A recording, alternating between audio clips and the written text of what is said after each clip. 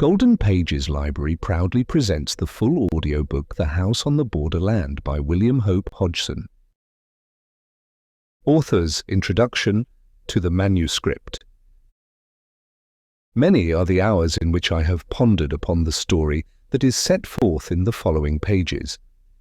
I trust that my instincts are not awry when they prompt me to leave the account in simplicity as it was handed to me. And the MS itself, you must picture me, when first it was given into my care, turning it over curiously and making a swift, jerky examination. A small book it is, but thick, and all, save the last few pages, filled with a quaint but legible handwriting, and writ very close. I have the queer, faint, pit-water smell of it in my nostrils now as I write, and my fingers have subconscious memories of the soft, cloggy feel of the long, damp pages. I read, and, in reading, lifted the curtains of the impossible that blind the mind, and looked out into the unknown. Amid stiff, abrupt sentences I wandered, and presently I had no fault to charge against their abrupt tellings, for, better far than my own ambitious phrasing, is this mutilated story capable of bringing home all that the old recluse of the vanished house had striven to tell. Of the simple, stiffly given account of weird and extraordinary matters I will say little. It lies before you. The inner story must be uncovered personally by each reader according to ability and desire.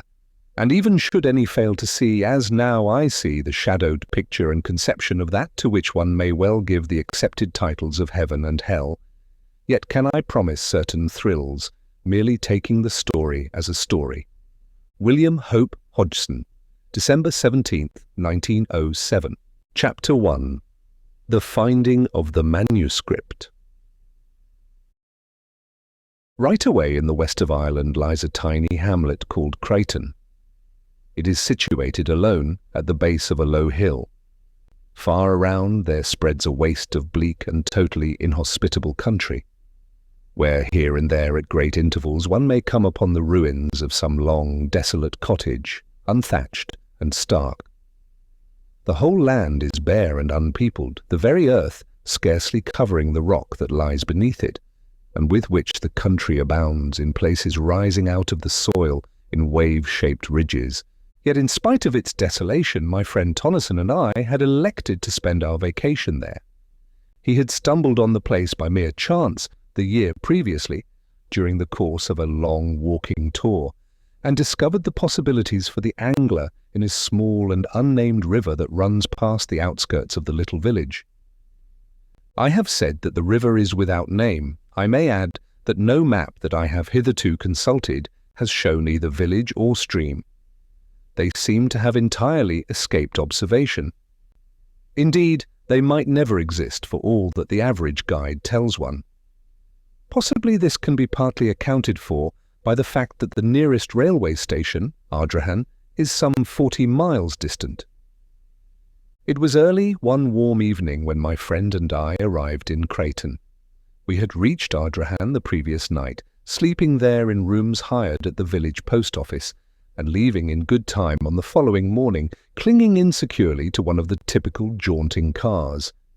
It had taken us all day to accomplish our journey over some of the roughest tracks imaginable, with the result that we were thoroughly tired and somewhat bad-tempered. However, the tent had to be erected and our goods stowed away before we could think of food or rest. And so we set to work with the aid of our driver and soon had the tent up upon a small patch of ground just outside the little village and quite near to the river. Then, having stored all our belongings, we dismissed the driver, as he had to make his way back as speedily as possible, and told him to come across to us at the end of a fortnight. We had brought sufficient provisions to last us for that space of time, and water we could get from the stream. Fuel we did not need, as we had included a small oil stove among our outfit, and the weather was fine and warm.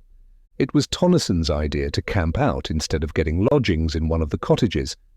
As he put it, there was no joke in sleeping in a room with a numerous family of healthy Irish in one corner and the pigsty in the other, while overhead a ragged colony of roosting fowls distributed their blessings impartially, and the whole place so full of peat smoke that it made a fellow sneeze his head off just to put it inside the doorway. Tonneson had got the stove lit now and was busy cutting slices of bacon into the frying pan. So I took the kettle and walked down to the river for water. On the way, I had to pass close to a little group of the village people who eyed me curiously but not in any unfriendly manner, though none of them ventured a word. As I returned with my kettle filled, I went up to them and, after a friendly nod, to which they replied in like manner, I asked them casually about the fishing, but instead of answering, they just shook their heads silently and stared at me. I repeated the question, addressing more particularly a great gaunt fellow at my elbow, yet again I received no answer. Then the man turned to a comrade and said something rapidly in a language that I did not understand, and at once the whole crowd of them fell to jabbering in what, after a few moments, I guessed to be pure Irish. At the same time, they cast many glances in my direction. For a minute, perhaps, they spoke among themselves thus. Then the man I had addressed faced round at me and said something. By the expression of his face, I guessed that he, in turn, was questioning me, but now I had to shake my head and indicate that I did not comprehend what it was they wanted to know. And so we stood, looking at one another, until I heard Tonneson calling to me to hurry up with the kettle. Then, with a smile and a nod, I left them, and all in the little crowd smiled and nodded in return, though their faces still betrayed their puzzlement.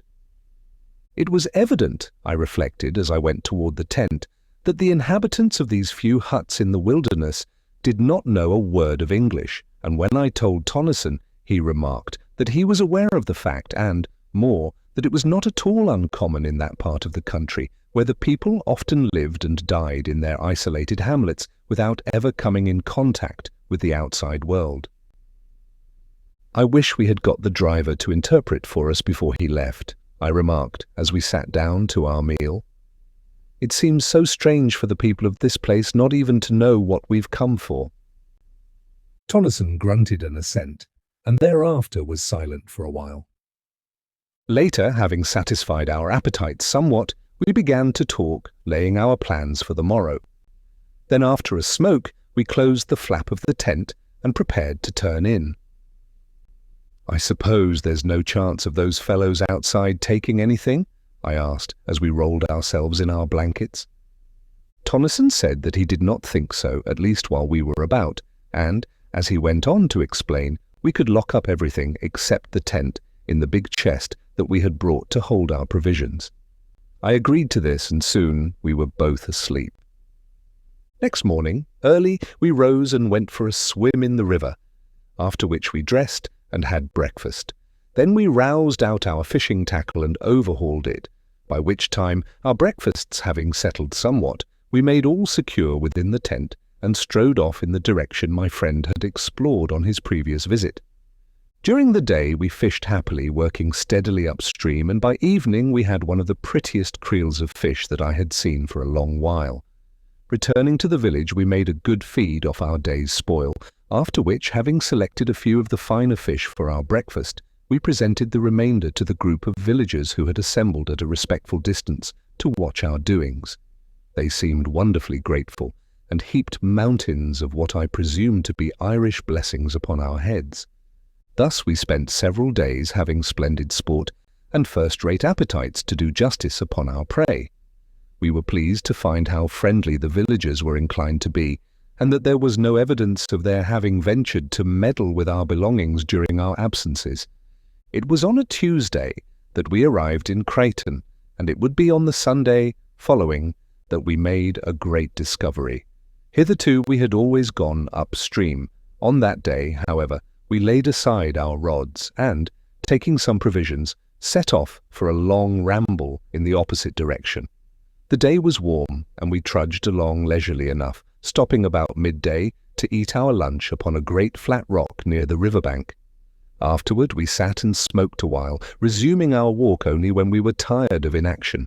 For perhaps another hour we wandered onward, chatting quietly and comfortably on this and that matter, and on several occasions stopping while my companion, who is something of an artist, made rough sketches of striking bits of the wild scenery. And then, without any warning whatsoever, the river we had followed so confidently came to an abrupt end, vanishing into the earth. "Good Lord," I said. "Whoever would have thought of this?" And I stared in amazement. Then I turned to Tonneson. He was looking with a blank expression upon his face at the place where the river disappeared. In a moment, he spoke. "Let us go on a bit. It may reappear again. Anyhow, it is worth investigating." I agreed, and we went forward once more, though rather aimlessly, for we were not at all certain in which direction to prosecute our search.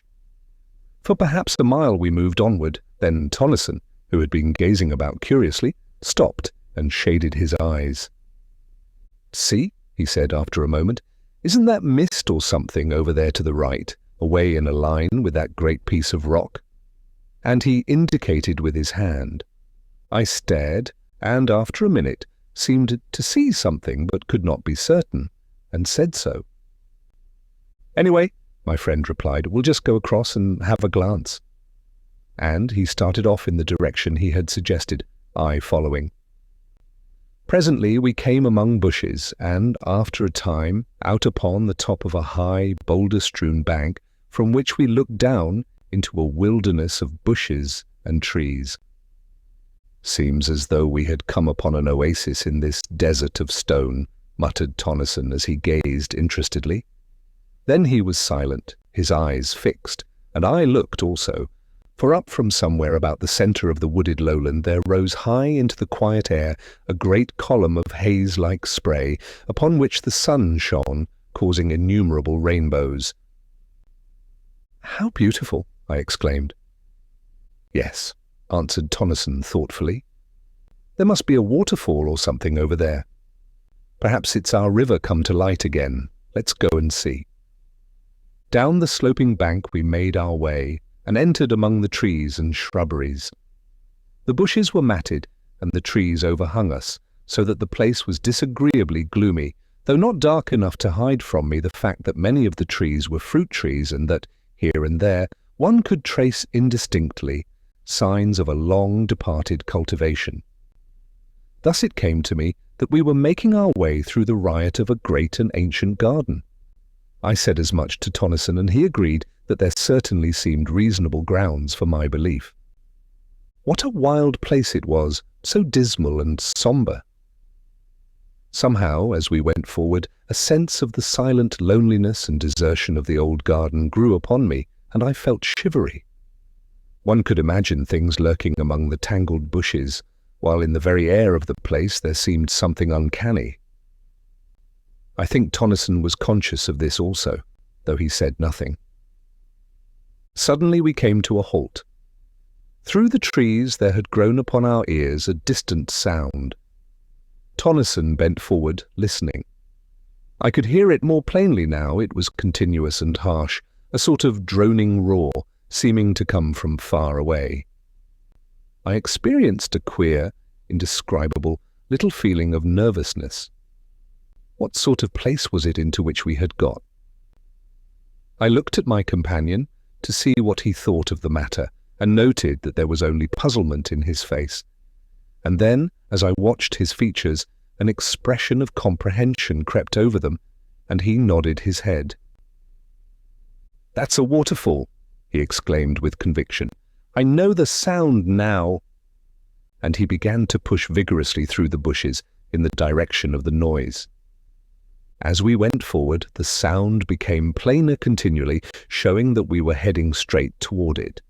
Steadily, the roaring grew louder and nearer, until it appeared, as I remarked to Tonneson, almost to come from under our feet, and still we were surrounded by the trees and shrubs.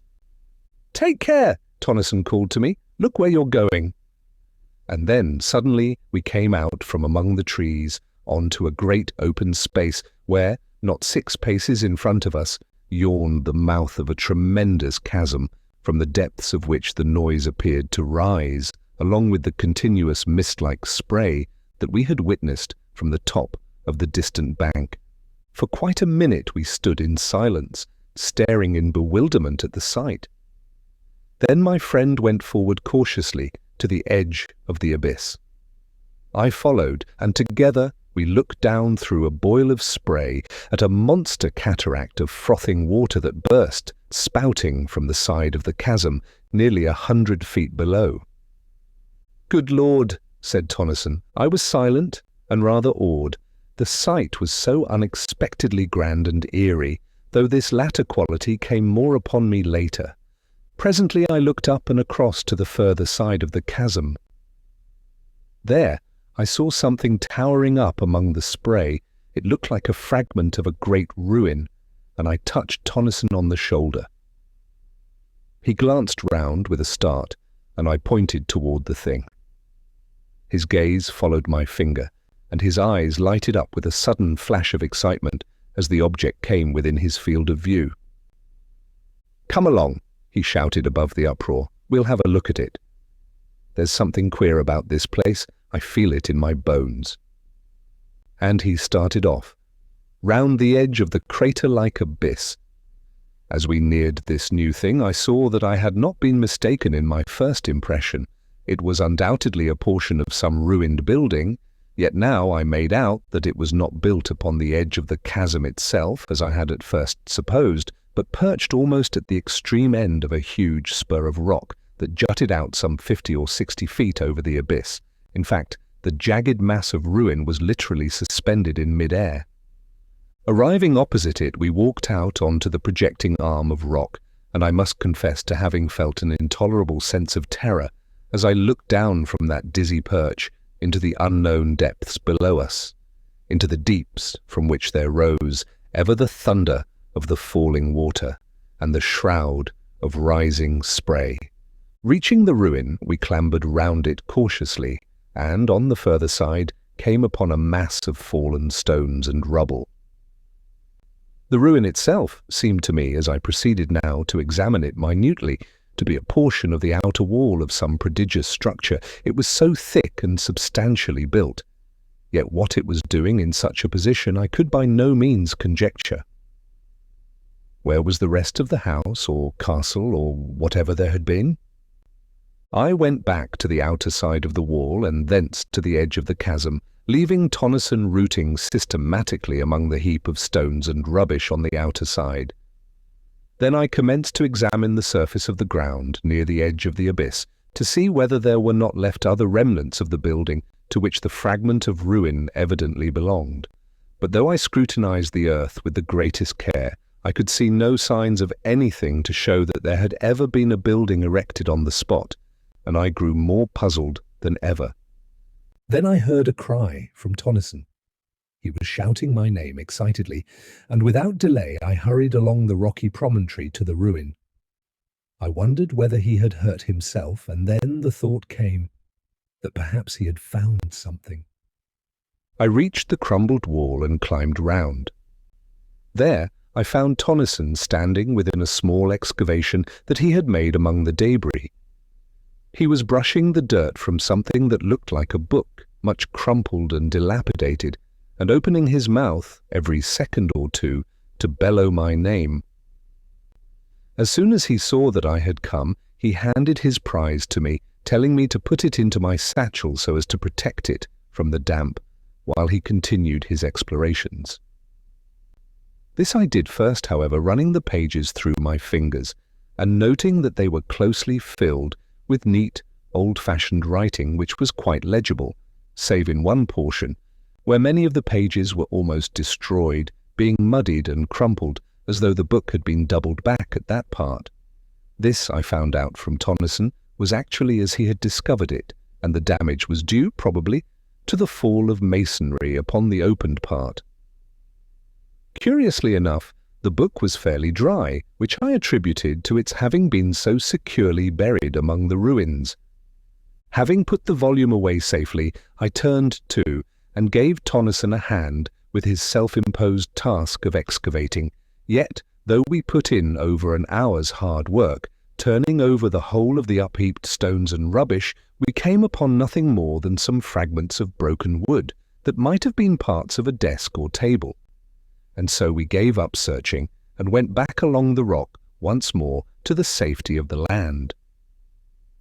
The next thing we did was to make a complete tour of the tremendous chasm, which we were able to observe was in the form of an almost perfect circle, save for where the ruin-crowned spur of rock jutted out, spoiling its symmetry. The abyss was, as Tennyson put it, like nothing so much as a gigantic well or pit going sheer down into the bowels of the earth. For some time longer we continued to stare about us, and then, noticing that there was a clear space away to the north of the chasm, we bent our steps in that direction. Here, distant from the mouth of the mighty pit by some hundreds of yards, we came upon a great lake of silent water. Silent, that is, save in one place where there was a continuous bubbling and gurgling. Now, being away from the noise of the spouting cataract, we were able to hear one another speak without having to shout at the tops of our voices, and I asked Tennyson what he thought of the place. I told him that I didn't like it, and that the sooner we were out of it, the better I should be pleased. He nodded in reply and glanced at the woods behind furtively. I asked him if he had seen or heard anything. He made no answer, but stood silent, as though listening, and I kept quiet also. Suddenly he spoke. "Hark!" he said sharply. I looked at him, and then away among the trees and bushes, holding my breath involuntarily. A minute came and went in strained silence, yet I could hear nothing, and I turned to Tennyson to say as much. And then, even as I opened my lips to speak, there came a strange wailing noise out of the wood on our left. It appeared to float through the trees, and there was a rustle of stirring leaves, and then silence. All at once, Tennyson spoke and put his hand on my shoulder. "Let us get out of here," he said, and began to move slowly toward where the surrounding trees and bushes seemed thinnest. As I followed him, it came to me suddenly that the sun was low and that there was a raw sense of chilliness in the air. Tennyson said nothing further but kept on steadily. We were among the trees now, and I glanced around nervously, but saw nothing, save the quiet branches and trunks and the tangled bushes. Onward we went, and no sound broke the silence except the occasional snapping of a twig under our feet as we moved forward. Yet, in spite of the quietness, I had a horrible feeling that we were not alone, and I kept so close to Tennyson that twice I kicked his heels clumsily, though he said nothing. A minute, and then another, and we reached the confines of the wood, coming out at last upon the bare rockiness of the countryside. Only then was I able to shake off the haunting dread that had followed me among the trees. Once, as we moved away, there seemed to come again a distant sound of wailing, and I said to myself that it was the wind. Yet the evening was breathless. Presently, Tennyson began to talk. "Look you," he said with decision, "I would not spend the night in that place for all the wealth that the world holds. There is something unholy, diabolical about it. It came to me all in a moment, just after you spoke. It seemed to me that the woods were full of vile things, you know." "Yes," I answered, and looked back toward the place. But it was hidden from us by a rise in the ground. "There's the book," I said, and I put my hand into the satchel. "You've got it safely?" he questioned, with a sudden access of anxiety. "Yes," I replied. "Perhaps," he continued, "we shall learn something from it when we get back to the tent. We had better hurry too. We're a long way off still, and I don't fancy now being caught out here in the dark." It was 2 hours later when we reached the tent, and, without delay, we set to work to prepare a meal, for we had eaten nothing since our lunch at midday. Supper over, we cleared the things out of the way and lit our pipes. Then Tennyson asked me to get the manuscript out of my satchel. This I did, and then, as we could not both read from it at the same time, he suggested that I should read the thing out loud. "And mind," he cautioned, knowing my propensities, "don't go skipping half the book." Yet, had he but known what it contained, he would have realized how needless such advice was, for once at least. And there, seated in the opening of our little tent, I began the strange tale of the house on the borderland, for such was the title of the MS. This is told in the following pages. Chapter 2. The Plain of Silence. I am an old man. I live here in this ancient house, surrounded by huge, unkempt gardens. The peasantry who inhabit the wilderness beyond say that I am mad. That is because I will have nothing to do with them. I live here alone with my old sister, who is also my housekeeper. We keep no servants. I hate them.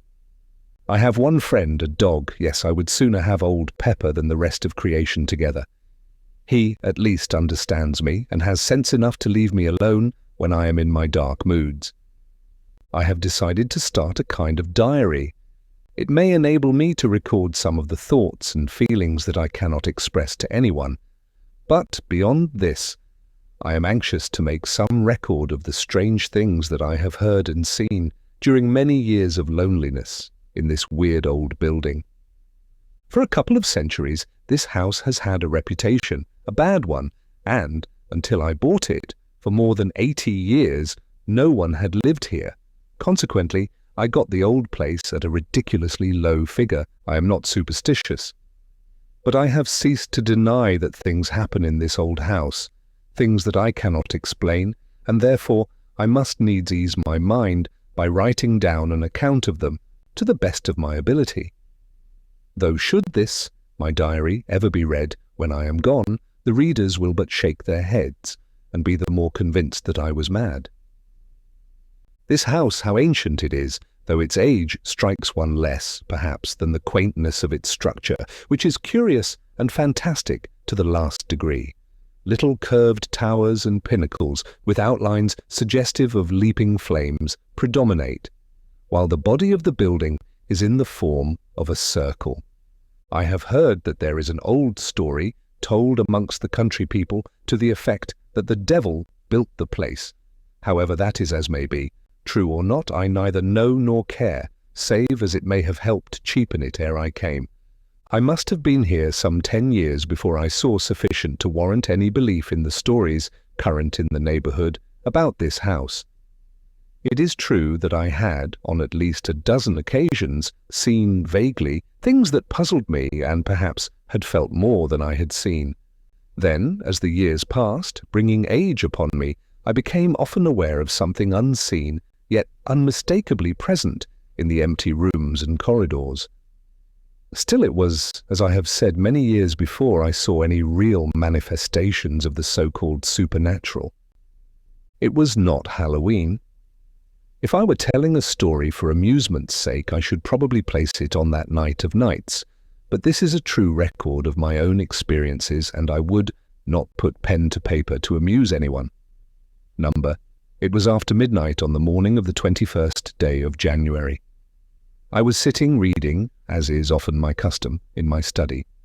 Pepper lay, sleeping, near my chair. Without warning, the flames of the 2 candles went low, and then shone with a ghastly green effulgence. I looked up, quickly, and as I did so I saw the lights sink into a dull, ruddy tint, so that the room glowed with a strange, heavy crimson twilight that gave the shadows behind the chairs and tables a double depth of blackness. And wherever the light struck, it was as though luminous blood had been splashed over the room. Down on the floor I heard a faint, frightened whimper, and something pressed itself in between my 2 feet. It was Pepper cowering under my dressing gown. Pepper, usually as brave as a lion. It was this movement of the dog's, I think, that gave me the first twinge of real fear. I had been considerably startled when the lights burnt first green and then red, but had been momentarily under the impression that the change was due to some influx of noxious gas into the room.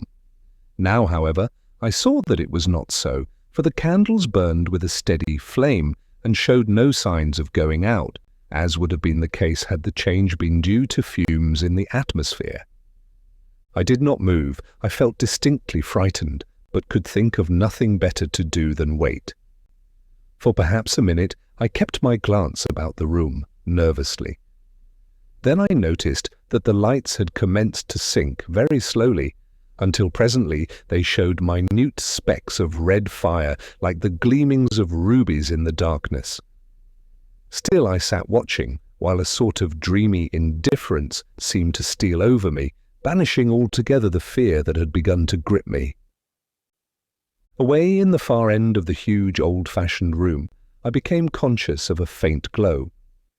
Steadily it grew, filling the room with gleams of quivering green light.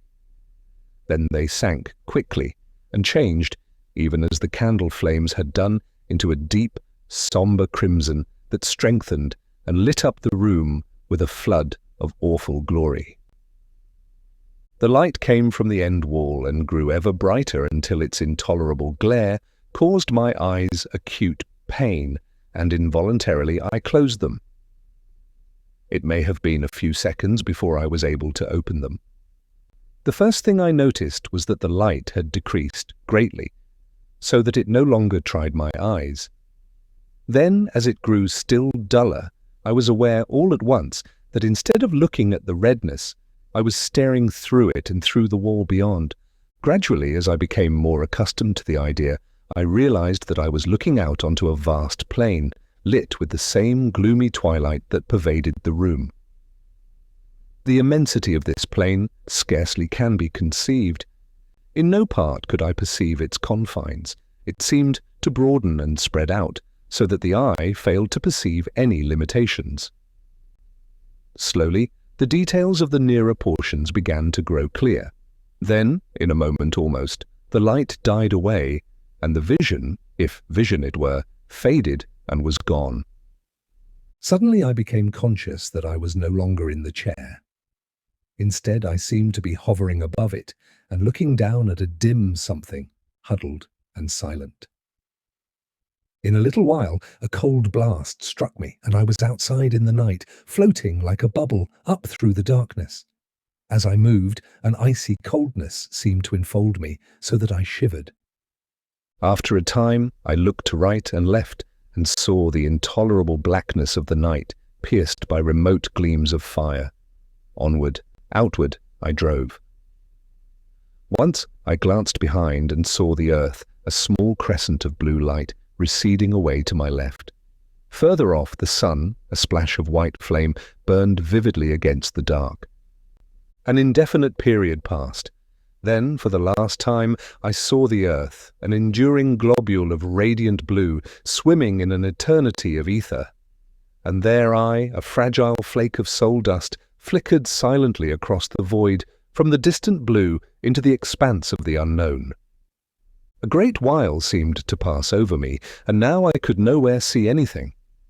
I had passed beyond the fixed stars and plunged into the huge blackness that waits beyond. All this time I had experienced little, save a sense of lightness and cold discomfort.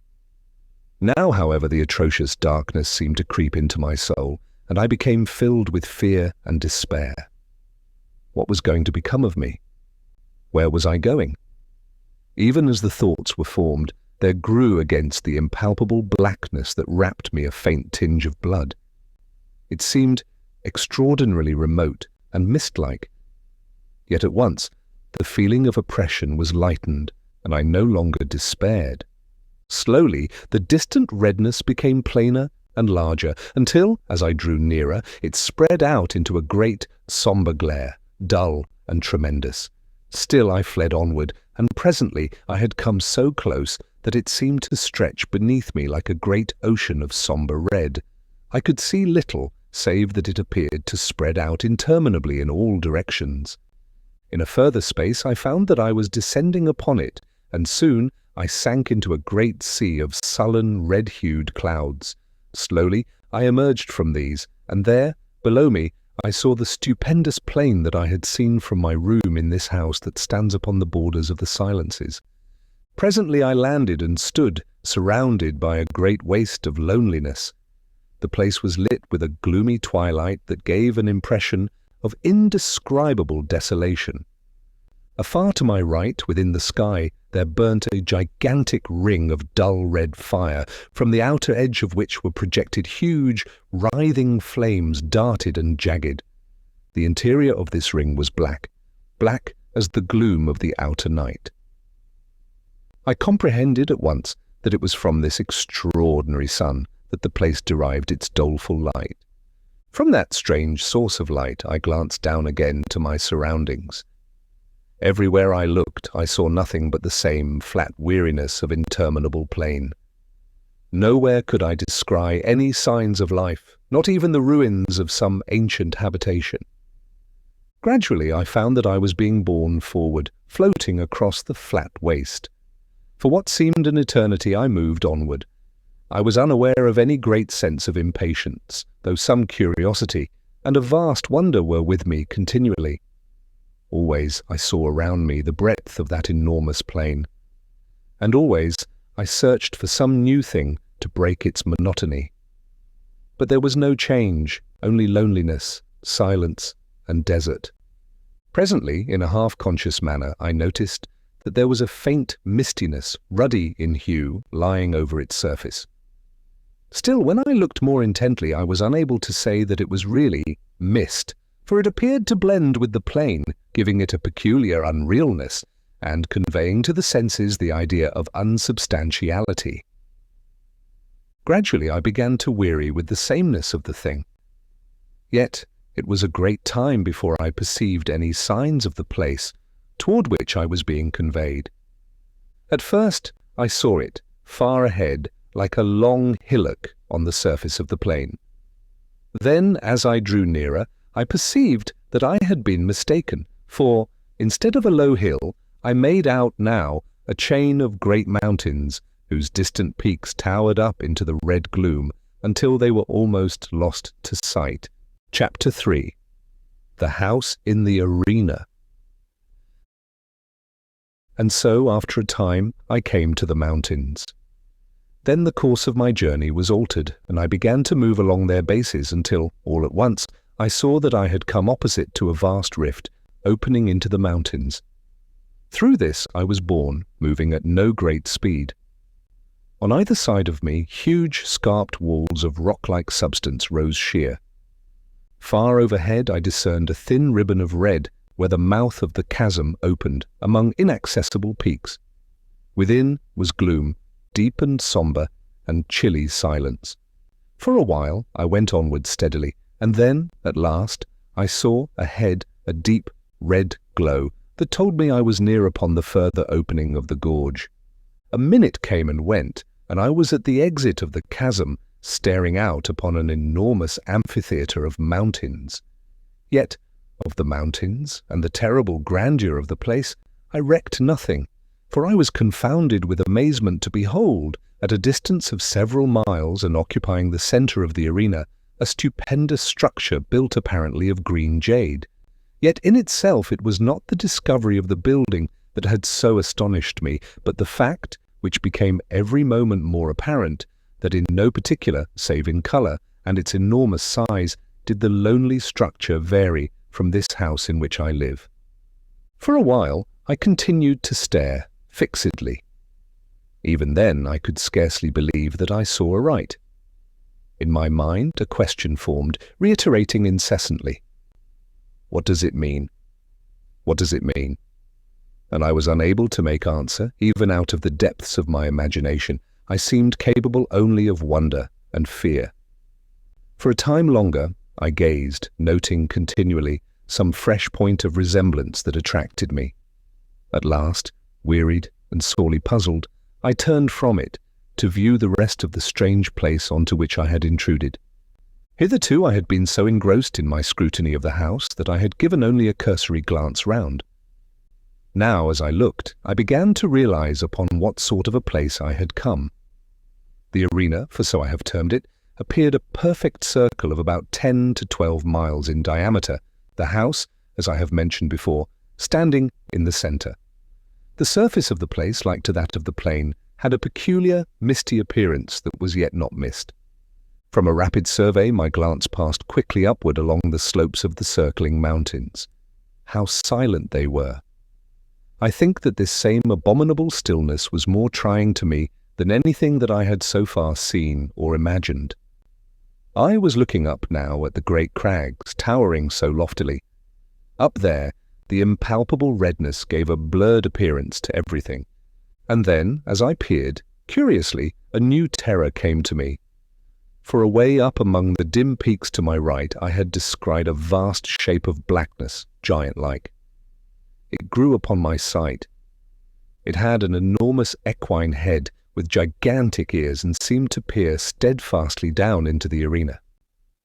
There was that about the pose that gave me the impression of an eternal watchfulness, of having warded that dismal place through unknown eternities. Slowly the monster became plainer to me, and then suddenly my gaze sprang from it to something further off, and higher among the crags. For a long minute I gazed, fearfully. I was strangely conscious of something not altogether unfamiliar, as though something stirred in the back of my mind. The thing was black, and had 4 grotesque arms. The features showed indistinctly. Round the neck I made out several light-coloured objects. Slowly the details came to me, and I realised, coldly, that they were skulls.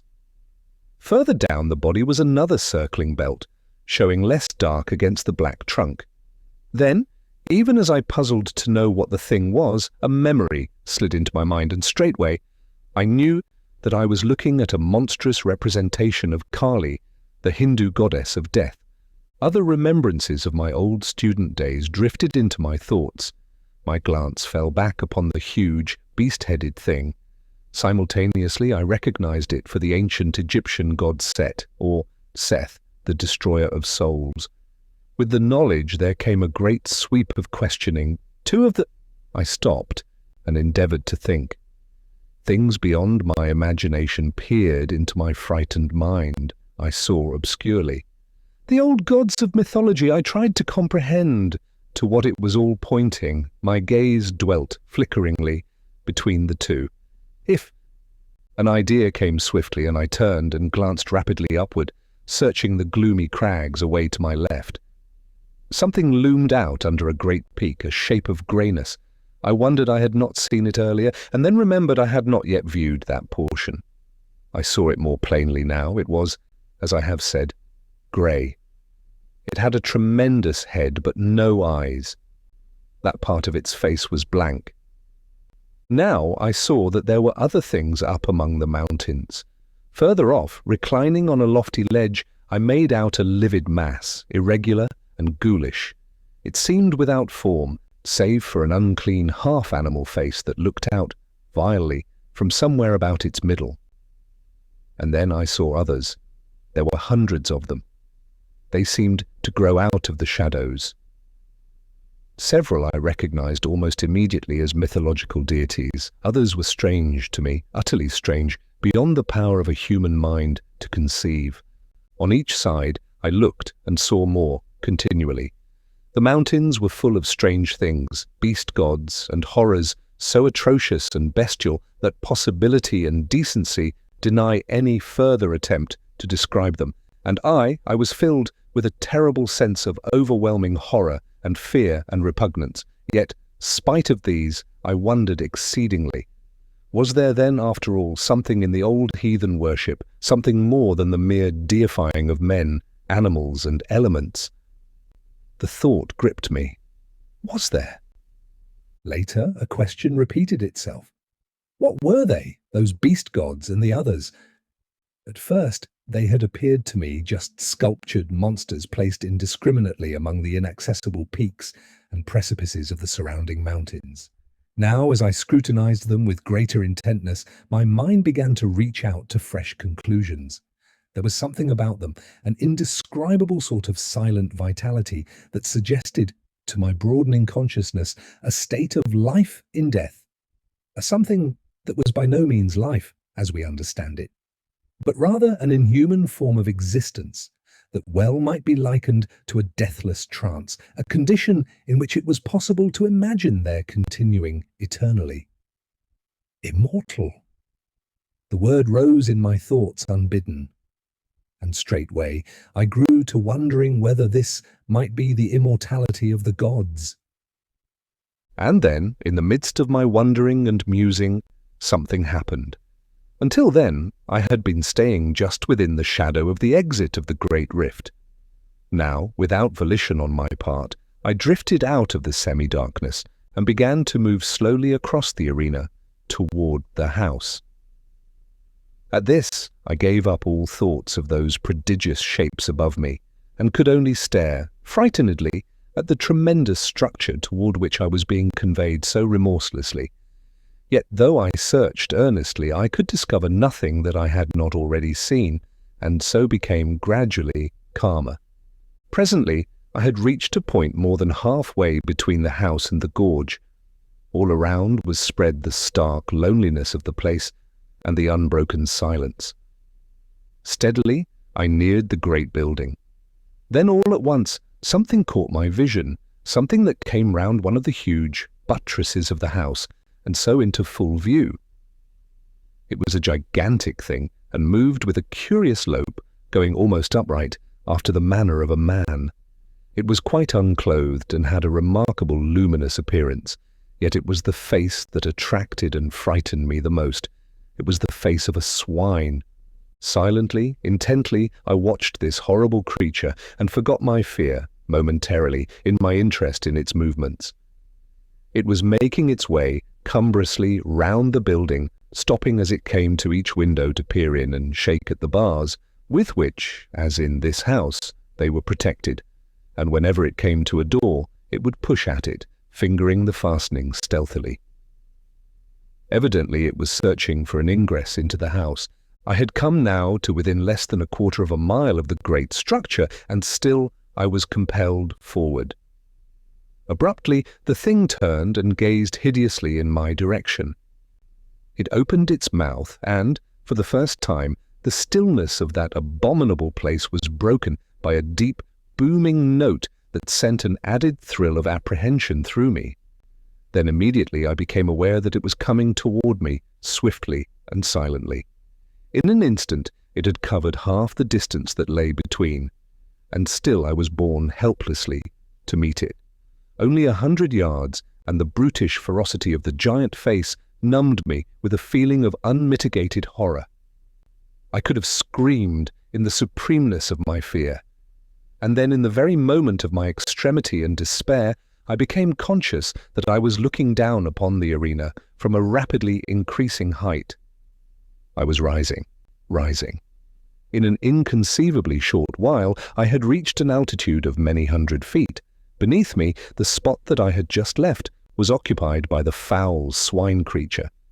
It had gone down on all fours and was snuffing and rooting like a veritable hog at the surface of the arena. A moment, and it rose to its feet, clutching upward, with an expression of desire upon its face, such as I have never seen in this world. Continually I mounted higher.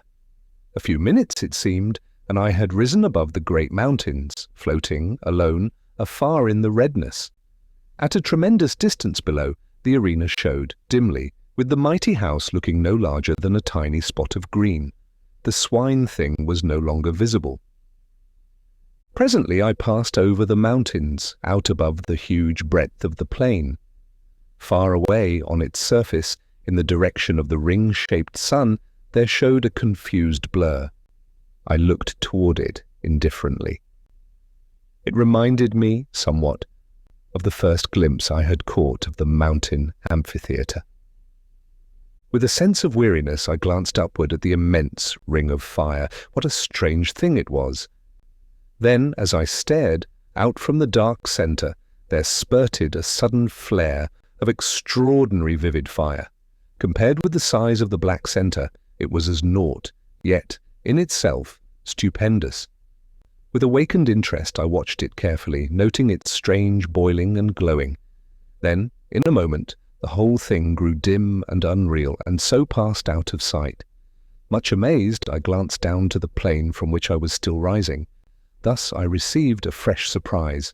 The plain, everything had vanished, and only a sea of red mist was spread far below me. Gradually, as I stared, this grew remote and died away into a dim, far mystery of red against an unfathomable night. A while, and even this had gone, and I was wrapped in an impalpable, lightless gloom, Chapter 4. The Earth. Thus I was, and only the memory that I had lived through the dark once before served to sustain my thoughts. A great time passed, ages, and then a single star broke its way through the darkness. It was the first of one of the outlying clusters of this universe. Presently it was far behind, and all about me shone the splendor of the countless stars. Later years, it seemed, I saw the sun, a clot of flame. Around it I made out presently several remote specks of light, the planets of the solar system, and so I saw the earth again, blue and unbelievably minute. It grew larger and became defined. A long space of time came and went, and then at last I entered into the shadow of the world, plunging headlong into the dim and holy earth night. Overhead were the old constellations, and there was a crescent moon. Then as I neared the earth's surface, a dimness swept over me, and I appeared to sink into a black mist. For a while I knew nothing. I was unconscious. Gradually I became aware of a faint, distant whining. It became plainer. A desperate feeling of agony possessed me. I struggled madly for breath and tried to shout. A moment, and I got my breath more easily. I was conscious that something was licking my hand. Something damp swept across my face. I heard a panting, and then again the whining. It seemed to come to my ears now with a sense of familiarity, and I opened my eyes. All was dark, but the feeling of oppression had left me. I was seated, and something was whining piteously and licking me. I felt strangely confused and instinctively tried to ward off the thing that licked. My head was curiously vacant, and for the moment I seemed incapable of action or thought. Then things came back to me, and I called Pepper, faintly. I was answered by a joyful bark and renewed and frantic caresses. In a little while I felt stronger and put out my hand for the matches. I groped about for a few moments blindly. Then my hands lit upon them, and I struck a light and looked confusedly around. All about me I saw the old familiar things, and there I sat, full of dazed wonders until the flame of the match burnt my finger, and I dropped it, while a hasty expression of pain and anger escaped my lips, surprising me with the sound of my own voice. After a moment I struck another match and, stumbling across the room, lit the candles. As I did so, I observed that they had not burned away but had been put out. As the flames shot up, I turned and stared about the study. Yet there was nothing unusual to see, and suddenly a gust of irritation took me. What had happened? I held my head with both hands and tried to remember. The great silent plain and the ring-shaped sun of red fire. Where were they? Where had I seen them? How long ago? I felt dazed and muddled. Once or twice I walked up and down the room unsteadily. My memory seemed dulled, and already the thing I had witnessed came back to me with an effort. I have a remembrance of cursing peevishly in my bewilderment. Suddenly I turned faint and giddy and had to grasp at the table for support. During a few moments I held on weakly, and then managed to totter sideways into a chair. After a little time, I felt somewhat better and succeeded in reaching the cupboard where, usually, I keep brandy and biscuits. I poured myself out a little of the stimulant and drank it off.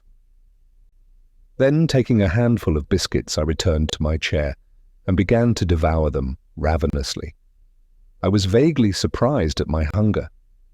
I felt as though I had eaten nothing for an uncountably long while. As I ate, my glance roved about the room, taking in its various details and still searching, though almost unconsciously, for something tangible upon which to take hold among the invisible mysteries that encompassed me. Surely, I thought, there must be something. And in the same instant, my gaze dwelt upon the face of the clock in the opposite corner. Therewith I stopped eating and just stared. For though its ticking indicated most certainly that it was still going, the hands were pointing to a little before the hour of midnight, whereas it was, as well I knew, considerably after that time when I had witnessed the first of the strange happenings I have just described. For perhaps a moment I was astounded and puzzled. Had the hour been the same as when I had last seen the clock, I should have concluded that the hands had stuck in one place, while the internal mechanism went on as usual, but that would, in no way, account for the hands having travelled backward. Then, even as I turned the matter over in my wearied brain, the thought flashed upon me that it was now close upon the morning of the 22nd, and that I had been unconscious to the visible world through the greater portion of the last 24 hours. The thought occupied my attention for a full minute. Then I commenced to eat again. I was still very hungry. During breakfast next morning, I inquired casually of my sister regarding the date, and found my surmise correct. I had, indeed, been absent, at least in spirit, for nearly a day and a night. My sister asked me no questions, for it is not by any means the first time that I have kept to my study for a whole day, and sometimes a couple of days at a time, when I have been particularly engrossed in my books or work. And so the days pass on, and I am still filled with a wonder to know the meaning of all that I saw on that memorable night.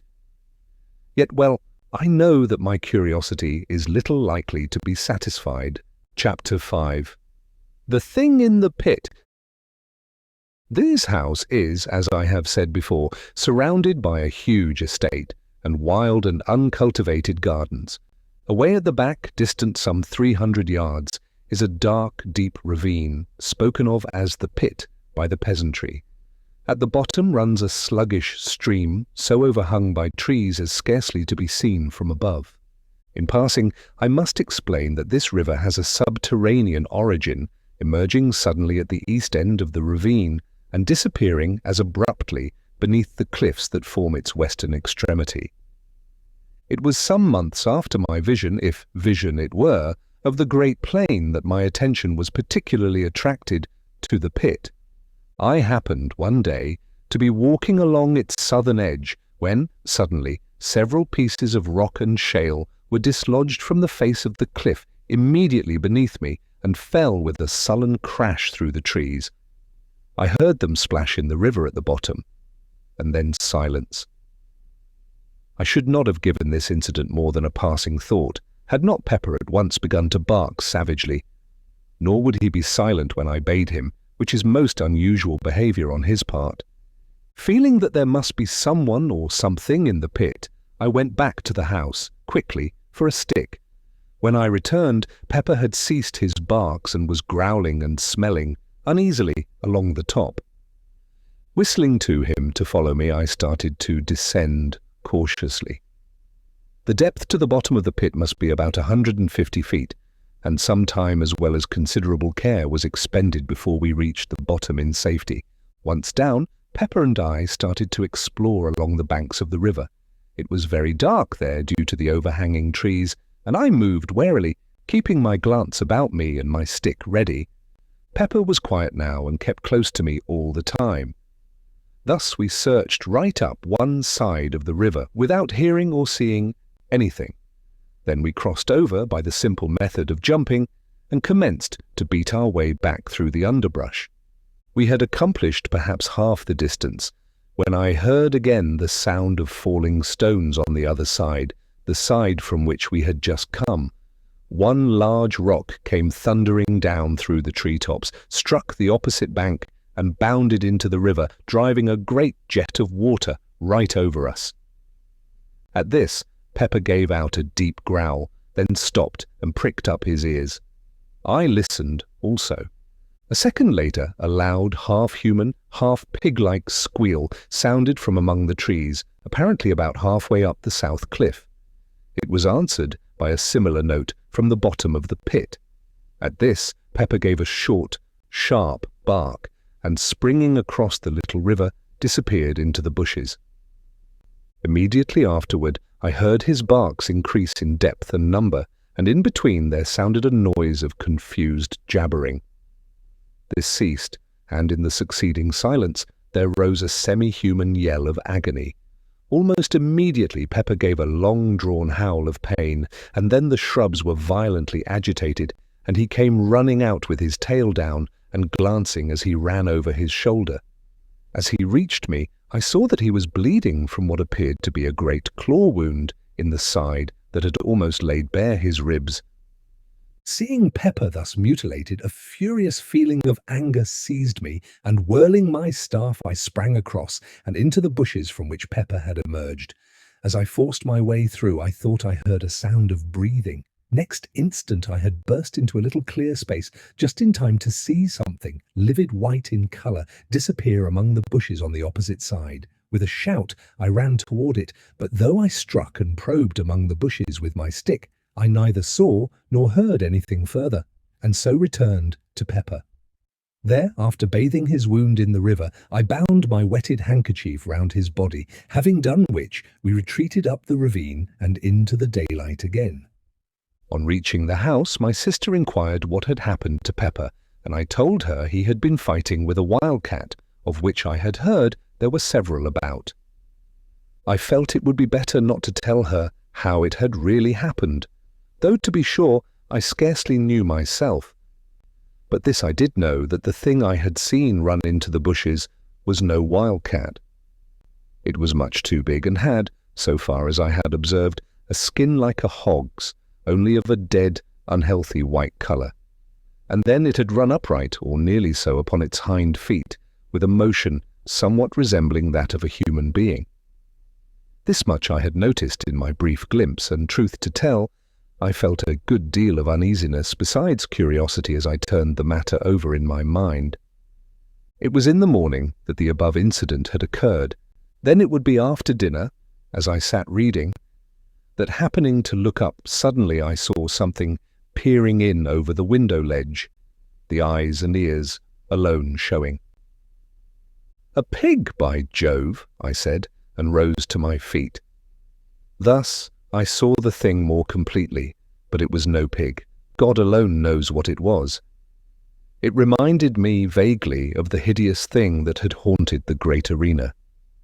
It had a grotesquely human mouth and jaw, but with no chin of which to speak. The nose was prolonged into a snout. Thus it was that with the little eyes and queer ears gave it such an extraordinarily swine-like appearance. Of forehead there was little, and the whole face was of an unwholesome white colour. For perhaps a minute I stood looking at the thing with an ever-growing feeling of disgust and some fear. The mouth kept jabbering inanely, and once emitted a half-swinish grunt. I think it was the eyes that attracted me the most. They seemed to glow at times with a horribly human intelligence, and kept flickering away from my face over the details of the room, as though my stare disturbed it. It appeared to be supporting itself by two claw-like hands upon the window-sill. These claws, unlike the face, were of a clay-brown hue, and bore an indistinct resemblance to human hands, in that they had 4 fingers and a thumb, though these were webbed up to the first joint, much as are a duck's. Nails it had also, but so long and powerful that they were more like the talons of an eagle than aught else. As I have said before, I felt some fear, though almost of an impersonal kind. I may explain my feeling better by saying that it was more a sensation of abhorrence, such as one might expect to feel if brought in contact with something superhumanly foul, something unholy, belonging to some hitherto undreamt of state of existence. I cannot say that I grasped these various details of the brute at the time. I think they seemed to come back to me afterward, as though imprinted upon my brain. I imagined more than I saw as I looked at the thing, and the material details grew upon me later. For perhaps a minute I stared at the creature. Then, as my nerves steadied a little, I shook off the vague alarm that held me, took a step toward the window. Even as I did so, the thing ducked and vanished. I rushed to the door and looked round hurriedly, but only the tangled bushes and shrubs met my gaze. I ran back into the house and, getting my gun, sallied out to search through the gardens. As I went, I asked myself whether the thing I had just seen was likely to be the same, of which I had caught a glimpse in the morning. I inclined to think it was. I would have taken Pepper with me, but judged it better to give his wound a chance to heal. Besides, if the creature I had just seen was, as I imagined, his antagonist of the morning, it was not likely that he would be of much use. I began my search systematically. I was determined, if it were possible, to find and put an end to that swine thing. This was at least a material horror. At first I searched cautiously, with the thought of Pepper's wound in my mind, but as the hours passed, and not a sign of anything living showed in the great lonely gardens, I became less apprehensive. I felt almost as though I would welcome the sight of it. Anything seemed better than this silence, with the ever-present feeling that the creature might be lurking in every bush I passed. Later I grew careless of danger, to the extent of plunging right through the bushes, probing with my gun barrel as I went. At times I shouted, but only the echoes answered back. I thought thus perhaps to frighten or stir the creature to showing itself, but only succeeded in bringing my sister Mary out to know what was the matter. I told her that I had seen the wildcat that had wounded Pepper, and that I was trying to hunt it out of the bushes. She seemed only half satisfied, and went back into the house with an expression of doubt upon her face. I wondered whether she had seen or guessed anything.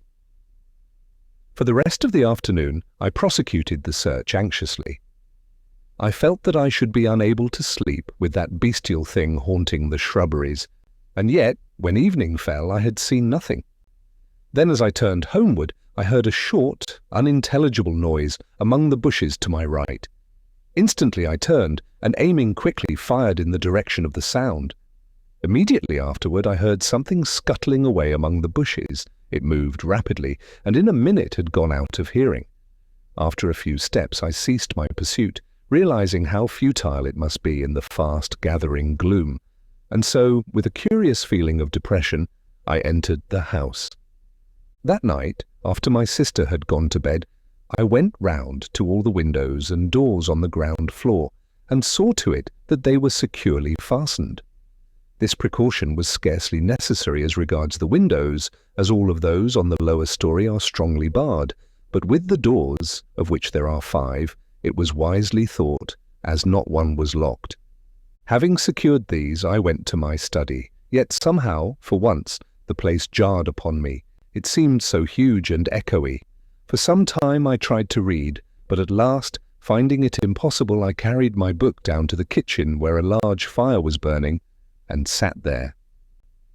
I dare say I had read for a couple of hours when suddenly I heard a sound that made me lower my book and listen intently. It was a noise of something rubbing and fumbling against the back door. Once the door creaked, loudly, as though force were being applied to it. During those few, short moments, I experienced an indescribable feeling of terror, such as I should have believed impossible. My hands shook, a cold sweat broke out on me, and I shivered violently. Gradually I calmed. The stealthy movements outside had ceased. Then for an hour I sat silent and watchful. All at once the feeling of fear took me again. I felt as I imagine an animal must, under the eye of a snake. Yet now I could hear nothing. Still there was no doubting that some unexplained influence was at work. Gradually, imperceptibly almost, something stole on my ear, a sound that resolved itself into a faint murmur. Quickly it developed and grew into a muffled but hideous chorus of bestial shrieks. It appeared to rise from the bowels of the earth. I heard a thud, and realized in a dull, half-comprehending way that I had dropped my book.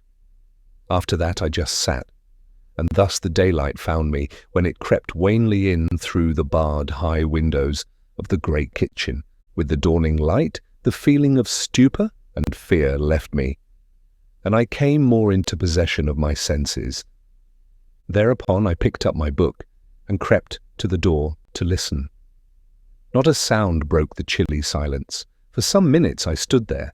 Then, very gradually and cautiously, I drew back the bolt, and opening the door, peeped out. My caution was unneeded. Nothing was to be seen save the grey vista of dreary, tangled bushes and trees extending to the distant plantation. With a shiver, I closed the door and made my way quietly up to bed. Chapter: The Swine Things. It was evening, a week later. My sister sat in the garden, knitting. I was walking up and down, reading. My gun leant up against the wall of the house, for since the advent of that strange thing in the gardens, I had deemed it wise to take precautions. Yet through the whole week there had been nothing to alarm me, either by sight or sound, so that I was able to look back calmly to the incident, though still with a sense of unmitigated wonder and curiosity. I was, as I have just said, walking up and down and somewhat engrossed in my book. Suddenly I heard a crash away in the direction of the pit. With a quick movement I turned and saw a tremendous column of dust rising high into the evening air. My sister had risen to her feet with a sharp exclamation of surprise and fright. Telling her to stay where she was, I snatched up my gun and ran toward the pit. As I neared it, I heard a dull, rumbling sound that grew quickly into a roar, split with deeper crashes, and up from the pit drove a fresh volume of dust. The noise ceased, though the dust still rose tumultuously. I reached the edge and looked down, but could see nothing save a boil of dust clouds swirling hither and thither. The air was so full of the small particles that they blinded and choked me, and finally I had to run out from the smother to breathe. Gradually the suspended matter sank and hung in a panoply over the mouth of the pit. I could only guess at what had happened. That there had been a landslip of some kind I had little doubt. But the cause was beyond my knowledge, and yet even then I had half imaginings. For already the thought had come to me of those falling rocks and that thing in the bottom of the pit, but in the first minutes of confusion I failed to reach the natural conclusion to which the catastrophe pointed. Slowly the dust subsided until presently I was able to approach the edge and look down. For a while I peered impotently, trying to see through the reek. At first it was impossible to make out anything. Then, as I stared, I saw something below to my left that moved. I looked intently toward it, and, presently, made out another, and then another, 3 dim shapes that appeared to be climbing up the side of the pit. I could see them only indistinctly. Even as I stared and wondered, I heard a rattle of stones somewhere to my right. I glanced across but could see nothing. I leant forward and peered over and down into the pit just beneath where I stood, and saw no further than a hideous, white swine face that had risen to within a couple of yards of my feet. Below it I could make out several others. As the thing saw me, it gave a sudden, uncouth squeal which was answered from all parts of the pit. At that, a gust of horror and fear took me, and bending down I discharged my gun right into its face. Straightway the creature disappeared, with a clatter of loose earth and stones. There was a momentary silence to which probably I owe my life, for during it I heard a quick patter of many feet, and turning sharply, saw a troop of the creatures coming toward me at a run. Instantly I raised my gun and fired at the foremost, who plunged headlong with a hideous howling. Then I turned to run.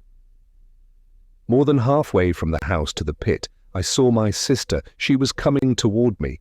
I could not see her face distinctly, as the dusk had fallen, but there was fear in her voice as she called to know why I was shooting. "Run!" I shouted in reply. "Run for your life!" Without more ado, she turned and fled, picking up her skirts with both hands. As I followed, I gave a glance behind. The brutes were running on their hind legs, at times dropping on all fours. I think it must have been the terror in my voice that spurred Mary to run so, for I feel convinced that she had not, as yet, seen those hell creatures that pursued. On we went, my sister leading. Each moment, the nearing sounds of the footsteps told me that the brutes were gaining on us rapidly. Fortunately, I am accustomed to live in some ways an active life. As it was, the strain of the race was beginning to tell severely upon me. Ahead, I could see the back door. Luckily, it was open. I was some half-dozen yards behind Mary now, and my breath was sobbing in my throat. Then something touched my shoulder. I wrenched my head round quickly and saw one of those monstrous, pallid faces close to mine. One of the creatures, having outrun its companions, had almost overtaken me.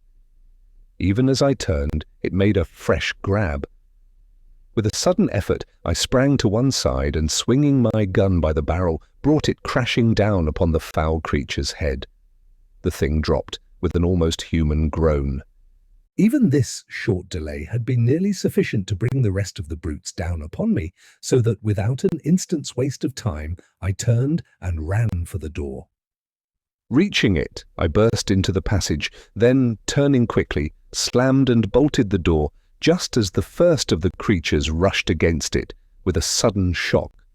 My sister sat, gasping, in a chair. She seemed in a fainting condition, but I had no time then to spend on her. I had to make sure that all the doors were fastened. Fortunately, they were. The one leading from my study into the gardens was the last to which I went. I had just had time to note that it was secured when I thought I heard a noise outside. I stood perfectly silent and listened. Yes. Now I could distinctly hear a sound of whispering, and something slithered over the panels with a rasping, scratchy noise. Evidently, some of the brutes were feeling with their claw hands about the door to discover whether there were any means of ingress. That the creatures should so soon have found the door was, to me, a proof of their reasoning capabilities. It assured me that they must not be regarded by any means as mere animals. I had felt something of this before when that first thing peered in through my window. Then I had applied the term superhuman to it, with an almost instinctive knowledge that the creature was something different from the brute beast. Something beyond human, yet in no good sense, but rather as something foul and hostile to the great and good in humanity. In a word, as something intelligent and yet inhuman. The very thought of the creatures filled me with revulsion. Now I bethought me of my sister, and going to the cupboard, I got out a flask of brandy and a wine glass. Taking these, I went down to the kitchen, carrying a lighted candle with me. She was not sitting in the chair, but had fallen out, and was lying upon the floor face downward. Very gently I turned her over and raised her head somewhat. Then I poured a little of the brandy between her lips. After a while she shivered slightly. A little later she gave several gasps and opened her eyes. In a dreamy, unrealizing way she looked at me. Then her eyes closed slowly, and I gave her a little more of the brandy. For perhaps a minute longer she lay silent, breathing quickly. All at once her eyes opened again, and it seemed to me as I looked that the pupils were dilated, as though fear had come with returning consciousness. Then, with a movement so unexpected that I started backward, she sat up. Noticing that she seemed giddy, I put out my hand to steady her. At that, she gave a loud scream, and, scrambling to her feet, ran from the room. For a moment I stayed there, kneeling and holding the brandy flask. I was utterly puzzled and astonished. Could she be afraid of me? But no, why should she? I could only conclude that her nerves were badly shaken and that she was temporarily unhinged. Upstairs I heard a door bang loudly, and I knew that she had taken refuge in her room. I put the flask down on the table. My attention was distracted by a noise in the direction of the back door. I went toward it and listened. It appeared to be shaken, as though some of the creatures struggled with it silently, but it was far too strongly constructed and hung to be easily moved. Out in the gardens rose a continuous sound. It might have been mistaken by a casual listener for the grunting and squealing of a herd of pigs, but, as I stood there, it came to me that there was sense and meaning to all those swinish noises. Gradually, I seemed able to trace a semblance in it to human speech, glutinous and sticky, as though each articulation were made with difficulty, yet nevertheless I was becoming convinced that it was no mere medley of sounds, but a rapid interchange of ideas. By this time it had grown quite dark in the passages, and from these came all the varied cries and groans of which an old house is so full after nightfall. It is, no doubt, because things are then quieter, and one has more leisure to hear. Also, there may be something in the theory that the sudden change of temperature at sundown affects the structure of the house somewhat, causing it to contract and settle, as it were, for the night. However this is as may be, but on that night in particular, I would gladly have been quit of so many eerie noises. It seemed to me that each crack and creak was the coming of one of those things along the dark corridors, though I knew in my heart that this could not be, for I had seen myself that all the doors were secure. Gradually, however, these sounds grew on my nerves to such an extent that were it only to punish my cowardice, I felt I must make the round of the basement again, and, if anything were there, face it. And then I would go up to my study, for I knew sleep was out of the question, with the house surrounded by creatures, half beasts, half something else, and entirely unholy. Taking the kitchen lamp down from its hook, I made my way from cellar to cellar and room to room, through pantry and coal hole, along passages, and into the 101 little blind alleys and hidden nooks that form the basement of the old house.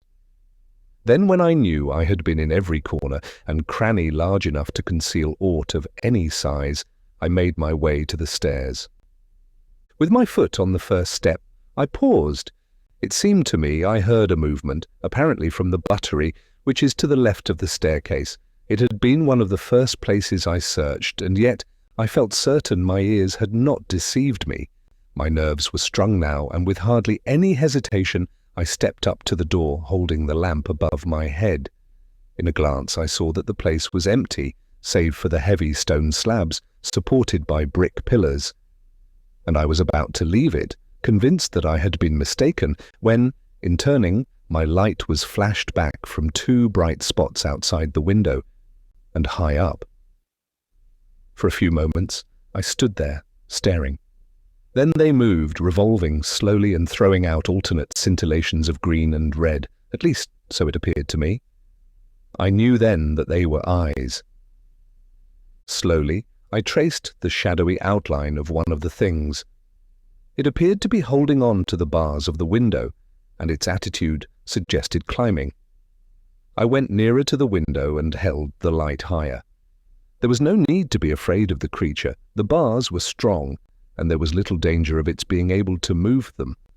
And then suddenly, in spite of the knowledge that the brute could not reach to harm me, I had a return of the horrible sensation of fear that had assailed me on that night a week previously. It was the same feeling of helpless, shuddering fright. I realized, dimly, that the creature's eyes were looking into mine with a steady, compelling stare. I tried to turn away, but could not. I seemed now to see the window through a mist. Then I thought other eyes came and peered, and yet others, until a whole galaxy of malignant, staring orbs seemed to hold me in thrall. My head began to swim and throb violently. Then I was aware of a feeling of acute physical pain in my left hand. It grew more severe and literally forced my attention. With a tremendous effort I glanced down, and with that, the spell that had held me was broken. I realized then that I had, in my agitation, unconsciously caught hold of the hot lamp glass and burnt my hand badly. I looked up to the window again. The misty appearance had gone, and now I saw that it was crowded with dozens of bestial faces. With a sudden access of rage, I raised the lamp and hurled it full at the window. It struck the glass, smashing a pane, and passed between two of the bars out into the garden, scattering burning oil as it went. I heard several loud cries of pain, and as my sight became accustomed to the dark, I discovered that the creatures had left the window. Pulling myself together, I groped for the door, and, having found it, made my way upstairs, stumbling at each step. I felt dazed, as though I had received a blow on the head. At the same time, my hand smarted badly, and I was full of a nervous, dull rage against those things. Reaching my study, I lit the candles. As they burnt up, their rays were reflected from the rack of firearms on the side wall. At the sight, I remembered that I had there a power which, as I had proved earlier, seemed as fatal to those monsters as to more ordinary animals, and I determined I would take the offensive. First of all, I bound up my hand, for the pain was fast becoming intolerable. After that, it seemed easier, and I crossed the room to the rifle stand. There I selected a heavy rifle, an old and tried weapon, and having procured ammunition, I made my way up into one of the small towers with which the house is crowned. From there, I found that I could see nothing. The gardens presented a dim blur of shadows, a little blacker perhaps where the trees stood. That was all, and I knew that it was useless to shoot down into all that darkness. The only thing to be done was to wait for the moon to rise. Then I might be able to do a little execution. In the meantime, I sat still and kept my ears open. The gardens were comparatively quiet now, and only an occasional grunt or squeal came up to me. I did not like this silence. It made me wonder on what devilry the creatures were bent. Twice I left the tower and took a walk through the house, but everything was silent. Once I heard a noise from the direction of the pit, as though more earth had fallen. Following this, and lasting for some 15 minutes, there was a commotion among the denizens of the gardens. This died away, and after that all was again quiet. About an hour later, the moon's light showed above the distant horizon. From where I sat I could see it over the trees, but it was not until it rose clear of them that I could make out any of the details in the gardens below. Even then I could see none of the brutes, until, happening to crane forward, I saw several of them lying prone up against the wall of the house. What they were doing I could not make out. It was, however, a chance too good to be ignored, and taking aim, I fired at the one directly beneath. There was a shrill scream, and as the smoke cleared away, I saw that it had turned on its back and was writhing feebly. Then it was quiet. The others had disappeared. Immediately after this, I heard a loud squeal in the direction of the pit. It was answered 100 times from every part of the garden. This gave me some notion of the number of the creatures, and I began to feel that the whole affair was becoming even more serious than I had imagined. As I sat there, silent and watchful, the thought came to me, why was all this? What were these things? What did it mean? Then my thoughts flew back to that vision, though even now I doubt whether it was a vision of the plane of silence. What did that mean, I wondered? And that thing in the arena? Ugh. Lastly, I thought of the house I had seen in that faraway place. That house, so like this in every detail of external structure, that it might have been modelled from it or this from that. I had never thought of that. At this moment there came another long squeal from the pit, followed, a second later, by a couple of shorter ones. At once the garden was filled with answering cries. I stood up, quickly, and looked over the parapet. In the moonlight it seemed as though the shrubberies were alive. They tossed hither and thither as though shaken by a strong, irregular wind, while a continuous rustling and a noise of scampering feet rose up to me. Several times I saw the moonlight gleam on running white figures among the bushes, and twice I fired. The second time my shot was answered by a short squeal of pain. A minute later the gardens lay silent. From the pit came a deep, hoarse babel of swine talk. At times angry cries smote the air, and they would be answered by multitudinous gruntings. It occurred to me that they were holding some kind of a council, perhaps to discuss the problem of entering the house. Also, I thought that they seemed much enraged, probably by my successful shots. It occurred to me that now would be a good time to make a final survey of our defences. This I proceeded to do at once, visiting the whole of the basement again and examining each of the doors. Luckily they are all, like the back one, built of solid, iron-studded oak. Then I went upstairs to the study. I was more anxious about this door. It is palpably of a more modern make than the others, and though a stout piece of work, it has little of their ponderous strength. I must explain here that there is a small, raised lawn on this side of the house, upon which this door opens, the windows of the study being barred on this account. All the other entrances, excepting the great gateway which is never opened, are in the lower story. Chapter 7. The Attack. I spent some time puzzling how to strengthen the study door. Finally, I went down to the kitchen and with some trouble brought up several heavy pieces of timber. These I wedged up, slantwise against it, from the floor, nailing them top and bottom. For half an hour I worked hard, and at last got it shored to my mind. Then, feeling easier, I resumed my coat which I had laid aside, and proceeded to attend to one or two matters before returning to the tower. It was whilst thus employed that I heard a fumbling at the door, and the latch was tried. Keeping silence, I waited. Soon I heard several of the creatures outside. They were grunting to one another softly. Then for a minute there was quietness. Suddenly there sounded a quick, low grunt, and the door creaked under a tremendous pressure. It would have burst inward but for the supports I had placed. The strain ceased as quickly as it had begun, and there was more talk. Presently one of the things squealed softly, and I heard the sound of others approaching. There was a short confabulation. Then again silence, and I realized that they had called several more to assist. Feeling that now was the supreme moment, I stood ready, with my rifle presented. If the door gave, I would at least slay as many as possible. Again came the low signal, and once more the door cracked under a huge force. For a minute perhaps the pressure was kept up, and I waited nervously, expecting each moment to see the door come down with a crash. But no, the struts held, and the attempt proved abortive. Then followed more of their horrible grunting talk, and whilst it lasted, I thought I distinguished the noise of fresh arrivals. After a long discussion, during which the door was several times shaken, they became quiet once more, and I knew that they were going to make a third attempt to break it down. I was almost in despair. The props had been severely tried in the two previous attacks, and I was sorely afraid that this would prove too much for them. At that moment, like an inspiration, a thought flashed into my troubled brain.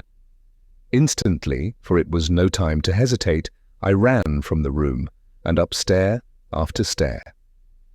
This time it was not to one of the towers that I went, but out on to the flat, lidded roof itself.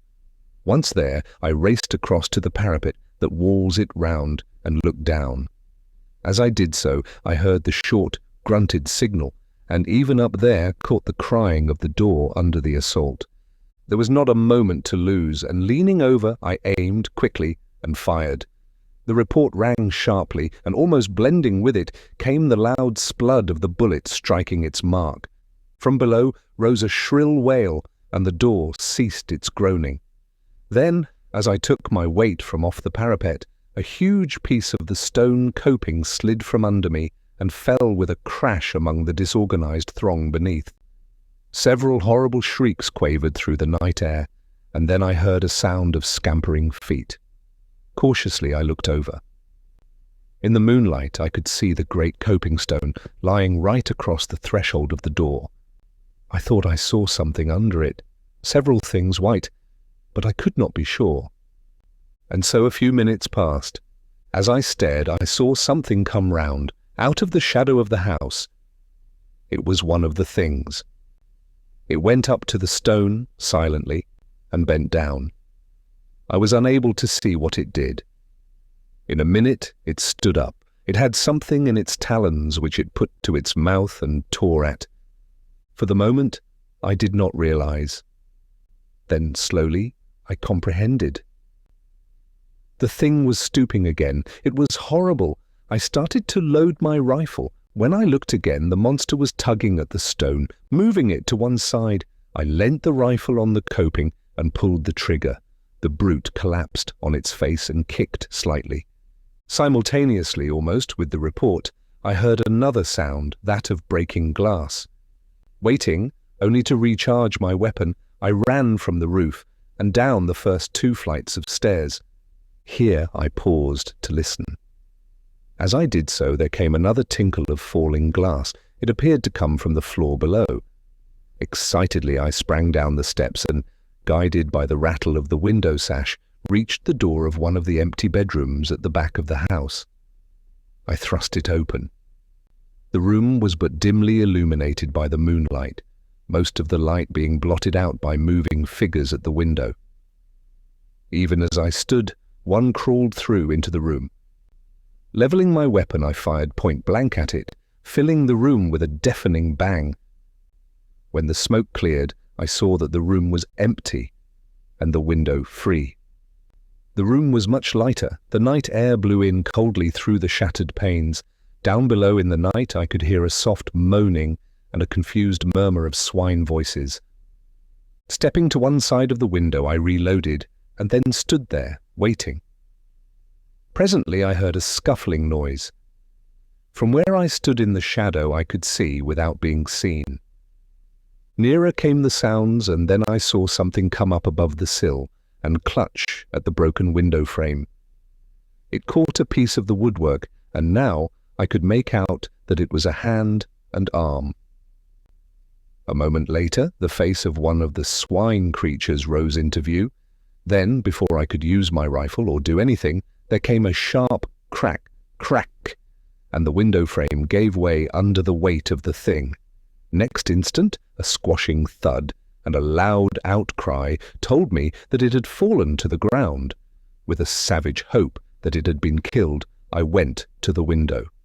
The moon had gone behind a cloud so that I could see nothing, though a steady hum of jabbering just beneath where I stood indicated that there were several more of the brutes close at hand.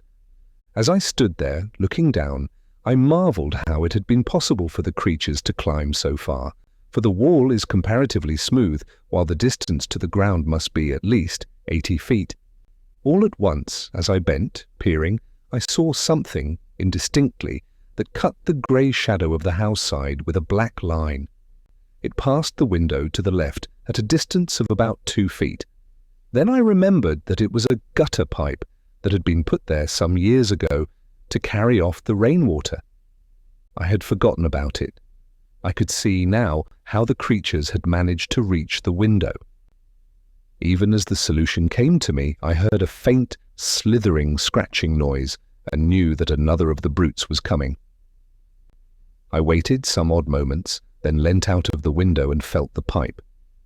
To my delight, I found that it was quite loose, and I managed, using the rifle barrel as a crowbar, to lever it out from the wall. I worked quickly. Then, taking hold with both bands, I wrenched the whole concern away and hurled it down, with the thing still clinging to it, into the garden. For a few minutes longer I waited there, listening. But, after the first general outcry, I heard nothing. I knew now that there was no more reason to fear an attack from this quarter. I had removed the only means of reaching the window, and as none of the other windows had any adjacent water pipes to tempt the climbing powers of the monsters, I began to feel more confident of escaping their clutches. Leaving the room, I made my way down to the study. I was anxious to see how the door had withstood the test of that last assault. Entering, I lit 2 of the candles and then turned to the door. One of the large props had been displaced, and on that side, the door had been forced inward some 6 inches. It was providential that I had managed to drive the brutes away just when I did. And that coping stone, I wondered vaguely how I had managed to dislodge it. I had not noticed it loose as I took my shot, and then as I stood up, it had slipped away from beneath me. I felt that I owed the dismissal of the attacking force more to its timely fall than to my rifle. Then the thought came that I had better seize this chance to shore up the door again. It was evident that the creatures had not returned since the fall of the coping stone, but who was to say how long they would keep away? There and then I set to at repairing the door, working hard and anxiously. First I went down to the basement and, rummaging round, found several pieces of heavy oak planking. With these I returned to the study and, having removed the props, placed the planks up against the door. Then I nailed the heads of the struts to these, and driving them well home at the bottoms, nailed them again there. Thus I made the door stronger than ever, for now it was solid, with the backing of boards, and would, I felt convinced, stand a heavier pressure than hitherto without giving way. After that I lit the lamp which I had brought from the kitchen, and went down to have a look at the lower windows. Now that I had seen an instance of the strength the creatures possessed, I felt considerable anxiety about the windows on the ground floor, in spite of the fact that they were so strongly barred. I went first to the buttery, having a vivid remembrance of my late adventure there. The place was chilly, and the wind, soughing in through the broken glass, produced an eerie note. Apart from the general air of dismalness, the place was as I had left it the night before. Going up to the window, I examined the bars closely, noting as I did so their comfortable thickness. Still, as I looked more intently, it seemed to me that the middle bar was bent slightly from the straight. Yet it was but trifling, and it might have been so for years. I had never before noticed them particularly. I put my hand through the broken window and shook the bar. It was as firm as a rock. Perhaps the creatures had tried to start it, and finding it beyond their power, ceased from the effort. After that I went round to each of the windows in turn, examining them with careful attention, but nowhere else could I trace anything to show that there had been any tampering. Having finished my survey, I went back to the study and poured myself out a little brandy, then to the tower to watch. Chapter 8. After the Attack. It was now about 3 a.m., and presently the eastern sky began to pale with the coming of dawn. Gradually the day came, and by its light I scanned the gardens earnestly, but nowhere could I see any signs of the brutes. I leant over and glanced down to the foot of the wall to see whether the body of the thing I had shot the night before was still there. It was gone. I supposed that others of the monsters had removed it during the night. Then I went down on to the roof and crossed over to the gap from which the coping stone had fallen. Reaching it, I looked over. Yes, there was the stone as I had seen it last, but there was no appearance of anything beneath it, nor could I see the creatures I had killed after its fall. Evidently, they also had been taken away. I turned and went down to my study. There I sat down, wearily. I was thoroughly tired. It was quite light now, though the sun's rays were not as yet perceptibly hot. A clock chimed the hour of 4. I awoke with a start and looked round hurriedly. The clock in the corner indicated that it was 3 o'clock. It was already afternoon. I must have slept for nearly 11 hours. With a jerky movement, I sat forward in the chair and listened. The house was perfectly silent. Slowly, I stood up and yawned. I felt desperately tired still, and sat down again, wondering what it was that had waked me. It must have been the clock striking, I concluded presently, and was commencing to doze off when a sudden noise brought me back once more to life. It was the sound of a step, as of a person moving cautiously down the corridor toward my study. In an instant I was on my feet and grasping my rifle. Noiselessly I waited. Had the creatures broken in whilst I slept? Even as I questioned, the steps reached my door, halted momentarily, and then continued down the passage. Silently I tiptoed to the doorway and peeped out. Then I experienced such a feeling of relief, as must a reprieved criminal. It was my sister. She was going toward the stairs. I stepped into the hall and was about to call to her, when it occurred to me that it was very queer she should have crept past my door in that stealthy manner. I was puzzled, and for one brief moment the thought occupied my mind that it was not she but some fresh mystery of the house. Then, as I caught a glimpse of her old petticoat, the thought passed as quickly as it had come, and I half laughed. There could be no mistaking that ancient garment. Yet I wondered what she was doing, and remembering her condition of mind on the previous day, I felt that it might be best to follow quietly, taking care not to alarm her, and see what she was going to do. If she behaved rationally, well and good. If not, I should have to take steps to restrain her. I could run no unnecessary risks under the danger that threatened us. Quickly I reached the head of the stairs and paused a moment. Then I heard a sound that sent me leaping down at a mad rate. It was the rattle of bolts being unshot. That foolish sister of mine was actually unbarring the back door. Just as her hand was on the last bolt, I reached her. She had not seen me, and the first thing she knew, I had hold of her arm. She glanced up quickly, like a frightened animal, and screamed aloud. "Come, Mary," I said sternly. "What's the meaning of this nonsense? Do you mean to tell me you don't understand the danger, that you try to throw our 2 lives away in this fashion?" To this, she replied nothing, only trembled violently, gasping and sobbing, as though in the last extremity of fear. Through some minutes I reasoned with her, pointing out the need for caution and asking her to be brave. There was little to be afraid of now, I explained, and I tried to believe that I spoke the truth, but she must be sensible and not attempt to leave the house for a few days. At last I ceased in despair.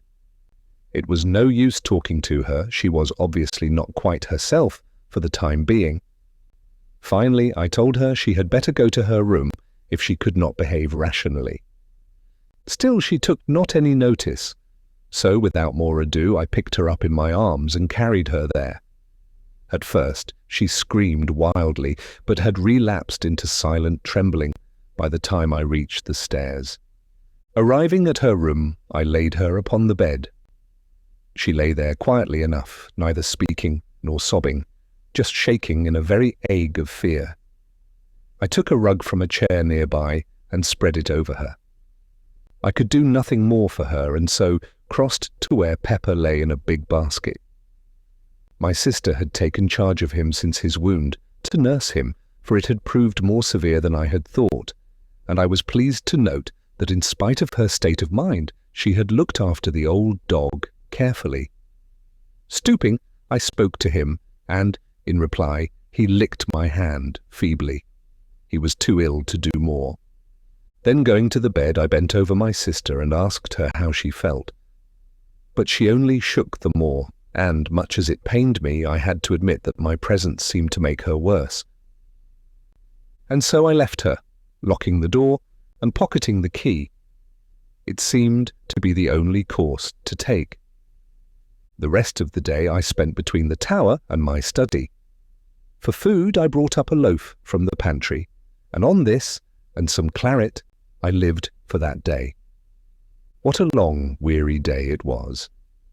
If only I could have gone out into the gardens, as is my wont, I should have been content enough. But to be cooped in this silent house with no companion, save a mad woman and a sick dog, was enough to prey upon the nerves of the hardiest, and out in the tangled shrubberies that surrounded the house lurked, for all I could tell, those infernal swine creatures waiting their chance. Was ever a man in such straits? Once, in the afternoon, and again, later, I went to visit my sister. The second time I found her tending Pepper, but at my approach she slid over, unobtrusively, to the far corner with a gesture that saddened me beyond belief. Poor girl. Her fear cut me intolerably, and I would not intrude on her unnecessarily. She would be better, I trusted, in a few days. Meanwhile I could do nothing, and I judged it still needful, hard as it seemed, to keep her confined to her room. One thing there was that I took for encouragement. She had eaten some of the food I had taken to her on my first visit, and so the day passed.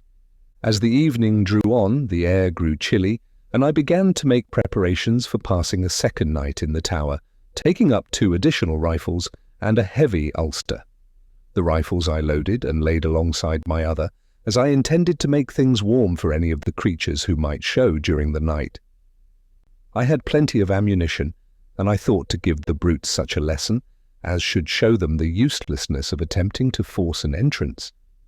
After that, I made the round of the house again, paying particular attention to the props that supported the study door. Then, feeling that I had done all that lay in my power to ensure our safety, I returned to the tower, calling in on my sister and Pepper for a final visit on the way. Pepper was asleep, but woke as I entered and wagged his tail in recognition. I thought he seemed slightly better. My sister was lying on the bed, though whether asleep or not I was unable to tell, and thus I left them. Reaching the tower, I made myself as comfortable as circumstances would permit and settled down to watch through the night. Gradually, darkness fell, and soon the details of the gardens were merged into shadows.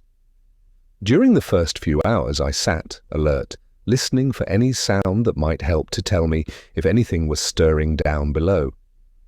It was far too dark for my eyes to be of much use. Slowly, the hours passed without anything unusual happening, and the moon rose, showing the gardens, apparently empty and silent. And so through the night, without disturbance or sound. Toward morning, I began to grow stiff and cold with my long vigil. Also, I was getting very uneasy concerning the continued quietness on the part of the creatures. I mistrusted it, and would sooner far have had them attack the house, openly. Then at least I should have known my danger and been able to meet it, but to wait like this, through a whole night, picturing all kinds of unknown devilment, was to jeopardize one's sanity. Once or twice the thought came to me that perhaps they had gone, but in my heart I found it impossible to believe that it was so. Chapter 9. In the Cellars.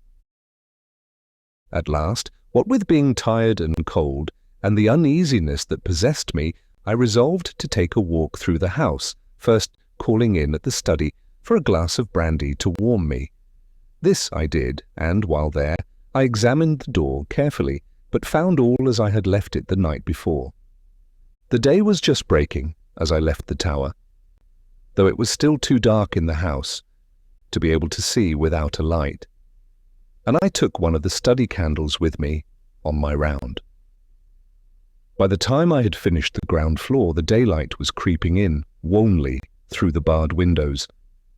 My search had shown me nothing fresh. Everything appeared to be in order, and I was on the point of extinguishing my candle, when the thought suggested itself to me to have another glance round the cellars. I had not, if I remember rightly, been into them since my hasty search on the evening of the attack. For perhaps the half of a minute I hesitated. I would have been very willing to forego the task, as indeed I am inclined to think any man well might, for of all the great awe-inspiring rooms in this house, the cellars are the hugest and weirdest, great gloomy caverns of places unlit by any ray of daylight. Yet I would not shirk the work. I felt that to do so would smack of sheer cowardice. Besides, as I reassured myself, the cellars were really the most unlikely places in which to come across anything dangerous, considering that they can be entered only through a heavy oaken door, the key of which I carry always on my person. It is in the smallest of these places that I keep my wine, a gloomy hole close to the foot of the cellar stairs, and beyond which I have seldom proceeded. Indeed, save for the rummage round already mentioned, I doubt whether I had ever before been right through the cellars. As I unlocked the great door at the top of the steps, I paused nervously a moment at the strange, desolate smell that assailed my nostrils. Then, throwing the barrel of my weapon forward, I descended slowly into the darkness of the underground regions. Reaching the bottom of the stairs, I stood for a minute and listened. All was silent, save for a faint drip of water falling, drop by drop, somewhere to my left.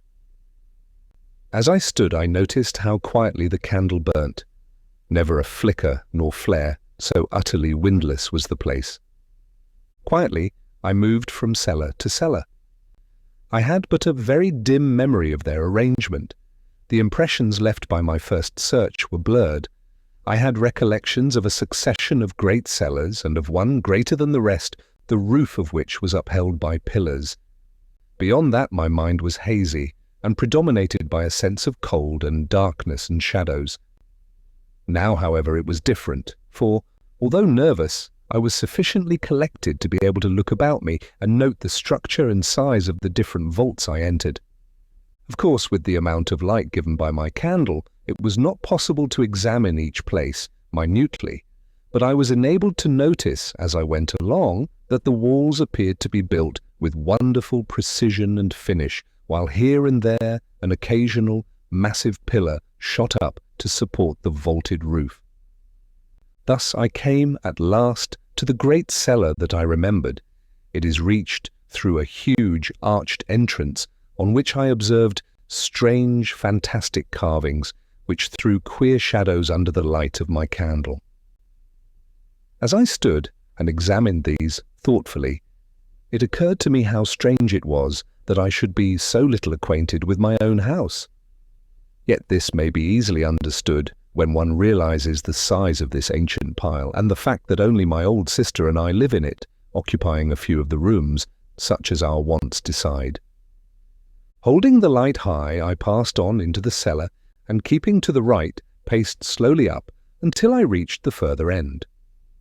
I walked quietly and looked cautiously about as I went. But, so far as the light showed, I saw nothing unusual.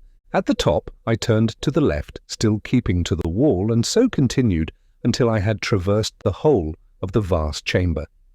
As I moved along, I noticed that the floor was composed of solid rock, in places covered with a damp mould, in others bare, or almost so, save for a thin coating of light grey dust. I had halted at the doorway. Now, however, I turned and made my way up the centre of the place, passing among the pillars and glancing to right and left as I moved. About halfway up the cellar, I stubbed my foot against something that gave out a metallic sound. Stooping quickly, I held the candle and saw that the object I had kicked was a large metal ring. Bending lower, I cleared the dust from around it and, presently, discovered that it was attached to a ponderous trapdoor, black with age. Feeling excited and wondering to where it could lead, I laid my gun on the floor and, sticking the candle in the trigger guard, took the ring in both hands and pulled. The trap creaked loudly, the sound echoing vaguely through the huge place, and opened heavily. Propping the edge on my knee, I reached for the candle and held it in the opening, moving it to right and left, but could see nothing. I was puzzled and surprised. There were no signs of steps, nor even the appearance of there ever having been any.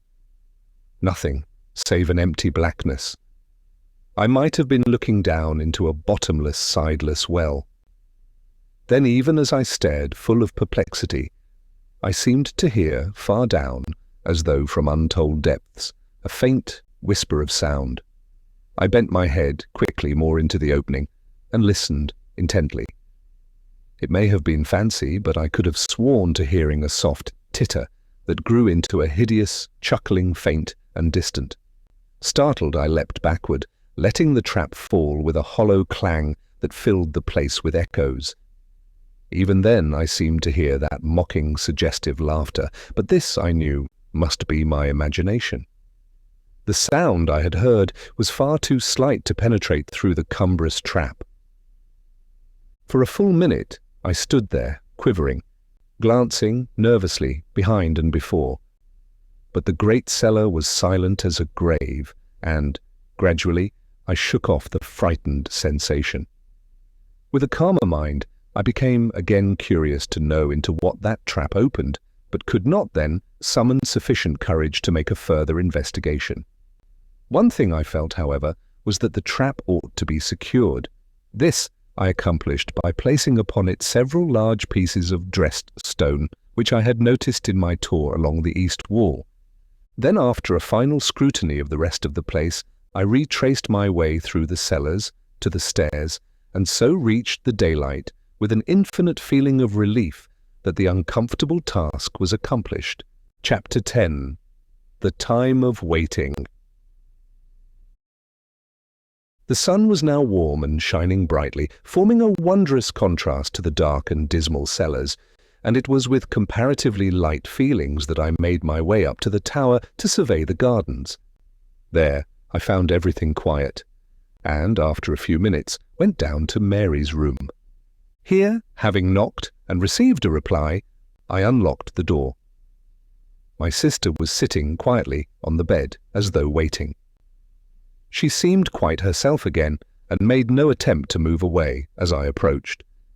Yet I observed that she scanned my face anxiously as though in doubt and but half assured in her mind that there was nothing to fear from me. To my questions as to how she felt, she replied, sanely enough, that she was hungry and would like to go down to prepare breakfast if I did not mind. For a minute, I meditated whether it would be safe to let her out. Finally, I told her she might go, on condition that she promised not to attempt to leave the house or meddle with any of the outer doors. At my mention of the doors, a sudden look of fright crossed her face, but she said nothing save to give the required promise and then left the room silently. Crossing the floor, I approached Pepper. He had waked as I entered, but, beyond a slight yelp of pleasure and a soft rapping with his tail, had kept quiet. Now, as I patted him, he made an attempt to stand up and succeeded only to fall back on his side with a little yowl of pain. I spoke to him and bade him lie still.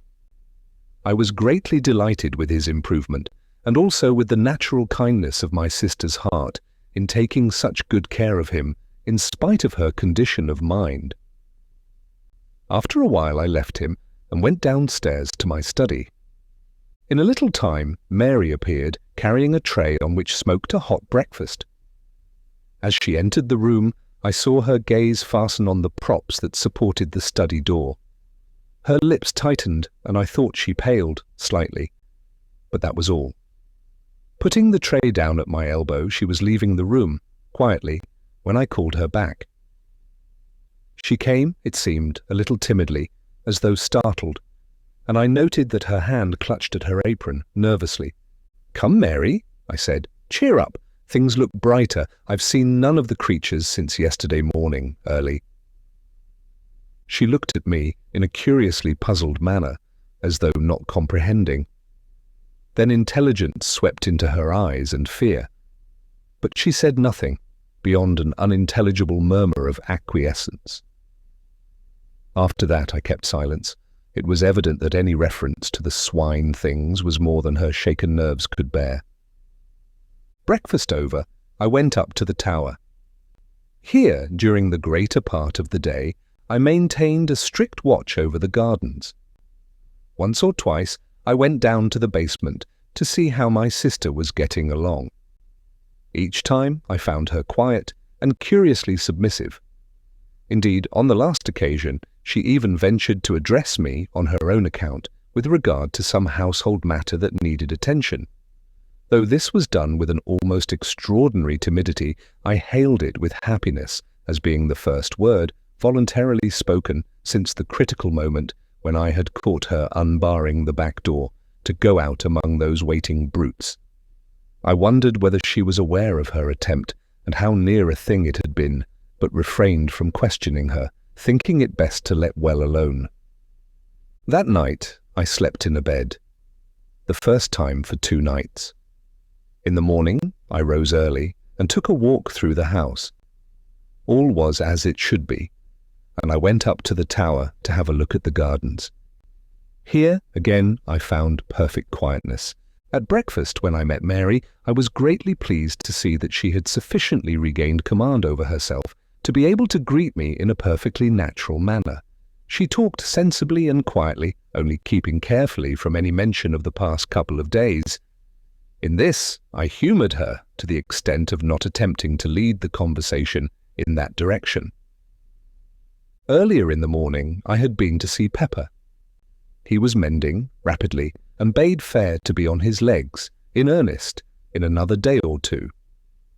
Before leaving the breakfast table, I made some reference to his improvement. In the short discussion that followed, I was surprised to gather from my sister's remarks that she was still under the impression that his wound had been given by the wildcat of my invention. It made me feel almost ashamed of myself for deceiving her. Yet the lie had been told to prevent her from being frightened. And then I had been sure that she must have known the truth later, when those brutes had attacked the house.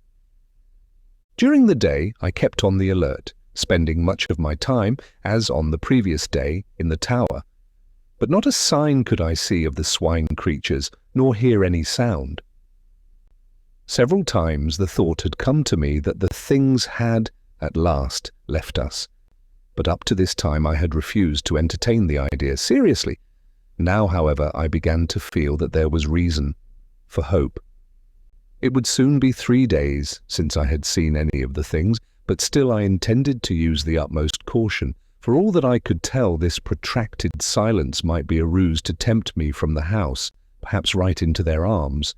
The thought of such a contingency was, alone, sufficient to make me circumspect.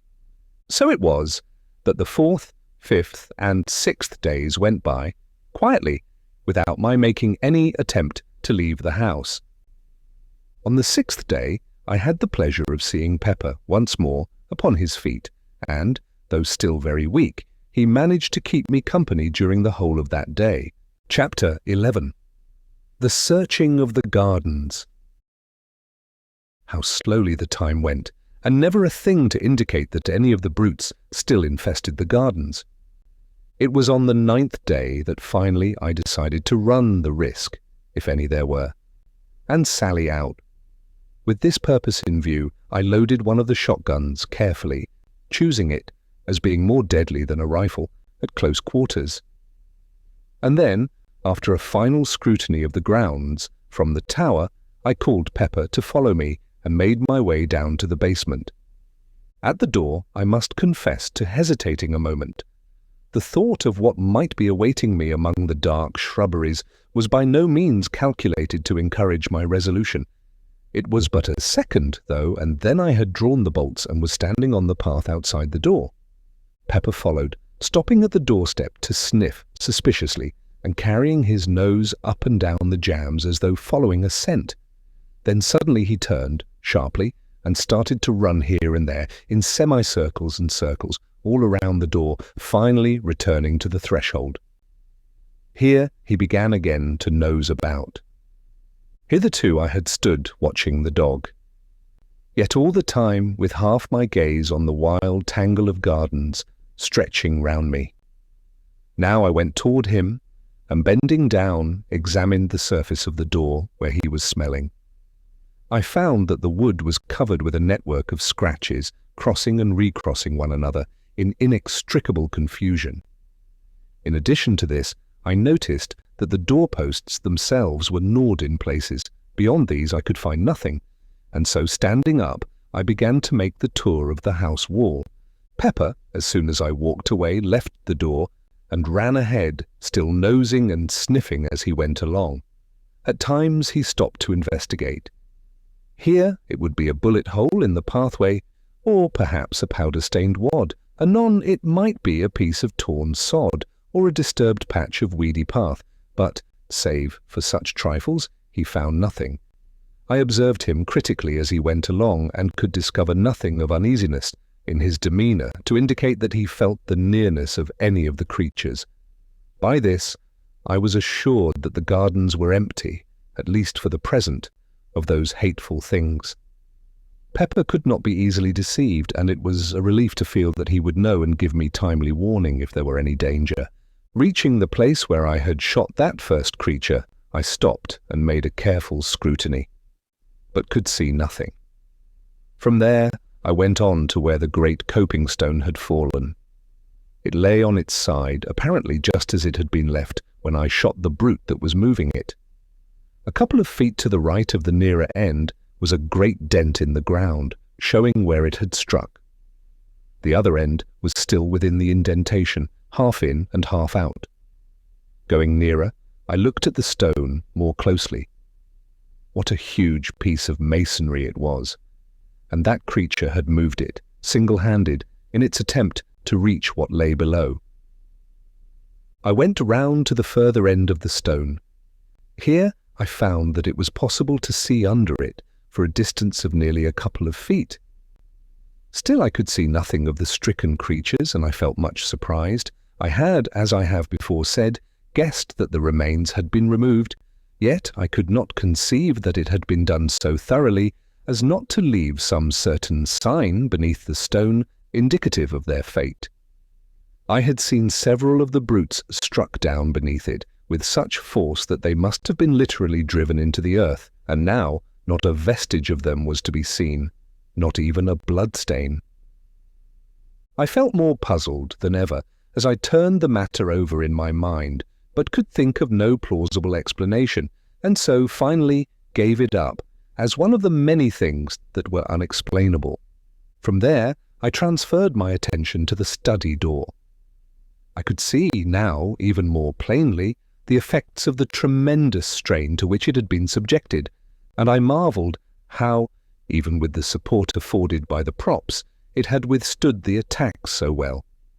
There were no marks of blows, indeed, none had been given, but the door had been literally riven from its hinges by the application of enormous silent force. One thing that I observed affected me profoundly. The head of one of the props had been driven right through a panel.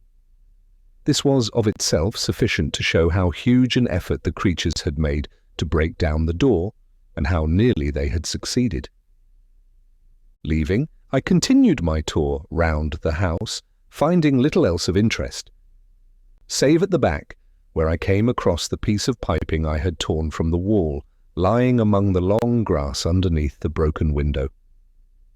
Then I returned to the house, and having rebolted the back door, went up to the tower.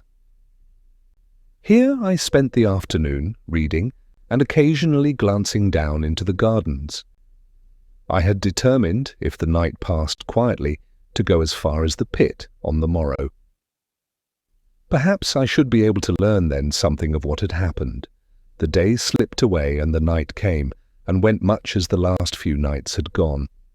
When I rose, the morning had broken fine and clear, and I determined to put my project into action.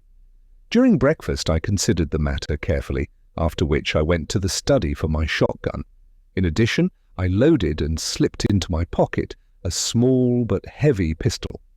I quite understood that if there were any danger, it lay in the direction of the pit, and I intended to be prepared.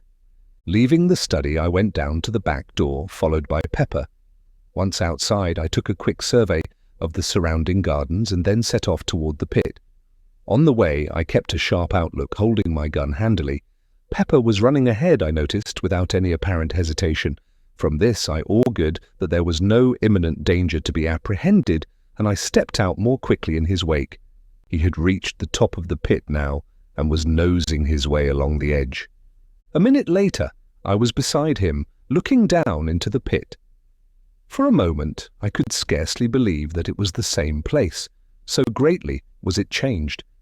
The dark, wooded ravine of a fortnight ago, with a foliage-hidden stream running sluggishly at the bottom, existed no longer. Instead, my eyes showed me a ragged chasm, partly filled with a gloomy lake of turbid water. All one side of the ravine was stripped of underwood, showing the bare rock. A little to my left, the side of the pit appeared to have collapsed altogether, forming a deep, V-shaped cleft in the face of the rocky cliff. This rift ran from the upper edge of the ravine nearly down to the water and penetrated into the pit side to a distance of some 40 feet. Its opening was at least 6 yards across, and from this it seemed to taper into about 2. But what attracted my attention, more than even the stupendous split itself, was a great hole some distance down the cleft and right in the angle of the 5th. It was clearly defined and not unlike an arched doorway in shape, though lying as it did in the shadow, I could not see it very distinctly. The opposite side of the pit still retained its verdure, but so torn in places and everywhere covered with dust and rubbish that it was hardly distinguishable as such. My first impression that there had been a landslip was, I began to see, not sufficient of itself to account for all the changes I witnessed. And the water? I turned suddenly, for I had become aware that somewhere to my right there was a noise of running water. I could see nothing, but now that my attention had been caught, I distinguished easily that it came from somewhere at the east end of the pit. Slowly, I made my way in that direction, the sound growing plainer as I advanced, until in a little I stood right above it. Even then I could not perceive the cause until I knelt down and thrust my head over the cliff. Here the noise came up to me plainly, and I saw below me a torrent of clear water issuing from a small fissure in the pit side and rushing down the rocks into the lake beneath. A little further along the cliff I saw another, and beyond that again, two smaller ones. These then would help to account for the quantity of water in the pit. And if the fall of rock and earth had blocked the outlet of the stream at the bottom, there was little doubt but that it was contributing a very large share. Yet I puzzled my head to account for the generally shaken appearance of the place, these streamlets, and that huge cleft further up the ravine. It seemed to me that more than the landslip was necessary to account for these. I could imagine an earthquake or a great explosion creating some such condition of affairs as existed, but of these there had been neither.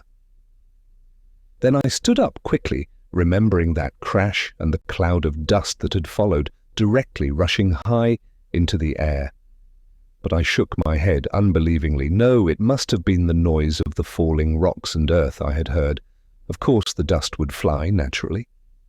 Still, in spite of my reasoning, I had an uneasy feeling that this theory did not satisfy my sense of the probable, and yet was any other that I could suggest likely to be half so plausible. Pepper had been sitting on the grass while I conducted my examination. Now, as I turned up the north side of the ravine, he rose and followed. Slowly, and keeping a careful watch in all directions, I made the circuit of the pit, but found little else that I had not already seen. From the west end, I could see the 4 waterfalls uninterruptedly. They were some considerable distance up from the surface of the lake, about 50 feet, I calculated. For a little while longer I loitered about, keeping my eyes and ears open, but still without seeing or hearing anything suspicious. The whole place was wonderfully quiet, indeed, save for the continuous murmur of the water. At the top end, no sound of any description broke the silence. All this while, Pepper had shown no signs of uneasiness. This seemed to me to indicate that, for the time being at least, there was none of the swine creatures in the vicinity. So far as I could see, his attention appeared to have been taken, chiefly, with scratching and sniffing among the grass at the edge of the pit. At times, he would leave the edge and run along toward the house, as though following invisible tracks, but, in all cases, returning after a few minutes. I had little doubt but that he was really tracing out the footsteps of the swine things, and the very fact that each one seemed to lead him back to the pit appeared to me a proof that the brutes had all returned whence they came. At noon, I went home for dinner. During the afternoon, I made a partial search of the gardens, accompanied by Pepper, but without coming upon anything to indicate the presence of the creatures. Once, as we made our way through the shrubberies, Pepper rushed in among some bushes with a fierce yelp. At that I jumped back in sudden fright and threw my gun forward in readiness, only to laugh nervously as Pepper reappeared, chasing an unfortunate cat. Toward evening, I gave up the search and returned to the house. All at once, as we were passing a great clump of bushes on our right, Pepper disappeared, and I could hear him sniffing and growling among them in a suspicious manner. With my gun barrel I parted the intervening shrubbery and looked inside. There was nothing to be seen, save that many of the branches were bent down and broken, as though some animal had made a lair there at no very previous date. It was probably, I thought, one of the places occupied by some of the swine creatures, on the night of the attack. Next day, I resumed my search through the gardens, but without result. By evening, I had been right through them, and now I knew, beyond the possibility of doubt, that there were no longer any of the things concealed about the place. Indeed, I have often thought since that I was correct in my earlier surmise that they had left soon after the attack. Chapter 12. The Subterranean Pit. Another week came and went, during which I spent a great deal of my time about the pit mouth. I had come to the conclusion a few days earlier that the arched hole in the angle of the great rift was the place through which the swine things had made their exit from some unholy place in the bowels of the world. How near the probable truth this went, I was to learn later. It may be easily understood that I was tremendously curious, though in a frightened way, to know to what infernal place that hole led, though so far the idea had not struck me, seriously, of making an investigation. I was far too much imbued with the sense of horror of the swine creatures to think of venturing willingly where there was any chance of coming into contact with them. Gradually, however, as time passed, this feeling grew insensibly less, so that when, a few days later, the thought occurred to me that it might be possible to clamber down and have a look into the hole, I was not so exceedingly averse to it as might have been imagined. Still, I do not think, even then, that I really intended to try any such foolhardy adventure. For all that I could tell, it might be certain death to enter that doleful-looking opening, and yet such is the pertinacity of human curiosity that at last my chief desire was but to discover what lay beyond that gloomy entrance. Slowly, as the days slid by, my fear of the swine things became an emotion of the past, more an unpleasant, incredible memory than aught else. Thus a day came when, throwing thoughts and fancies adrift, I procured a rope from the house, and having made it fast to a stout tree at the top of the rift and some little distance back from the pit edge, let the other end down into the cleft until it dangled right across the mouth of the dark hole. Then, cautiously, and with many misgivings as to whether it was not a mad act that I was attempting, I climbed slowly down, using the rope as a support, until I reached the hole. Here, still holding on to the rope, I stood and peered in. All was perfectly dark, and not a sound came to me. Yet a moment later, it seemed that I could hear something. I held my breath and listened, but all was silent as the grave, and I breathed freely once more. At the same instant I heard the sound again. It was like a noise of laboured breathing, deep and sharp drawn. For a short second I stood, petrified, not able to move, but now the sounds had ceased again and I could hear nothing. As I stood there, anxiously, my foot dislodged a pebble which fell inward into the dark with a hollow chink. At once the noise was taken up and repeated a score of times, each succeeding echo being fainter and seeming to travel away from me as though into remote distance. Then as the silence fell again, I heard that stealthy breathing. For each respiration I made, I could hear an answering breath. The sounds appeared to be coming nearer, and then I heard several others, but fainter and more distant. Why I did not grip the rope and spring up out of danger, I cannot say. It was as though I had been paralyzed. I broke out into a profuse sweat and tried to moisten my lips with my tongue. My throat had gone suddenly dry, and I coughed huskily. It came back to me in a dozen horrible, throaty tones, mockingly. I peered helplessly into the gloom, but still nothing showed. I had a strange, choky sensation, and again I coughed dryly. Again the echo took it up, rising and falling grotesquely, and dying slowly into a muffled silence. Then suddenly a thought came to me, and I held my breath. The other breathing stopped. I breathed again, and once more it recommenced. But now I no longer feared.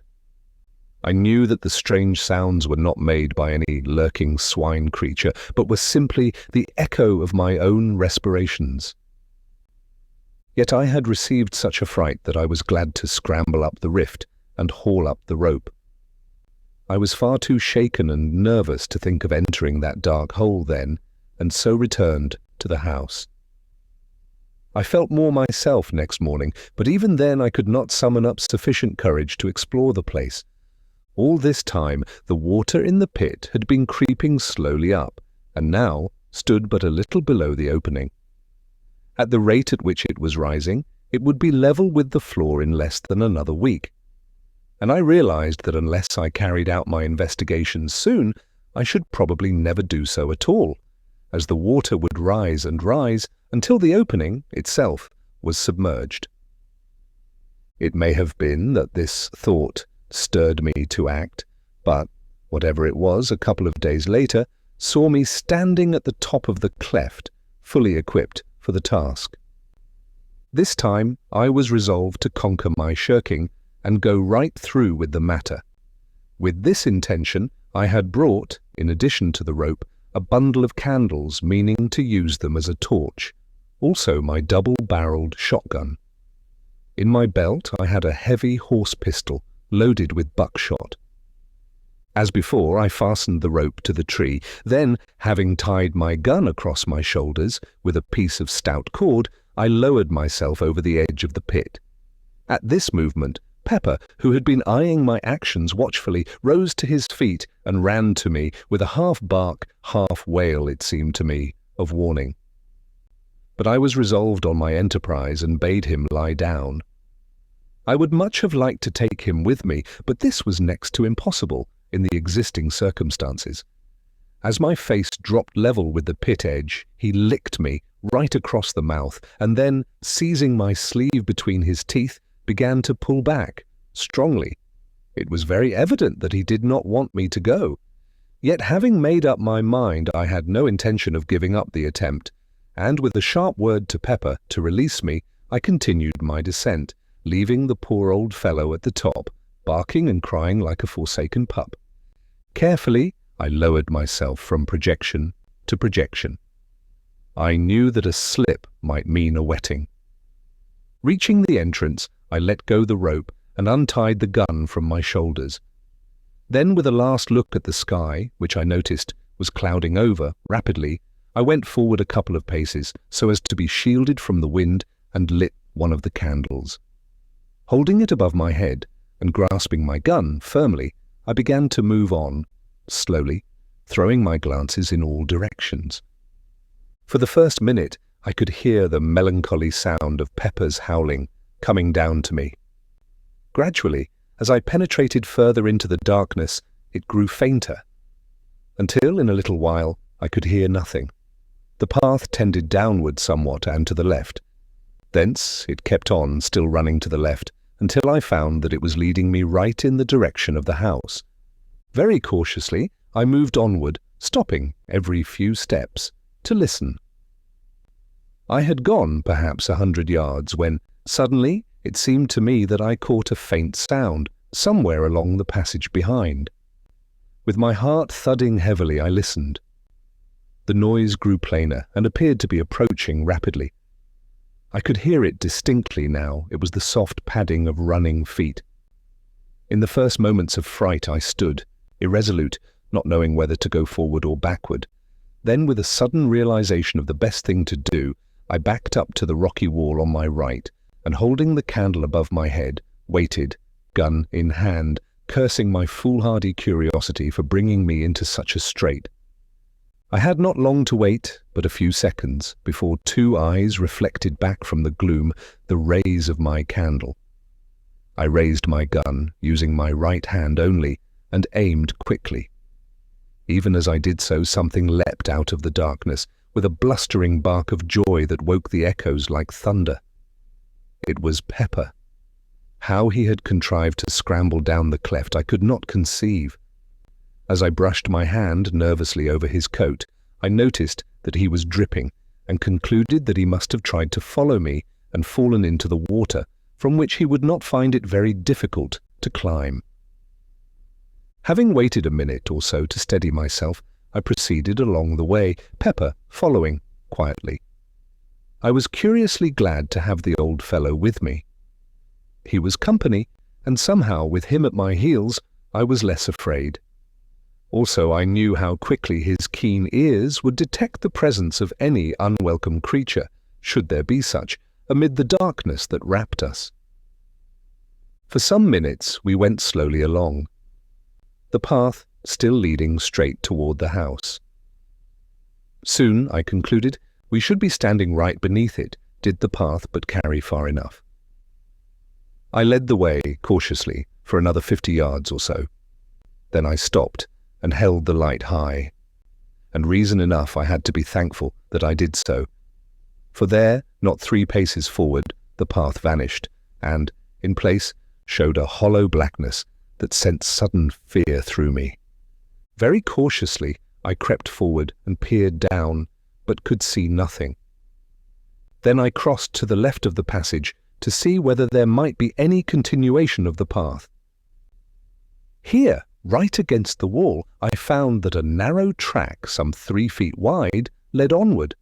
Carefully I stepped onto it, but had not gone far before I regretted venturing thereon, for after a few paces the already narrow way resolved itself into a mere ledge with, on the one side, the solid, unyielding rock towering up in a great wall to the unseen roof, and, on the other, that yawning chasm.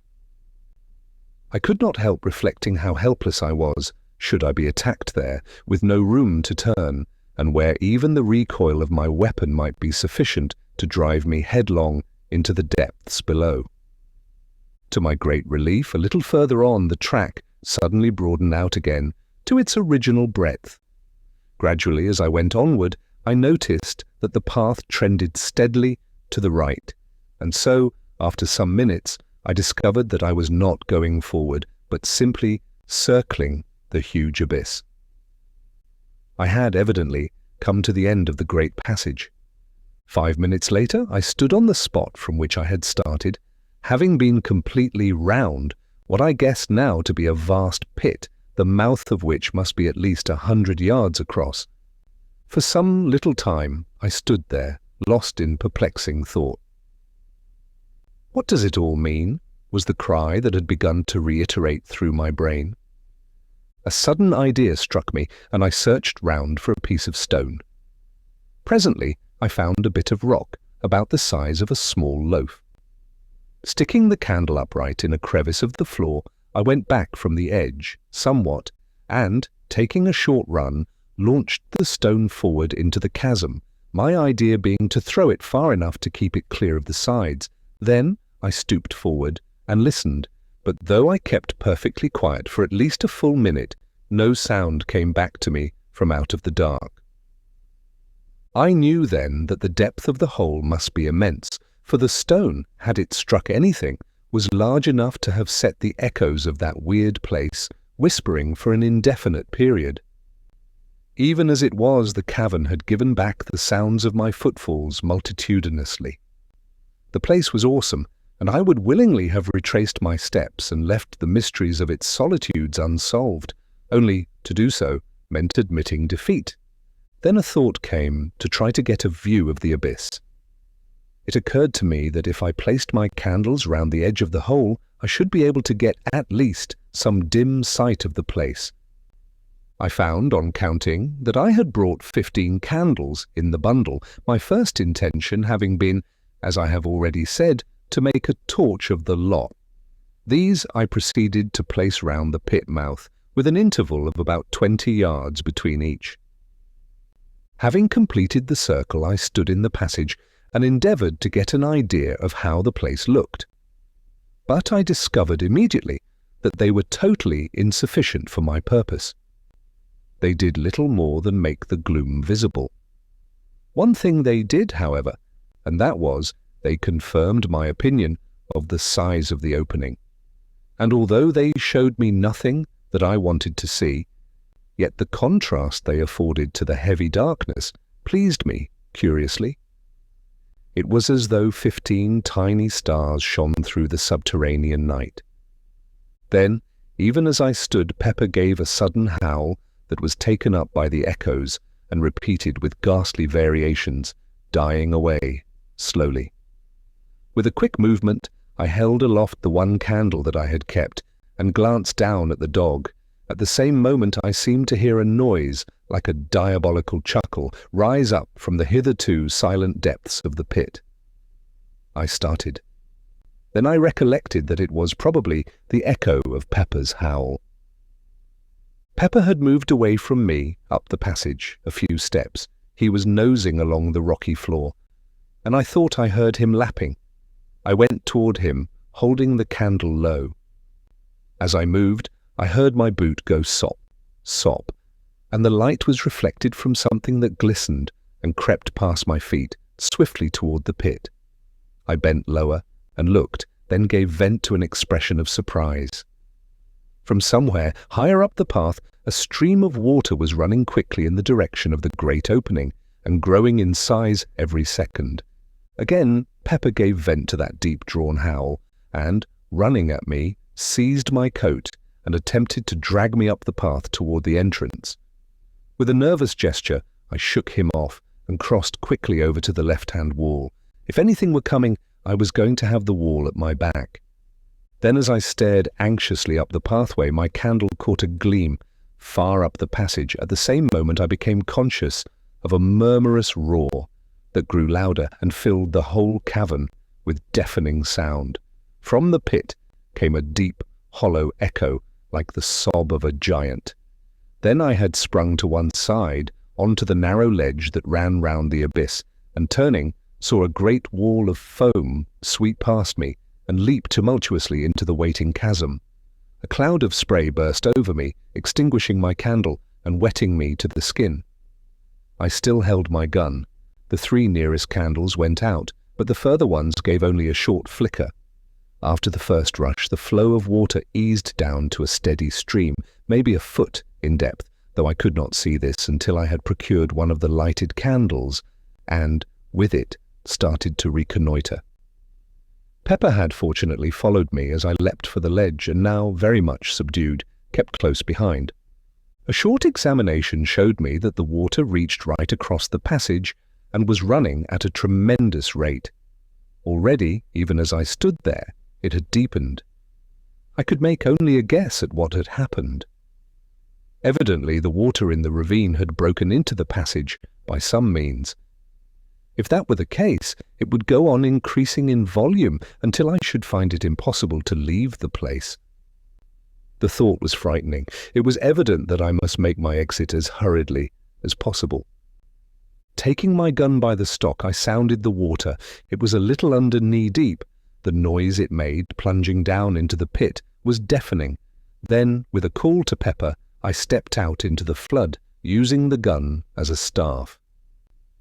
Instantly, the water boiled up over my knees and nearly to the tops of my thighs with the speed at which it was racing. For one short moment I nearly lost my footing, but the thought of what lay behind stimulated me to a fierce endeavour, and step by step I made headway. Of Pepper I knew nothing at first. I had all I could do to keep on my legs and was overjoyed when he appeared beside me. He was wading manfully along. He is a big dog with longish thin legs, and I suppose the water had less grasp on them than upon mine. Anyway, he managed a great deal better than I did, going ahead of me like a guide, and wittingly, or otherwise, helping somewhat to break the force of the water. On we went, step by step, struggling and gasping, until somewhere about 100 yards had been safely traversed. Then, whether it was because I was taking less care, or that there was a slippery place on the rocky floor, I cannot say, but suddenly I slipped and fell on my face. Instantly, the water leapt over me in a cataract, hurling me down toward that bottomless hole at a frightful speed. Frantically I struggled, but it was impossible to get a footing. I was helpless, gasping and drowning. All at once, something gripped my coat and brought me to a standstill. It was Pepper. Missing me, he must have raced back through the dark turmoil to find me, and then caught and held me until I was able to get to my feet. I have a dim recollection of having seen, momentarily, the gleams of several lights, but of this I have never been quite sure. If my impressions are correct, I must have been washed down to the very brink of that awful chasm before Pepper managed to bring me to a standstill, and the lights, of course, could only have been the distant flames of the candles I had left burning, but, as I have said, I am not by any means sure. My eyes were full of water, and I had been badly shaken, and there was I, without my helpful gun, without light, and sadly confused, with the water deepening, depending solely upon my old friend Pepper to help me out of that hellish place. I was facing the torrent.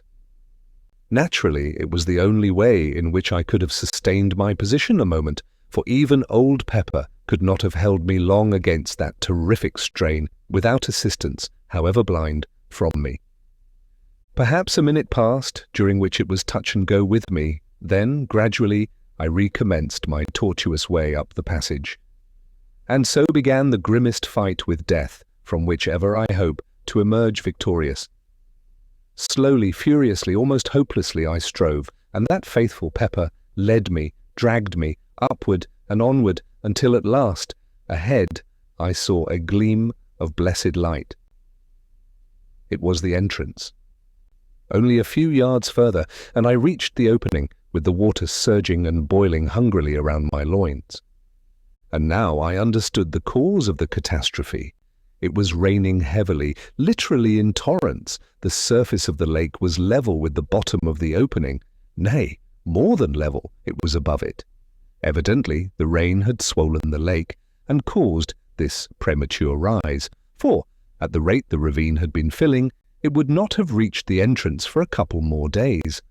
Luckily, the rope by which I had descended was streaming into the opening upon the inrushing waters. Seizing the end, I knotted it securely round Pepper's body. Then, summoning up the last remnant of my strength, I commenced to swarm up the side of the cliff. I reached the pit edge in the last stage of exhaustion, yet I had to make one more effort and haul Pepper into safety. Slowly and wearily I hauled on the rope. Once or twice it seemed that I should have to give up, for Pepper is a weighty dog, and I was utterly done. Yet to let go would have meant certain death to the old fellow, and the thought spurred me to greater exertions. I have but a very hazy remembrance of the end. I recall pulling through moments that lagged strangely. I have also some recollection of seeing Pepper's muzzle appearing over the pit edge after what seemed an indefinite period of time. Then all grew suddenly dark. Chapter 13. The Trap in the Great Cellar. I suppose I must have swooned, for the next thing I remember I opened my eyes and all was dusk. I was lying on my back with one leg doubled under the other, and Pepper was licking my ears. I felt horribly stiff, and my leg was numb from the knee downward. For a few minutes I lay thus, in a dazed condition. Then slowly I struggled to a sitting position and looked about me. It had stopped raining, but the trees still dripped dismally. From the pit came a continuous murmur of running water. I felt cold and shivery, my clothes were sodden, and I ached all over.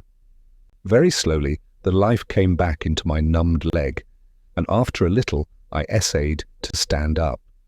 This I managed at the second attempt, but I was very tottery and peculiarly weak.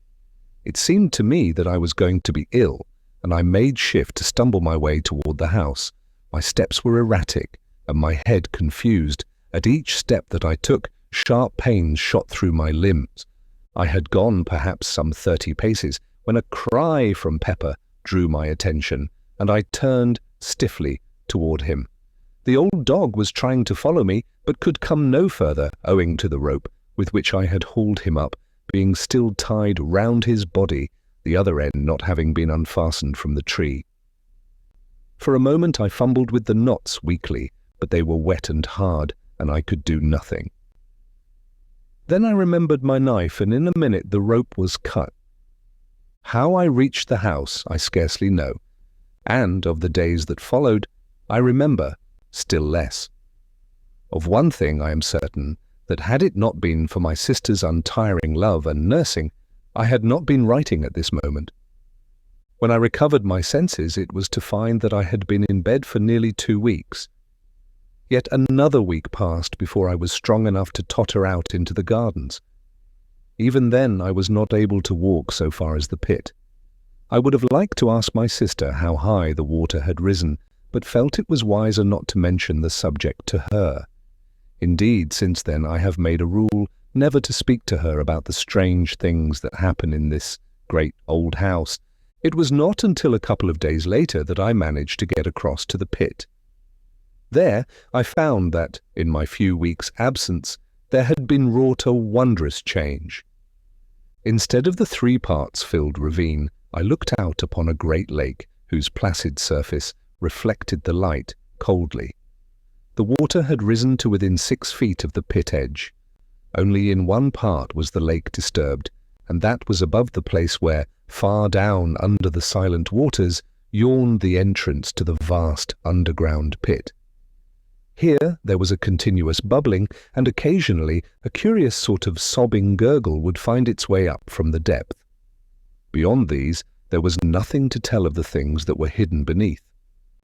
As I stood there, it came to me how wonderfully things had worked out.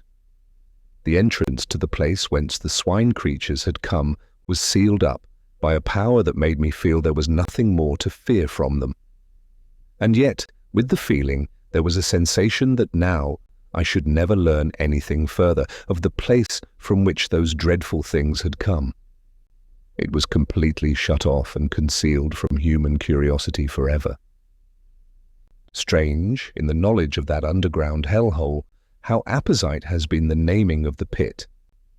One wonders how it originated and when. Naturally, one concludes that the shape and depth of the ravine would suggest the name pit. Yet is it not possible that it has all along held a deeper significance, a hint, could one but have guessed, of the greater, more stupendous pit that lies far down in the earth beneath this old house, under this house? Even now the idea is strange and terrible to me, for I have proved beyond doubt that the pit yawns right below the house, which is evidently supported, somewhere above the centre of it, upon a tremendous arched roof of solid rock.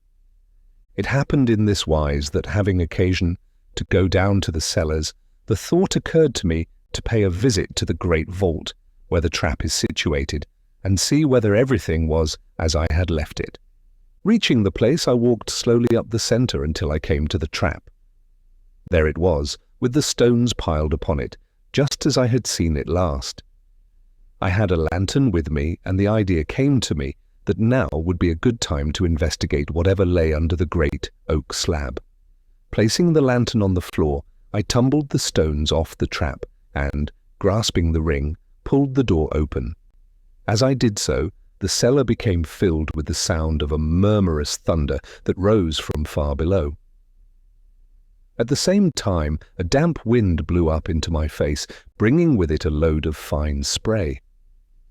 Therewith I dropped the trap hurriedly, with a half-frightened feeling of wonder. For a moment I stood puzzled. I was not particularly afraid.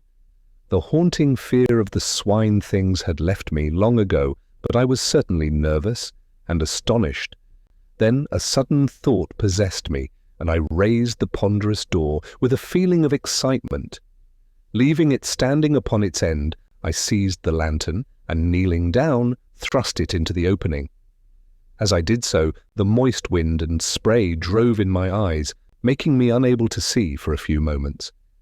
Even when my eyes were clear, I could distinguish nothing below me save darkness and whirling spray. Seeing that it was useless to expect to make out anything, with the light so high, I felt in my pockets for a piece of twine with which to lower it further into the opening. Even as I fumbled, the lantern slipped from my fingers and hurtled down into the darkness. For a brief instant I watched its fall and saw the light shine on a tumult of white foam some 80 or 100 feet below me. Then it was gone. My sudden surmise was correct, and now I knew the cause of the wet and noise. The great cellar was connected with the pit by means of the trap, which opened right above it, and the moisture was the spray, rising from the water, falling into the depths. In an instant I had an explanation of certain things that had hitherto puzzled me. Now I could understand why the noises on the first night of the invasion had seemed to rise directly from under my feet, and the chuckle that had sounded when first I opened the trap. Evidently, some of the swine things must have been right beneath me. Another thought struck me. Were the creatures all drowned? Would they drown?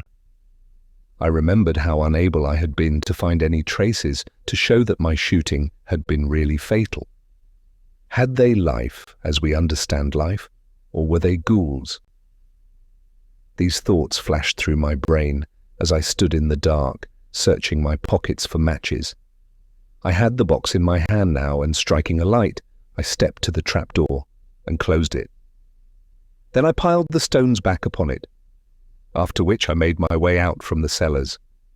And so I suppose the water goes on, thundering down into that bottomless hell pit. Sometimes I have an inexplicable desire to go down to the great cellar, open the trap, and gaze into the impenetrable, spray-damp darkness. At times, the desire becomes almost overpowering in its intensity. It is not mere curiosity that prompts me, but more as though some unexplained influence were at work. Still I never go, and intend to fight down the strange longing and crush it, even as I would the unholy thought of self-destruction. This idea of some intangible force being exerted may seem reasonless, yet my instinct warns me that it is not so. In these things, reason seems to me less to be trusted than instinct. One thought there is, in closing, that impresses itself upon me with ever-growing insistence. It is that I live in a very strange house, a very awful house, and I have begun to wonder whether I am doing wisely in staying here. Yet if I left, where could I go and still obtain the solitude and the sense of her presence? That alone make my old life bearable. Chapter 14. The Sea of Sleep. For a considerable period after the last incident which I have narrated in my diary, I had serious thoughts of leaving this house, and might have done so, but for the great and wonderful thing of which I am about to write. How well I was advised in my heart when I stayed on here, spite of those visions and sights of unknown and unexplainable things, for, had I not stayed, then I hadn't seen again the face of her I loved. Yes, though few know it, none now save my sister Mary, I have loved and, me, lost. I would write down the story of those sweet old days, but it would be like the tearing of old wounds. Yet after that which has happened, what need have I to care? For she has come to me out of the unknown. Strangely she warned me passionately against this house, begged me to leave it, but admitted when I questioned her that she could not have come to me had I been elsewhere. Yet in spite of this, still she warned me earnestly, telling me that it was a place long ago given over to evil, and under the power of grim laws of which none here have knowledge. And I just asked her again whether she would come to me elsewhere, and she could only stand silent. It was thus that I came to the place of the Sea of Sleep, so she termed it, in her dear speech with me. I had stayed up in my study, reading, and must have dozed over the book. Suddenly, I awoke and sat upright with a start. For a moment I looked round with a puzzled sense of something unusual. There was a misty look about the room, giving a curious softness to each table and chair and furnishing. Gradually the mistiness increased, growing, as it were, out of nothing. Then slowly a soft white light began to glow in the room. The flames of the candles shone through it palely. I looked from side to side and found that I could still see each piece of furniture, but in a strangely unreal way, more as though the ghost of each table and chair had taken the place of the solid article. Gradually, as I looked, I saw them fade and fade, until slowly they resolved into nothingness. Now I looked again at the candles. They shone wanly, and even as I watched grew more unreal, and so vanished. The room was filled now with a soft yet luminous white twilight, like a gentle mist of light. Beyond this I could see nothing. Even the walls had vanished. Presently I became conscious that a faint, continuous sound pulsed through the silence that wrapped me. I listened intently. It grew more distinct until it appeared to me that I harked to the breathings of some great sea. I cannot tell how long a space passed thus, but, after a while, it seemed that I could see through the mistiness, and slowly I became aware that I was standing upon the shore of an immense and silent sea. This shore was smooth and long, vanishing to right and left of me in extreme distances. In front swam a still immensity of sleeping ocean. At times it seemed to me that I caught a faint glimmer of light under its surface, but of this I could not be sure. Behind me rose up to an extraordinary height gaunt, black cliffs. Overhead the sky was of a uniform cold grey colour, the whole place being lit by a stupendous globe of pale fire that swam a little above the far horizon and shed a foam-like light above the quiet waters. Beyond the gentle murmur of the sea, an intense stillness prevailed. For a long while I stayed there, looking out across its strangeness. Then as I stared, it seemed that a bubble of white foam floated up out of the depths, and then, even now I know not how it was, I was looking upon, nay, looking into the face of her, I, into her face, into her soul. And she looked back at me with such a commingling of joy and sadness that I ran toward her, blindly, crying strangely to her in a very agony of remembrance, of terror, and of hope to come to me. Yet, spite of my crying, she stayed out there upon the sea and only shook her head sorrowfully. But in her eyes was the old earth light of tenderness that I had come to know before all things, ere we were parted. At her perverseness I grew desperate, and essayed to wade out to her, yet, though I would, I could not. Something, some invisible barrier, held me back, and I was fain to stay where I was, and cry out to her in the fullness of my soul, "Oh, my darling," but could say no more, for very intensity. And at that she came over, swiftly, and touched me, and it was as though heaven had opened. Yet when I reached out my hands to her, she put me from her with tenderly stern hands, and I was abashed. The fragments, the legible portions of the mutilated leaves, through tears, noise of eternity in my ears, we parted. She whom I love. Oh my God, I was a great time dazed, and then I was alone in the blackness of the night.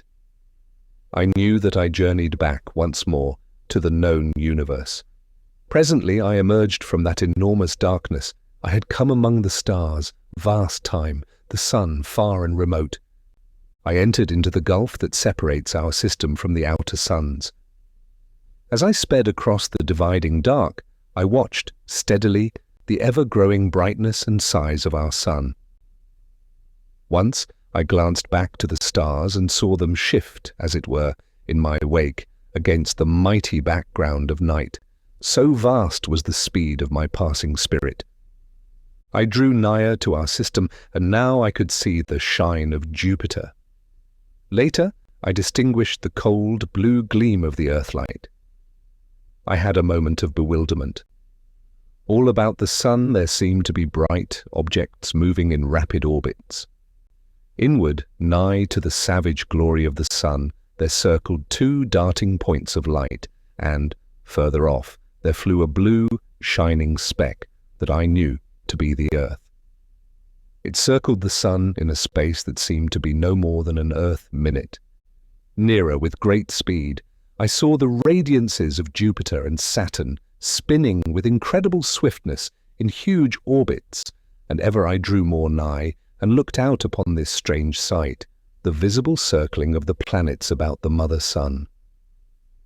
It was as though time had been annihilated for me, so that a year was no more to my unfleshed spirit than is a moment to an earth-bound soul. The speed of the planets appeared to increase, and presently I was watching the sun, all ringed about with hair-like circles of different coloured fire, the paths of the planets hurtling at mighty speed, about the central flame. The sun grew vast as though it leapt to meet me, and now I was within the circling of the outer planets and flitting swiftly toward the place where the Earth, glimmering through the blue splendor of its orbit, as though a fiery mist, circled the sun at a monstrous speed. Chapter 15. The Noise in the Night. And now I come to the strangest of all the strange happenings that have befallen me in this house of mysteries. It occurred quite lately, within the month, and I have little doubt but that what I saw was in reality the end of all things. However, to my story, I do not know how it is, but up to the present, I have never been able to write these things down directly. They happened. It is as though I have to wait a time, recovering my just balance, and digesting, as it were, the things I have heard or seen.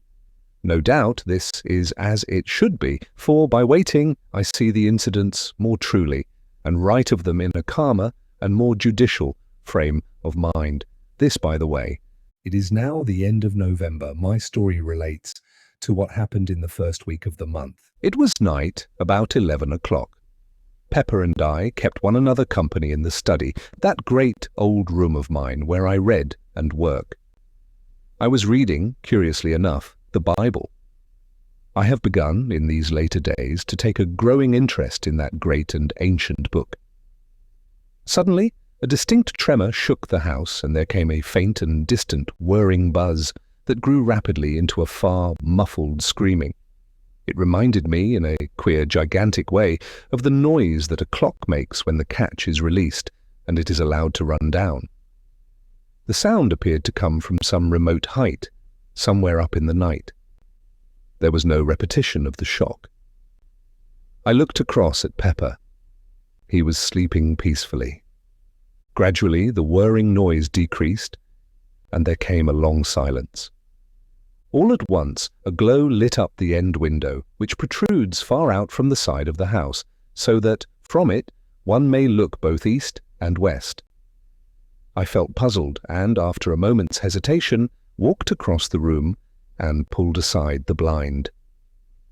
As I did so, I saw the sun rise from behind the horizon. It rose with a steady, perceptible movement. I could see it travel upward.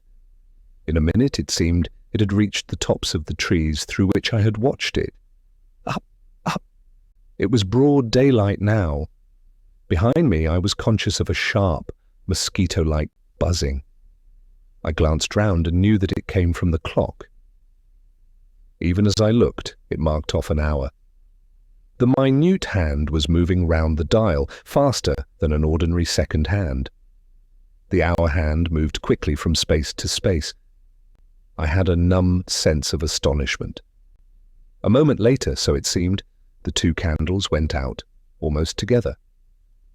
I turned swiftly back to the window, for I had seen the shadow of the window frames travelling along the floor toward me, as though a great lamp had been carried up past the window.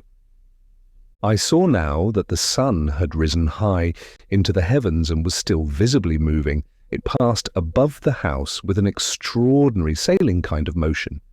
As the window came into shadow, I saw another extraordinary thing. The fine weather clouds were not passing easily across the sky. They were scampering as though 100-mile-an-hour wind blew. As they passed, they changed their shapes 1,000 times a minute, as though writhing with a strange life, and so were gone.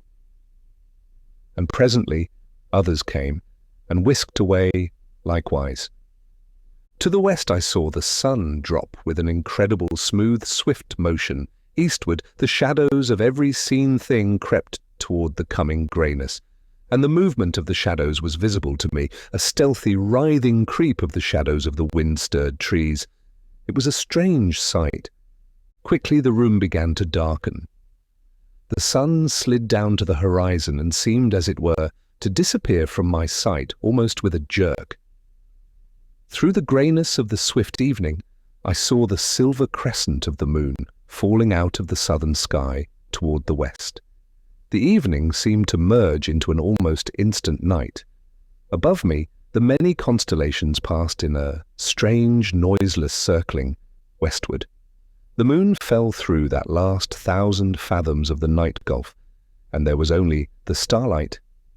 About this time, the buzzing in the corner ceased, telling me that the clock had run down. A few minutes passed, and I saw the eastward sky lighten. A grey, sullen morning spread through all the darkness and hid the march of the stars.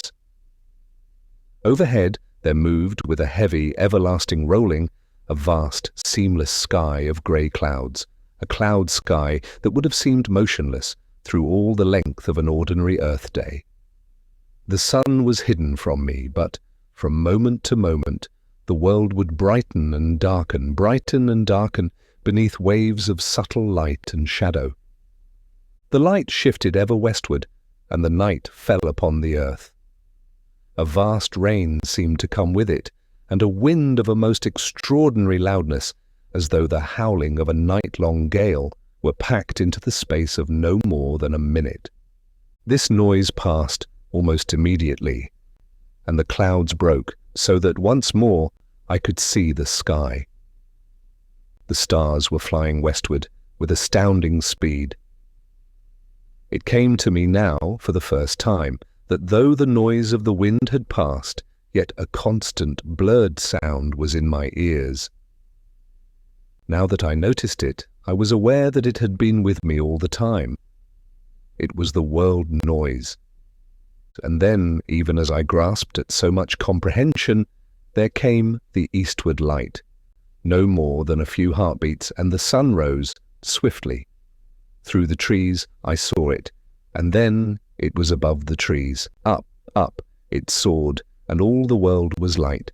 It passed with a swift, steady swing to its highest altitude, and fell thence westward. I saw the day roll visibly over my head. A few light clouds flitted northward and vanished. The sun went down with one swift, clear plunge, and there was about me, for a few seconds, the darker growing grey of the gloaming. Southward and westward, the moon was sinking rapidly. The night had come already. A minute, it seemed, and the moon fell those remaining fathoms of dark sky. Another minute or so, and the eastward sky glowed with the coming dawn. The sun leapt upon me with a frightening abruptness and soared ever more swiftly toward the zenith. Then suddenly a fresh thing came to my sight. A black thundercloud rushed up out of the south and seemed to leap all the arc of the sky in a single instant. As it came, I saw that its advancing edge flapped like a monstrous black cloth in the heaven, twirling and undulating rapidly with a horrid suggestiveness. In an instant all the air was full of rain, and 100 lightning flashes seemed to flood downward, as it were in one great shower. In the same second of time the world noise was drowned in the roar of the wind, and then my ears ached under the stunning impact of the thunder. And in the midst of this storm the night came. And then, within the space of another minute, the storm had passed, and there was only the constant blur of the world noise on my hearing. Overhead, the stars were sliding quickly westward, and something, mayhaps the particular speed to which they had attained, brought home to me for the first time a keen realization of the knowledge that it was the world that revolved. I seemed to see suddenly the world, a vast, dark mass revolving visibly against the stars. The dawn and the sun seemed to come together, so greatly had the speed of the world revolution increased. The sun drove up in one long, steady curve past its highest point and swept down into the western sky and disappeared. I was scarcely conscious of evening, so brief was it. Then I was watching the flying constellations and the westward hastening moon. In but a space of seconds, so it seemed, it was sliding swiftly downward through the night blue, and then was gone. And, almost directly, came the morning. And now there seemed to come a strange acceleration. The sun made one clean, clear sweep through the sky and disappeared behind the westward horizon, and the night came and went with a like haste. As the succeeding day opened and closed upon the world, I was aware of a sweat of snow suddenly upon the earth. The night came, and almost immediately the day. In the brief leap of the sun, I saw that the snow had vanished, and then, once more, it was night. Thus matters were, and even after the many incredible things that I have seen, I experienced all the time a most profound awe. To see the sun rise and set within a space of time to be measured by seconds, to watch, after a little, the moon leap, a pale and ever-growing orb, up into the night sky and glide with a strange swiftness through the vast arc of blue, and presently to see the sun follow, springing out of the eastern sky as though in chase, and then again the night, with the swift and ghostly passing of starry constellations, was all too much to view believingly. Yet so it was, the day slipping from dawn to dusk, and the night sliding swiftly into day, ever rapidly and more rapidly. The last 3 passages of the sun had shown me a snow-covered earth, which, at night, had seemed, for a few seconds, incredibly weird under the fast-shifting light of the soaring and falling moon. Now, however, for a little space the sky was hidden by a sea of swaying leaden white clouds which lightened and blackened alternately with the passage of day and night. The clouds rippled and vanished, and there was once more before me the vision of the swiftly leaping sun and nights that came and went like shadows. Faster and faster spun the world. And now each day and night was completed within the space of but a few seconds. And still the speed increased. It was a little later that I noticed that the sun had begun to have the suspicion of a trail of fire behind it. This was due, evidently, to the speed at which it apparently traversed the heavens. And as the days sped, each one quicker than the last, the sun began to assume the appearance of a vast, flaming comet flaring across the sky at short, periodic intervals. At night, the moon presented, with much greater truth, a comet-like aspect, a pale and singularly clear, fast-travelling shape of fire, trailing streaks of cold flame. The stars showed now merely as fine hairs of fire against the dark. Once I turned from the window and glanced at Pepper. In the flash of a day I saw that he slept quietly, and I moved once more to my watching. The sun was now bursting up from the eastern horizon like a stupendous rocket, seeming to occupy no more than a second or two in hurling from east to west. I could no longer perceive the passage of clouds across the sky, which seemed to have darkened somewhat. The brief nights appeared to have lost the proper darkness of night, so that the hair-like fire of the flying stars showed but dimly.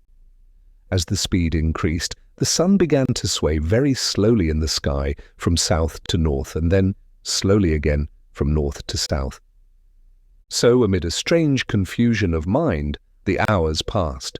All this while had Pepper slept.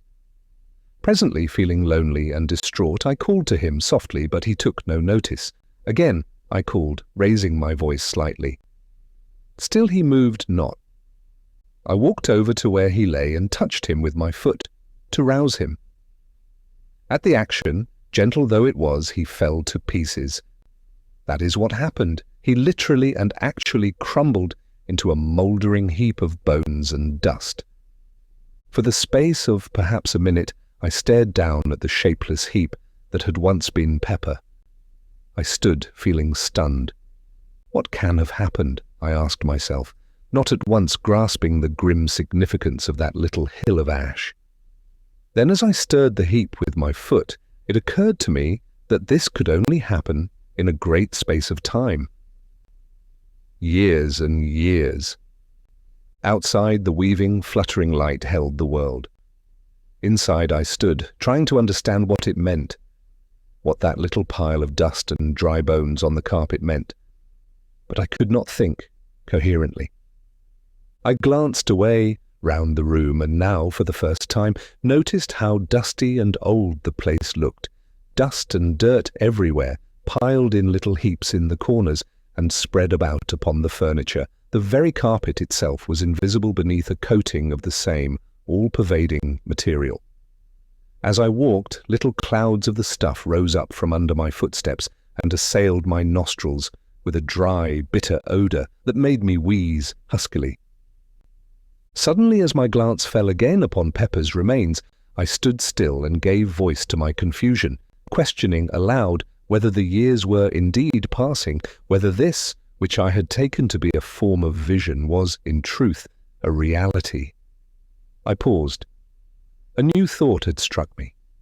Quickly, but with steps which for the first time I noticed tottered, I went across the room to the great pier glass and looked in.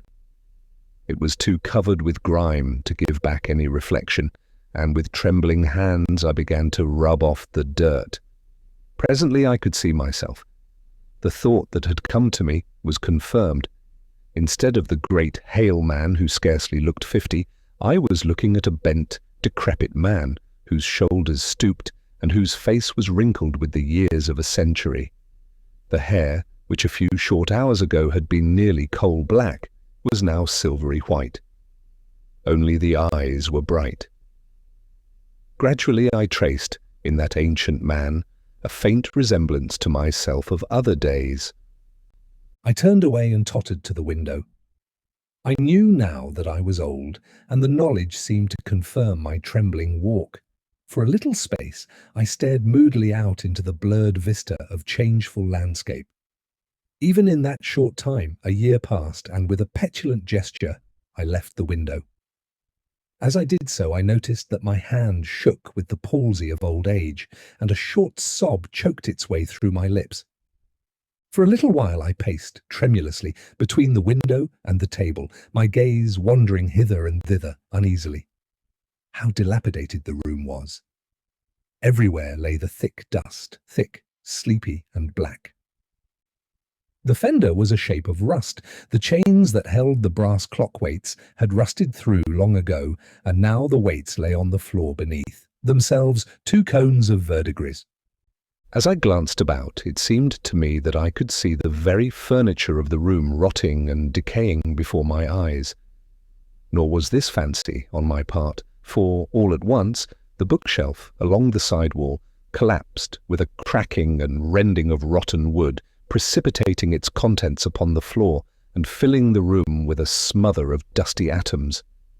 How tired I felt! As I walked, it seemed that I could hear my dry joints creak and crack at every step. I wondered about my sister. Was she dead as well as Pepper? All had happened so quickly and suddenly. This must be, indeed, the beginning of the end of all things. It occurred to me to go to look for her, but I felt too weary, and then she had been so queer about these happenings of late.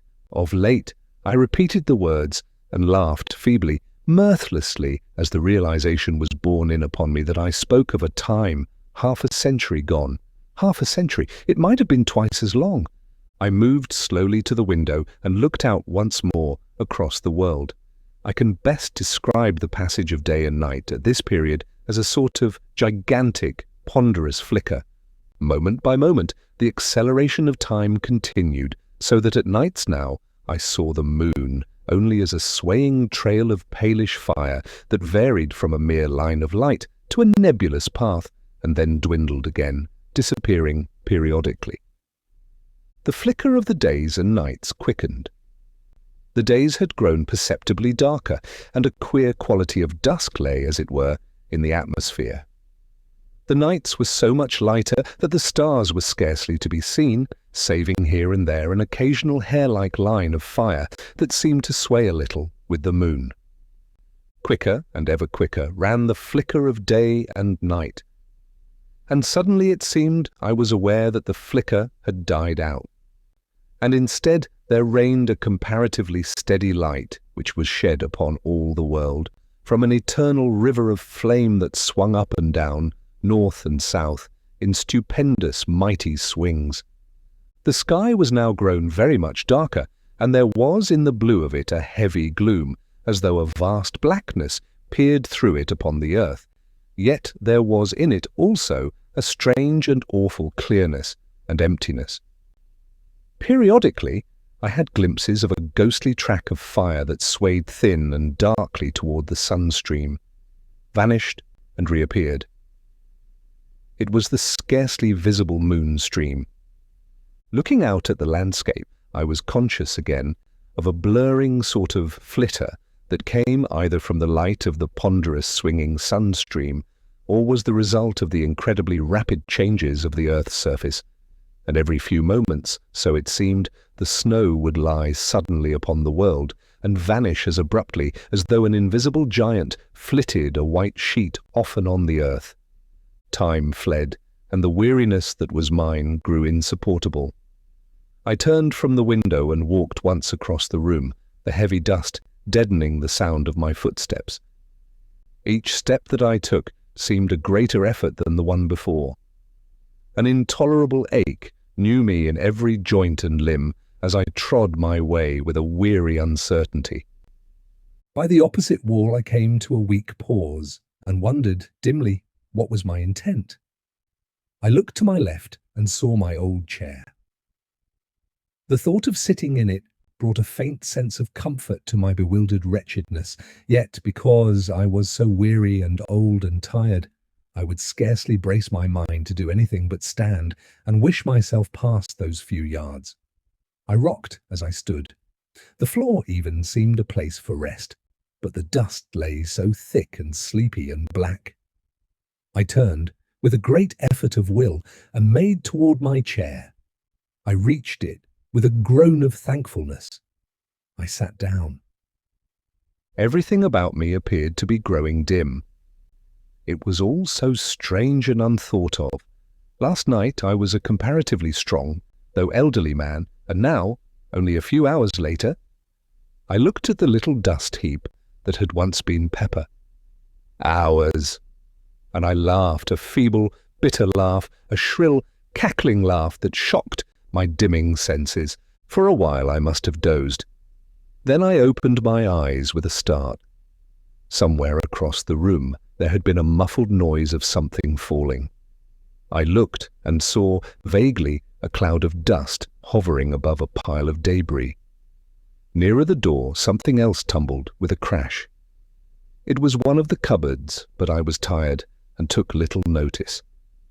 I closed my eyes and sat there in a state of drowsy semi-unconsciousness. Once or twice, as though coming through thick mists, I heard noises faintly.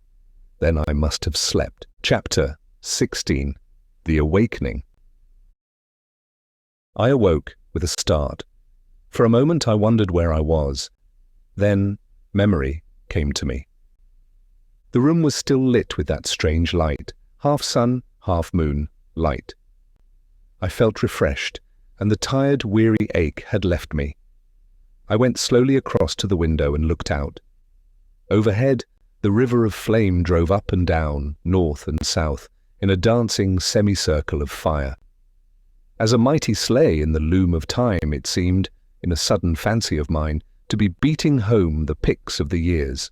For, so vastly had the passage of time been accelerated, that there was no longer any sense of the sun passing from east to west. The only apparent movement was the north and south beat of the sun stream that had become so swift now as to be better described as a quiver. As I peered out, there came to me a sudden, inconsequent memory of that last journey among the outer worlds. I remembered the sudden vision that had come to me as I neared the solar system, of the fast whirling planets about the sun, as though the governing quality of time had been held in abeyance, and the machine of a universe allowed to run down an eternity in a few moments or hours. The memory passed, along with a but partially comprehended suggestion that I had been permitted a glimpse into further time spaces. I stared out again, seemingly at the quake of the sun stream. The speed seemed to increase even as I looked. Several lifetimes came and went as I watched. Suddenly it struck me with a sort of grotesque seriousness that I was still alive. I thought of Pepper and wondered how it was that I had not followed his fate. He had reached the time of his dying and had passed, probably through sheer length of years. And here was I alive, hundreds of thousands of centuries after my rightful period of years. For a time, I mused, absently. Yesterday, I stopped suddenly. Yesterday there was no yesterday. The yesterday of which I spoke had been swallowed up in the abyss of years, ages gone. I grew dazed with much thinking. Presently I turned from the window and glanced round the room. It seemed different, strangely, utterly different. Then I knew what it was that made it appear so strange. It was bare. There was not a piece of furniture in the room, not even a solitary fitting of any sort. Gradually my amazement went, as I remembered that this was but the inevitable end of that process of decay which I had witnessed commencing before my sleep. Thousands of years, millions of years! Over the floor was spread a deep layer of dust that reached halfway up to the window seat. It had grown immeasurably whilst I slept, and represented the dust of untold ages.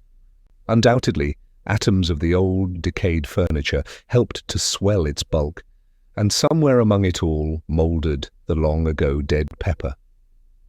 All at once it occurred to me that I had no recollection of wading knee-deep through all that dust after I awoke. True, an incredible age of years had passed since I approached the window, but that was evidently as nothing compared with the countless spaces of time that I conceived had vanished whilst I was sleeping. I remembered now that I had fallen asleep, sitting in my old chair. Had it gone? I glanced toward where it had stood. Of course, there was no chair to be seen. I could not satisfy myself whether it had disappeared after my waking or before. If it had mouldered under me, surely I should have been waked by the collapse. Then I remembered that the thick dust which covered the floor would have been sufficient to soften my fall, so that it was quite possible I had slept upon the dust for 1,000,000 years or more. As these thoughts wandered through my brain, I glanced again, casually, to where the chair had stood. Then for the first time I noticed that there were no marks in the dust of my footprints between it and the window. But then, ages of years had passed since I had awaked, tens of thousands of years. My look rested thoughtfully again upon the place where once had stood my chair. Suddenly I passed from abstraction to intentness, for there, in its standing place, I made out a long undulation, rounded off with the heavy dust. Yet it was not so much hidden, but that I could tell what had caused it. I knew, and shivered at the knowledge, that it was a human body, ages dead, lying there beneath the place where I had slept. It was lying on its right side, its back turned toward me. I could make out and trace each curve and outline, softened and moulded, as it were, in the black dust. In a vague sort of way, I tried to account for its presence there. Slowly I began to grow bewildered, as the thought came to me that it lay just about where I must have fallen when the chair collapsed. Gradually, an idea began to form itself within my brain, a thought that shook my spirit. It seemed hideous and insupportable, yet it grew upon me steadily until it became a conviction. The body under that coating, that shroud of dust, was neither more nor less than my own dead shell. I did not attempt to prove it. I knew it now and wondered I had not known it all along. I was a bodiless thing. A while I stood, trying to adjust my thoughts to this new problem. In time, how many thousands of years I know not, I attained to some degree of quietude, sufficient to enable me to pay attention to what was transpiring around me. Now I saw that the elongated mound had sunk, collapsed, level with the rest of the spreading dust. And fresh atoms, impalpable, had settled above that mixture of grave powder which the aeons had ground. A long while I stood, turned from the window.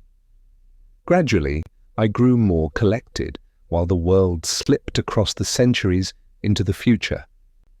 Presently I began a survey of the room.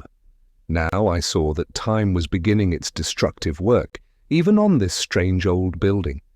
That it had stood through all the years was, it seemed to me, proof that it was something different from any other house. I do not think somehow that I had thought of its decaying, though why I could not have said, It was not until I had meditated upon the matter for some considerable time that I fully realized that the extraordinary space of time through which it had stood was sufficient to have utterly pulverized the very stones of which it was built, had they been taken from any earthly quarry. Yes, it was undoubtedly mouldering now. All the plaster had gone from the walls, even as the woodwork of the room had gone many ages before. While I stood in contemplation, a piece of glass from one of the small diamond-shaped panes dropped with a dull tap amid the dust upon the sill behind me and crumbled into a little heap of powder. As I turned from contemplating it, I saw light between a couple of the stones that formed the outer wall. Evidently the mortar was falling away. After a while I turned once more to the window and peered out. I discovered now that the speed of time had become enormous. The lateral quiver of the sunstream had grown so swift as to cause the dancing semicircle of flame to merge into and disappear in a sheet of fire that covered half the southern sky from east to west. From the sky I glanced down to the gardens. They were just a blur of a palish, dirty green. I had a feeling that they stood higher than in the old days, a feeling that they were nearer my window, as though they had risen bodily. Yet they were still a long way below me, for the rock over the mouth of the pit on which this house stands arches up to a great height. It was later that I noticed a change in the constant colour of the gardens. The pale, dirty green was growing ever paler and paler toward white.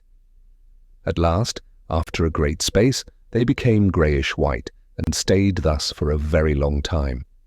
Finally, however, the greyness began to fade, even as had the green, into a dead white. And this remained constant and unchanged. And by this I knew that, at last, snow lay upon all the northern world. And so by millions of years time winged onward through eternity to the end of which, in the old earth days, I had thought remotely, and in hazily speculative fashion. And now it was approaching in a manner of which none had ever dreamed. I recollect that about this time I began to have a lively though morbid curiosity as to what would happen when the end came, but I seemed strangely without imaginings. All this while the steady process of decay was continuing. The few remaining pieces of glass had long ago vanished, and every now and then a soft thud and a little cloud of rising dust would tell of some fragment of fallen mortar or stone. I looked up again to the fiery sheet that quaked in the heavens above me and far down into the southern sky. As I looked, the impression was borne in upon me that it had lost some of its first brilliancy, that it was duller, deeper hued. I glanced down once more to the blurred white of the worldscape. Sometimes my look returned to the burning sheet of dulling flame that was, and yet hid, the sun. At times I glanced behind me into the growing dusk of the great silent room with its aeon carpet of sleeping dust. So I watched through the fleeting ages, lost in soul-wearing thoughts and wonderings and possessed with a new weariness. Chapter 17. The Slowing Rotation. It might have been 1,000,000 years later that I perceived, beyond possibility of doubt, that the fiery sheet that lit the world was indeed darkening. Another vast space went by, and the whole enormous flame had sunk to a deep copper colour. Gradually it darkened from copper to copper red, and from this, at times, to a deep, heavy purplish tint, with, in it, a strange loom of blood. Although the light was decreasing, I could perceive no diminishment in the apparent speed of the sun. It still spread itself in that dazzling veil of speed. The world, so much of it as I could see, had assumed a dreadful shade of gloom, as though, in very deed, the last day of the worlds approached. The sun was dying, of that there could be little doubt, and still the earth whirled onward, through space and all the aeons. At this time, I remember, an extraordinary sense of bewilderment took me. I found myself later wandering, mentally, amid an odd chaos of fragmentary modern theories and the old biblical story of the world's ending. Then, for the first time, there flashed across me the memory that the sun, with its system of planets, was, and had been, traveling through space at an incredible speed. Abruptly, the question rose, where? For a very great time I pondered this matter, but finally, with a certain sense of the futility of my puzzlings, I let my thoughts wander to other things. I grew to wondering how much longer the house would stand. Also, I queried to myself whether I should be doomed to stay bodiless upon the earth through the dark time that I knew was coming. From these thoughts, I fell again to speculations upon the possible direction of the sun's journey through space. And so another great while passed. Gradually, as time fled, I began to feel the chill of a great winter. Then I remembered that with the sun dying, the cold must be necessarily extraordinarily intense. Slowly, as the aeons slipped into eternity, the earth sank into a heavier and redder gloom. The dull flame in the firmament took on a deeper tint, very sombre and turbid. Then at last it was borne upon me that there was a change.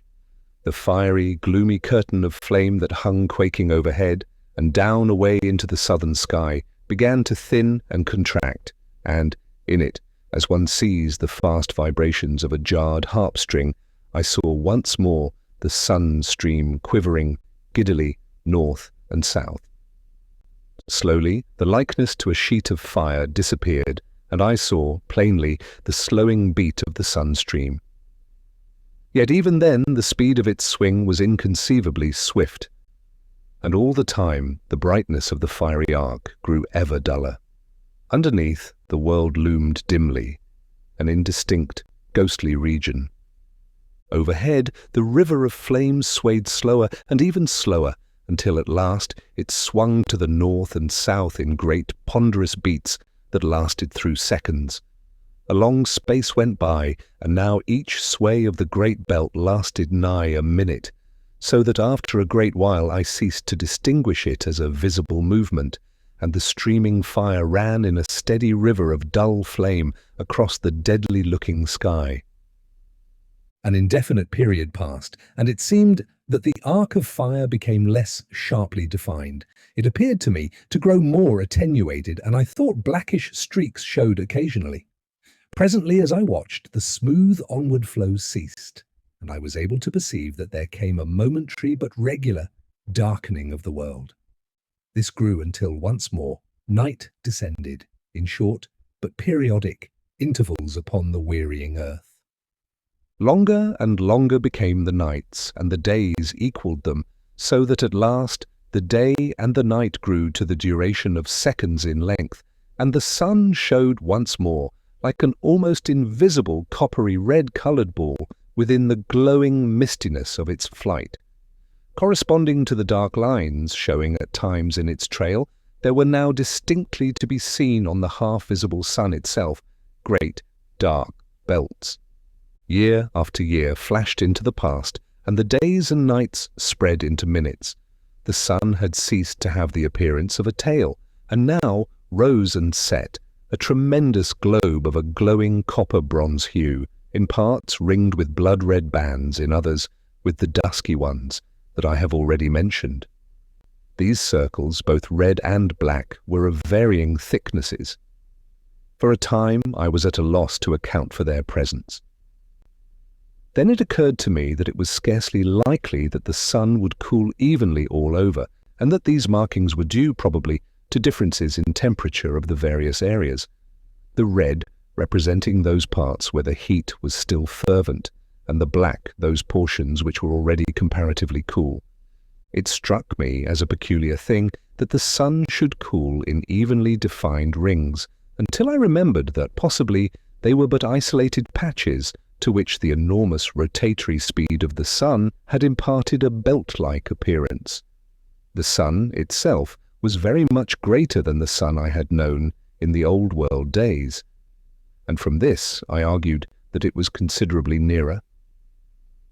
At nights the moon still showed, but small and remote, and the light she reflected was so dull and weak that she seemed little more than the small, dim ghost of the olden moon that I had known. Gradually the days and nights lengthened out until they equaled a space somewhat less than one of the old Earth hours, the sun rising and setting like a great ruddy bronze disk crossed with ink-black bars. About this time I found myself able once more to see the gardens with clearness. For the world had now grown very still and changeless. Yet I am not correct in saying garden, for there were no gardens, nothing that I knew or recognized. In place thereof, I looked out upon a vast plain stretching away into distance. A little to my left there was a low range of hills. Everywhere there was a uniform white covering of snow, in places rising into hummocks and ridges. It was only now that I recognized how really great had been the snowfall.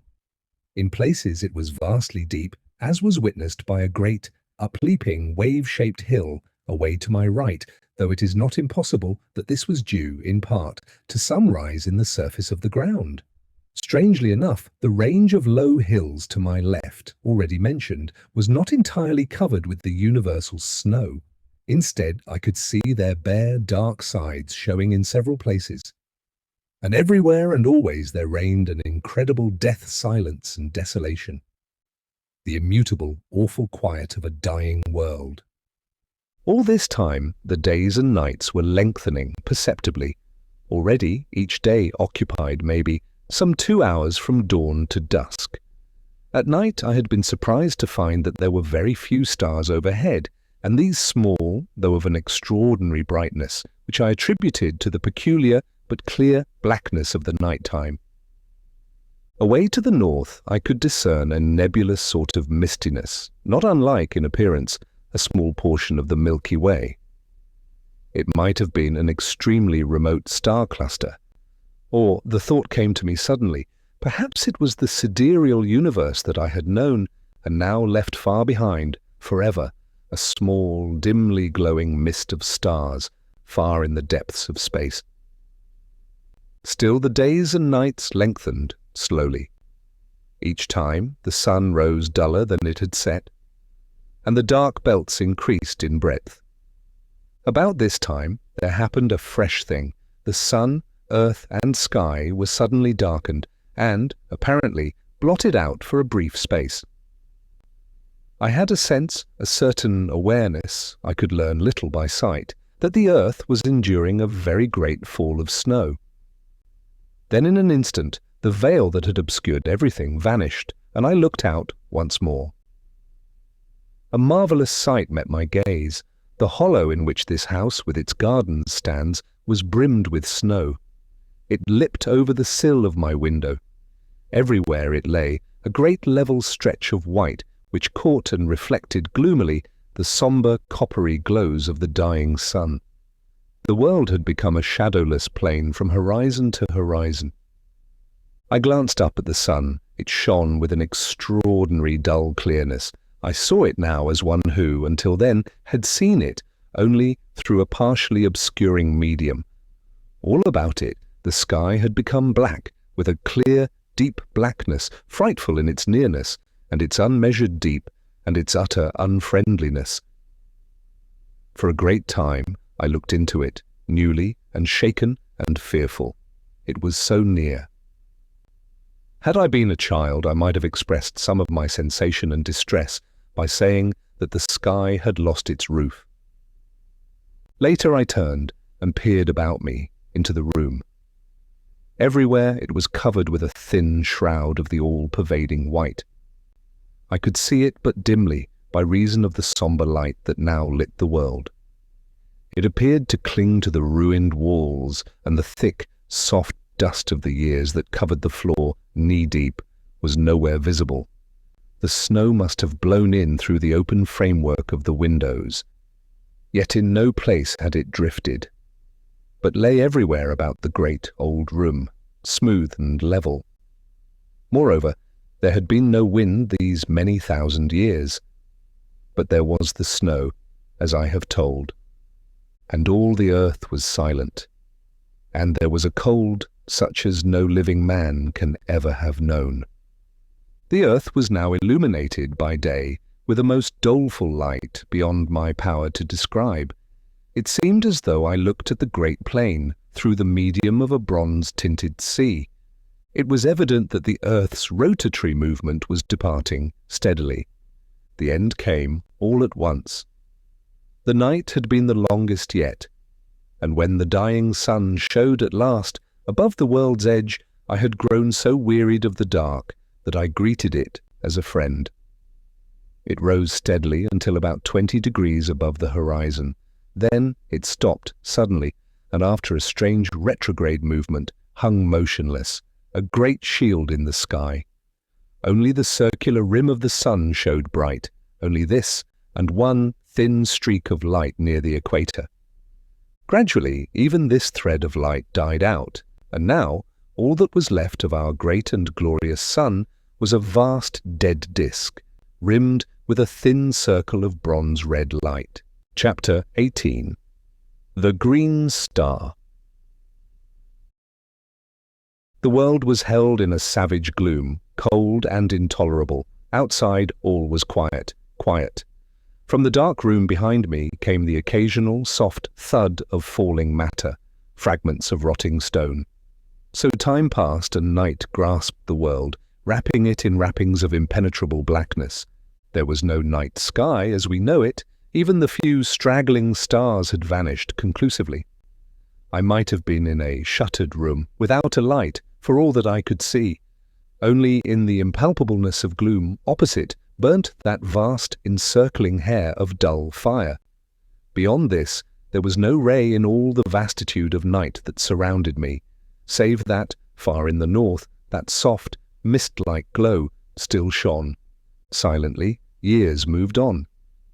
What period of time passed, I shall never know. It seemed to me, waiting there, that eternities came and went, stealthily, and still I watched. I could see only the glow of the sun's edge, at times, for now it had commenced to come and go, lighting up a while, and again becoming extinguished. All at once, during one of these periods of life, a sudden flame cut across the night, a quick glare that lit up the dead earth shortly, giving me a glimpse of its flat lonesomeness. The light appeared to come from the sun, shooting out from somewhere near its center, diagonally. A moment, I gazed, startled. Then the leaping flames sank, and the gloom fell again. But now it was not so dark, and the sun was belted by a thin line of vivid white light. I stared intently. Had a volcano broken out on the sun? Yet I negatived the thought as soon as formed. I felt that the light had been far too intensely white and large for such a cause. Another idea there was that suggested itself to me. It was that one of the inner planets had fallen into the sun, becoming incandescent under that impact. This theory appealed to me as being more plausible and accounting more satisfactorily for the extraordinary size and brilliance of the blaze that had lit up the dead world so unexpectedly. Full of interest and emotion, I stared across the darkness at that line of white fire cutting the night. One thing it told to me unmistakably: the sun was yet rotating at an enormous speed. 11. Thus, I knew that the years were still fleeting at an incalculable rate, though so far as the earth was concerned, life and light and time were things belonging to a period lost in the long-gone ages. After that one burst of flame, the light had shone only as an encircling band of bright fire.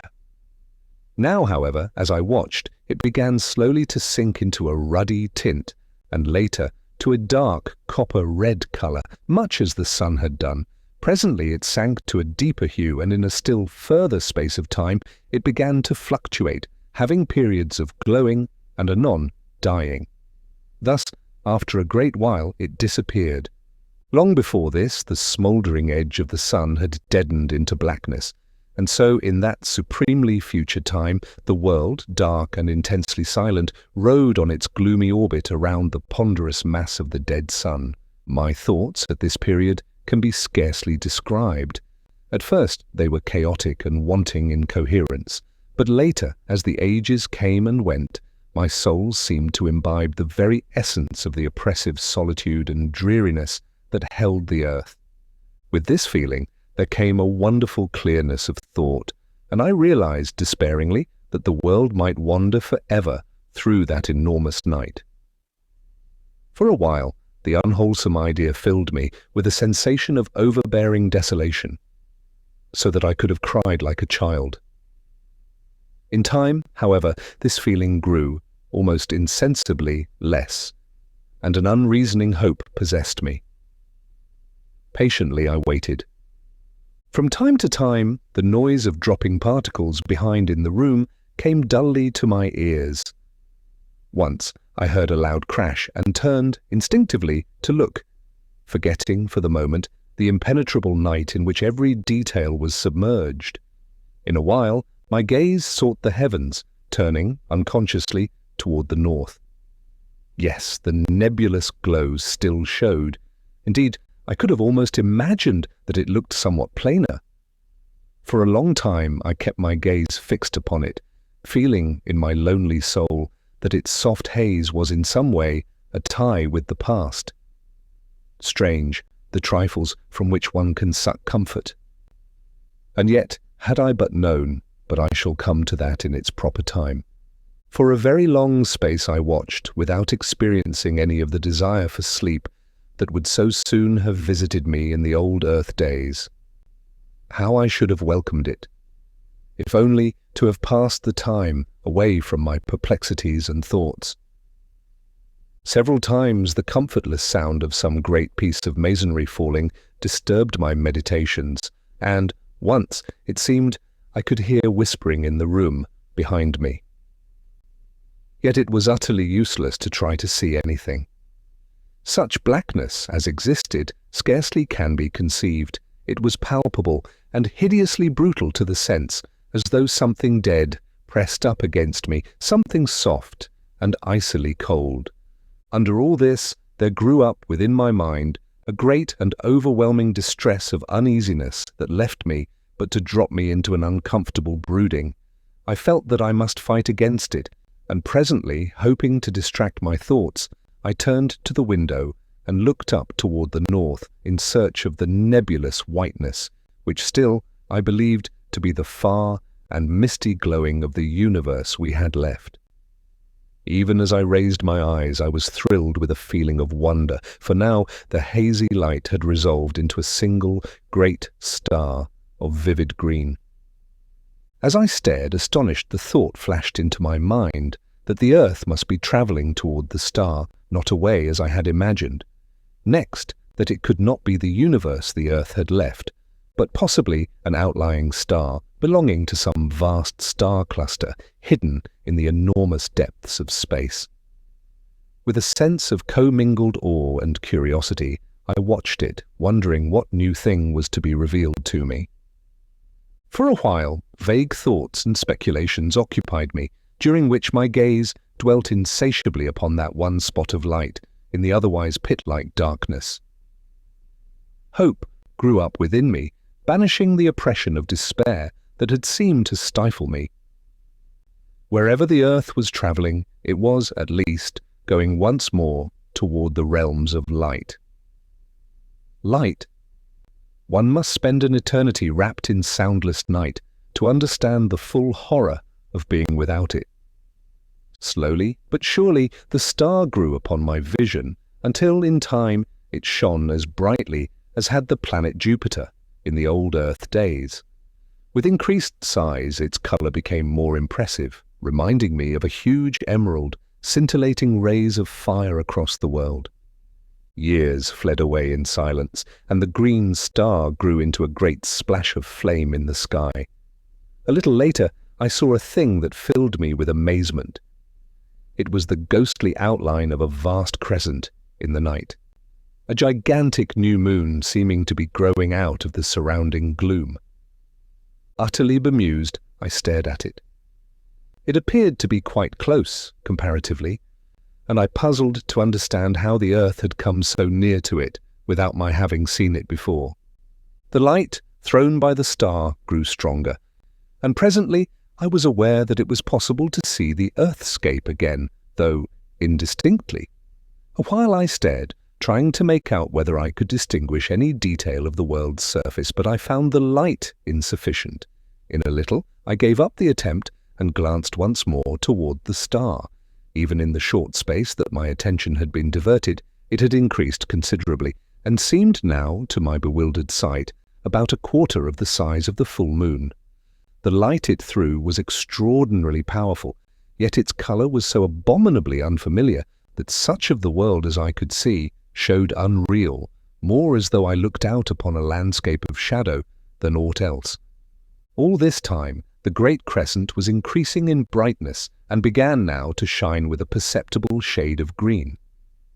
Steadily the star increased in size and brilliancy until it showed fully as large as half a full moon, and as it grew greater and brighter, so did the vast crescent throw out more and more light, though of an ever-deepening hue of green. Under the combined blaze of their radiances, the wilderness that stretched before me became steadily more visible. Soon I seemed able to stare across the whole world, which now appeared, beneath the strange light, terrible in its cold and awful, flat dreariness. It was a little later that my attention was drawn to the fact that the great star of green flame was slowly sinking out of the north toward the east. At first, I could scarcely believe that I saw aright, but soon there could be no doubt that it was so. Gradually it sank, and, as it fell, the vast crescent of glowing green began to dwindle and dwindle until it became a mere arc of light against the livid-coloured sky. Later it vanished, disappearing in the self-same spot from which I had seen it slowly emerge. By this time the star had come to within some 30 degrees of the hidden horizon. In size it could now have rivaled the moon at its full, though even yet I could not distinguish its disk. This fact led me to conceive that it was still an extraordinary distance away, and this being so, I knew that its size must be huge, beyond the conception of man to understand or imagine. Suddenly, as I watched, the lower edge of the star vanished, cut by a straight dark line. A minute or a century passed, and it dipped lower until the half of it had disappeared from sight. Far away out on the great plain, I saw a monstrous shadow blotting it out and advancing swiftly. Only a third of the star was visible now. Then, like a flash, the solution of this extraordinary phenomenon revealed itself to me. The star was sinking behind the enormous mass of the dead sun, or rather, the sun, obedient to its attraction, was rising toward it, with the earth following in its trail. As these thoughts expanded in my mind, the star vanished, being completely hidden by the tremendous bulk of the sun. Over the earth there fell once more the brooding night. With the darkness came an intolerable feeling of loneliness and dread. For the first time I thought of the pit and its inmates. After that, there rose in my memory the still more terrible thing that had haunted the shores of the Sea of Sleep and lurked in the shadows of this old building. Where were they? I wondered, and shivered with miserable thoughts. For a time fear held me, and I prayed, wildly and incoherently, for some ray of light with which to dispel the cold blackness that enveloped the world. How long I waited, it is impossible to say. Certainly, for a very great period. Then all at once I saw a loom of light shine out ahead. Gradually it became more distinct. Suddenly a ray of vivid green flashed across the darkness. At the same moment I saw a thin line of livid flame far in the night. An instant, it seemed, and it had grown into a great clot of fire, beneath which the world lay bathed in a blaze of emerald green light. Steadily it grew, until presently the whole of the green star had come into sight again. But now it could be scarcely called a star, for it had increased to vast proportions, being incomparably greater than the sun had been in the olden time. Then as I stared, I became aware that I could see the edge of the lifeless sun glowing like a great crescent moon. Slowly, its lighted surface broadened out to me until half of its diameter was visible, and the star began to drop away on my right. Time passed, and the earth moved on, slowly traversing the tremendous face of the dead sun. Gradually, as the earth travelled forward, the star fell still more to the right, until, at last, it shone on the back of the house, sending a flood of broken rays in through the skeleton-like walls. Glancing upward, I saw that much of the ceiling had vanished, enabling me to see that the upper stories were even more decayed.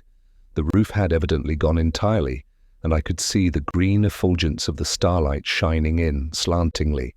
Chapter 19. The End of the Solar System. From the abutment, where once had been the windows, through which I had watched that first fatal dawn, I could see that the sun was hugely greater than it had been when first the star lit the world. So great was it that its lower edge seemed almost to touch the far horizon. Even as I watched, I imagined that it drew closer. The radiance of green that lit the frozen earth grew steadily brighter. Thus, for a long space, things were. Then on a sudden, I saw that the sun was changing shape and growing smaller, just as the moon would have done in past time. In a while, only a third of the illuminated part was turned toward the earth. The star bore away on the left. Gradually, as the world moved on, the star shone upon the front of the house once more, while the sun showed only as a great bow of green fire. An instant, it seemed, and the sun had vanished. The star was still fully visible. Then the earth moved into the black shadow of the sun, and all was night, black, starless, and intolerable. Filled with tumultuous thoughts, I watched across the night, waiting. Years it may have been, and then, in the dark house behind me, the clotted stillness of the world was broken. I seemed to hear a soft padding of many feet, and a faint, inarticulate whisper of sound grew on my sense. I looked round into the blackness and saw a multitude of eyes. As I stared, they increased and appeared to come toward me. For an instant I stood, unable to move. Then a hideous swine noise rose up into the night, and at that I leapt from the window out onto the frozen world. I have a confused notion of having run a while, and after that I just waited. Several times I heard shrieks, but always as though from a distance. Except for these sounds, I had no idea of the whereabouts of the house. Time moved onward. I was conscious of little, save a sensation of cold and hopelessness and fear. An age, it seemed, and there came a glow that told of the coming light. It grew tardily. Then, with a loom of unearthly glory, the first ray from the green star struck over the edge of the dark sun and lit the world. It fell upon a great ruined structure some 200 yards away. It was the house. Staring, I saw a fearsome sight. Over its walls crawled a legion of unholy things, almost covering the old building, from tottering towers to base. I could see them plainly. They were the swine creatures. The world moved out into the light of the star, and I saw that now it seemed to stretch across a quarter of the heavens. The glory of its livid light was so tremendous that it appeared to fill the sky with quivering flames. Then I saw the sun. It was so close that half of its diameter lay below the horizon, and as the world circled across its face, it seemed to tower right up into the sky, a stupendous dome of emerald-coloured fire. From time to time I glanced toward the house, but the swine things seemed unaware of my proximity. Years appeared to pass slowly. The earth had almost reached the centre of the sun's disk.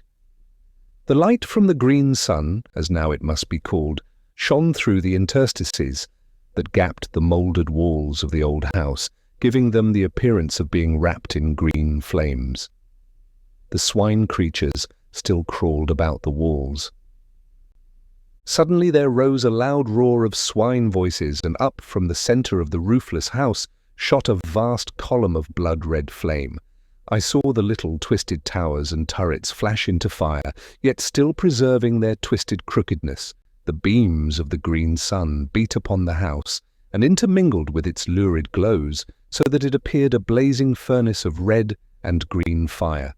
Fascinated, I watched until an overwhelming sense of coming danger drew my attention. I glanced up, and at once it was borne upon me that the sun was closer. So close, in fact, that it seemed to overhang the world.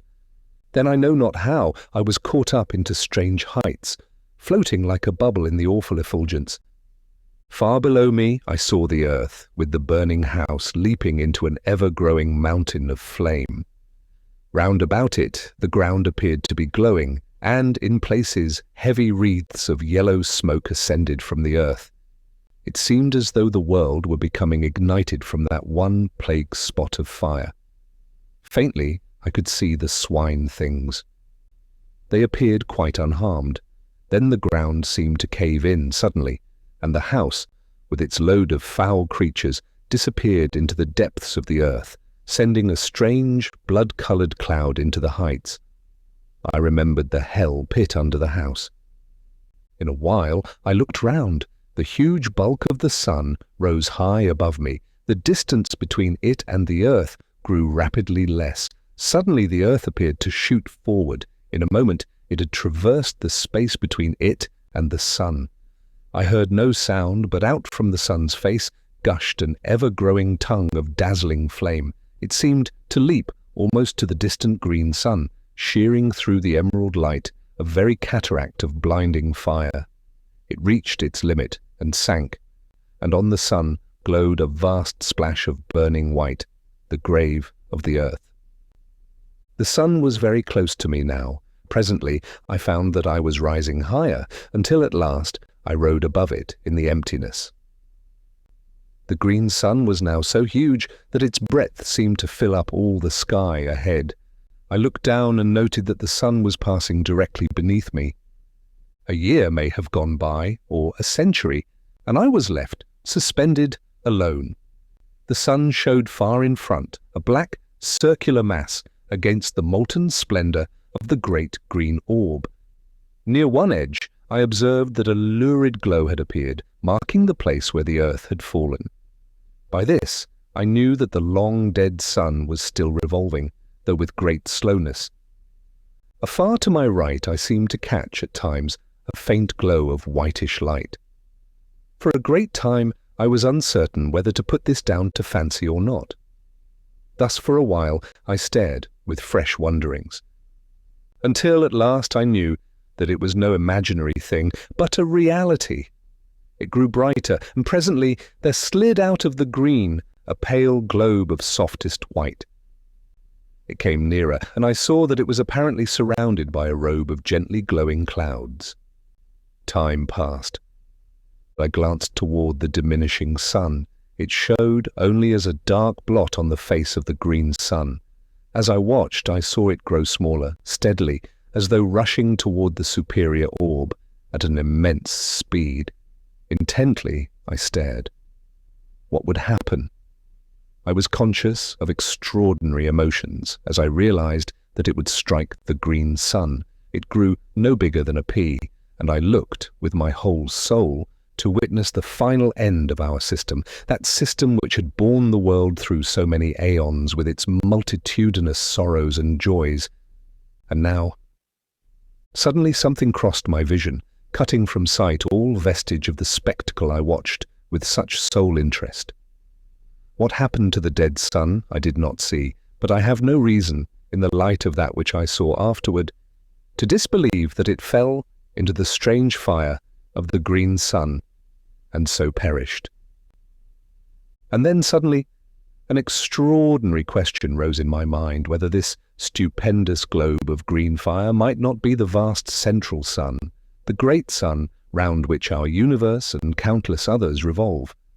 I felt confused. I thought of the probable end of the dead sun, and another suggestion came, dumbly: do the dead stars make the green sun their grave? The idea appealed to me with no sense of grotesqueness, but rather as something both possible and probable. Chapter 20. The Celestial Globes. For a while, many thoughts crowded my mind so that I was unable to do aught save stare blindly before me. I seemed whelmed in a sea of doubt and wonder and sorrowful remembrance. It was later that I came out of my bewilderment. I looked about dazedly. Thus I saw so extraordinary a sight that for a while I could scarcely believe I was not still wrapped in the visionary tumult of my own thoughts. Out of the reigning green had grown a boundless river of softly shimmering globes, each one enfolded in a wondrous fleece of pure cloud. They reached, both above and below me, to an unknown distance, and not only hid the shining of the green sun, but supplied, in place thereof, a tender glow of light that suffused itself around me, like unto nothing I have ever seen before or since. In a little, I noticed that there was about these spheres a sort of transparency, almost as though they were formed of clouded crystal, within which burned a radiance, gentle and subdued. They moved on past me continually, floating onward at no great speed, but rather as though they had eternity before them. A great while I watched, and could perceive no end to them. At times I seemed to distinguish faces amid the cloudiness, but strangely indistinct, as though partly real and partly formed of the mistiness through which they showed. For a long time I waited, passively, with a sense of growing content. I had no longer that feeling of unutterable loneliness, but felt, rather, that I was less alone than I had been for countless of years. This feeling of contentment increased, so that I would have been satisfied to float, in company with those celestial globules, forever. Ages slipped by, and I saw the shadowy faces with increased frequency, also with greater plainness. Whether this was due to my soul having become more attuned to its surroundings, I cannot tell. Probably it was so. But, however this may be, I am assured now only of the fact that I became steadily more conscious of a new mystery about me, telling me that I had indeed penetrated within the borderland of some unthought-of region, some subtle, intangible place or form of existence. The enormous stream of luminous spheres continued to pass me at an unvarying rate, countless millions. And still they came, showing no signs of ending, nor even diminishing. Then as I was borne, silently, upon the unbuoying ether, I felt a sudden, irresistible forward movement toward one of the passing globes. An instant, and I was beside it. Then I slid through into the interior without experiencing the least resistance of any description. For a short while I could see nothing, and waited curiously. All at once I became aware that a sound broke the inconceivable stillness. It was like the murmur of a great sea at calm, a sea breathing in its sleep. Gradually, the mist that obscured my sight began to thin away. And so in time, my vision dwelt once again upon the silent surface of the sea of sleep. For a little I gazed, and could scarcely believe I saw aright. I glanced round. There was the great globe of pale fire, swimming as I had seen it before, a short distance above the dim horizon. To my left, far across the sea, I discovered presently a faint line as of thin haze, which I guessed to be the shore where my love and I had met during those wonderful periods of soul-wandering that had been granted to me in the old earth days. Another, a troubled memory came to me, of the formless thing that had haunted the shores of the sea of sleep, the guardian of that silent, echoless place. These and other details I remembered, and knew without doubt that I was looking out upon that same sea. With the assurance, I was filled with an overwhelming feeling of surprise and joy, and shaken expectancy, conceiving it possible that I was about to see my love again. Intently, I gazed around, but could catch no sight of her. At that, for a little, I felt hopeless. Fervently, I prayed, and ever peered anxiously. How still was the sea! Down, far beneath me, I could see the many trails of changeful fire that had drawn my attention formerly. Vaguely, I wondered what caused them, Also, I remembered that I had intended to ask my dear one about them, as well as many other matters, and I had been forced to leave her before the half that I had wished to say was said. My thoughts came back with a leap. I was conscious that something had touched me. I turned quickly. God, thou wert indeed gracious, it was she. She looked up into my eyes with an eager longing, and I looked down to her with all my soul. I should like to have held her, but the glorious purity of her face kept me afar. Then out of the winding mist she put her dear arms. Her whisper came to me, soft as the rustle of a passing cloud. "Dearest," she said. That was all. But I had heard, and in a moment I held her to me, as I prayed, forever. In a little she spoke of many things, and I listened. Willingly would I have done so through all the ages that are to come. At times I whispered back, and my whispers brought to her spirit face once more an indescribably delicate tint, the bloom of love. Later I spoke more freely, and to each word she listened and made answer delightfully, so that already I was in paradise. She and I, and nothing save the silent, spacious void to see us, and only the quiet waters of the sea of sleep to hear us. Long before, the floating multitude of cloud-enfolded spheres had vanished into nothingness. Thus we looked upon the face of the slumberous deeps and were alone. Alone, God, I would be thus alone in the hereafter, and yet be never lonely. I had her, and greater than this, she had me. I, aeon-aged me, and on this thought and some others, I hope to exist through the few remaining years that may yet lie between us. Chapter 21. The Dark Sun.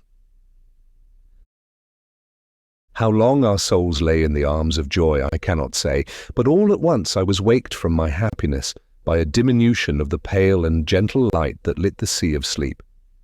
I turned toward the huge white orb with a premonition of coming trouble.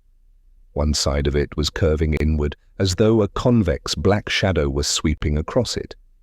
My memory went back. It was thus that the darkness had come before our last parting. I turned toward my love inquiringly. With a sudden knowledge of woe, I noticed how wan and unreal she had grown, even in that brief space. Her voice seemed to come to me from a distance. The touch of her hands was no more than the gentle pressure of a summer wind, and grew less perceptible. Already, quite half of the immense globe was shrouded. A feeling of desperation seized me.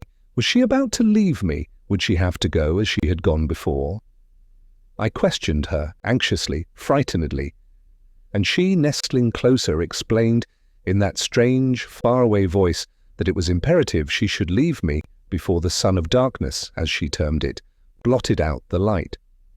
At this confirmation of my fears, I was overcome with despair, and could only look voicelessly across the quiet plains of the silent sea.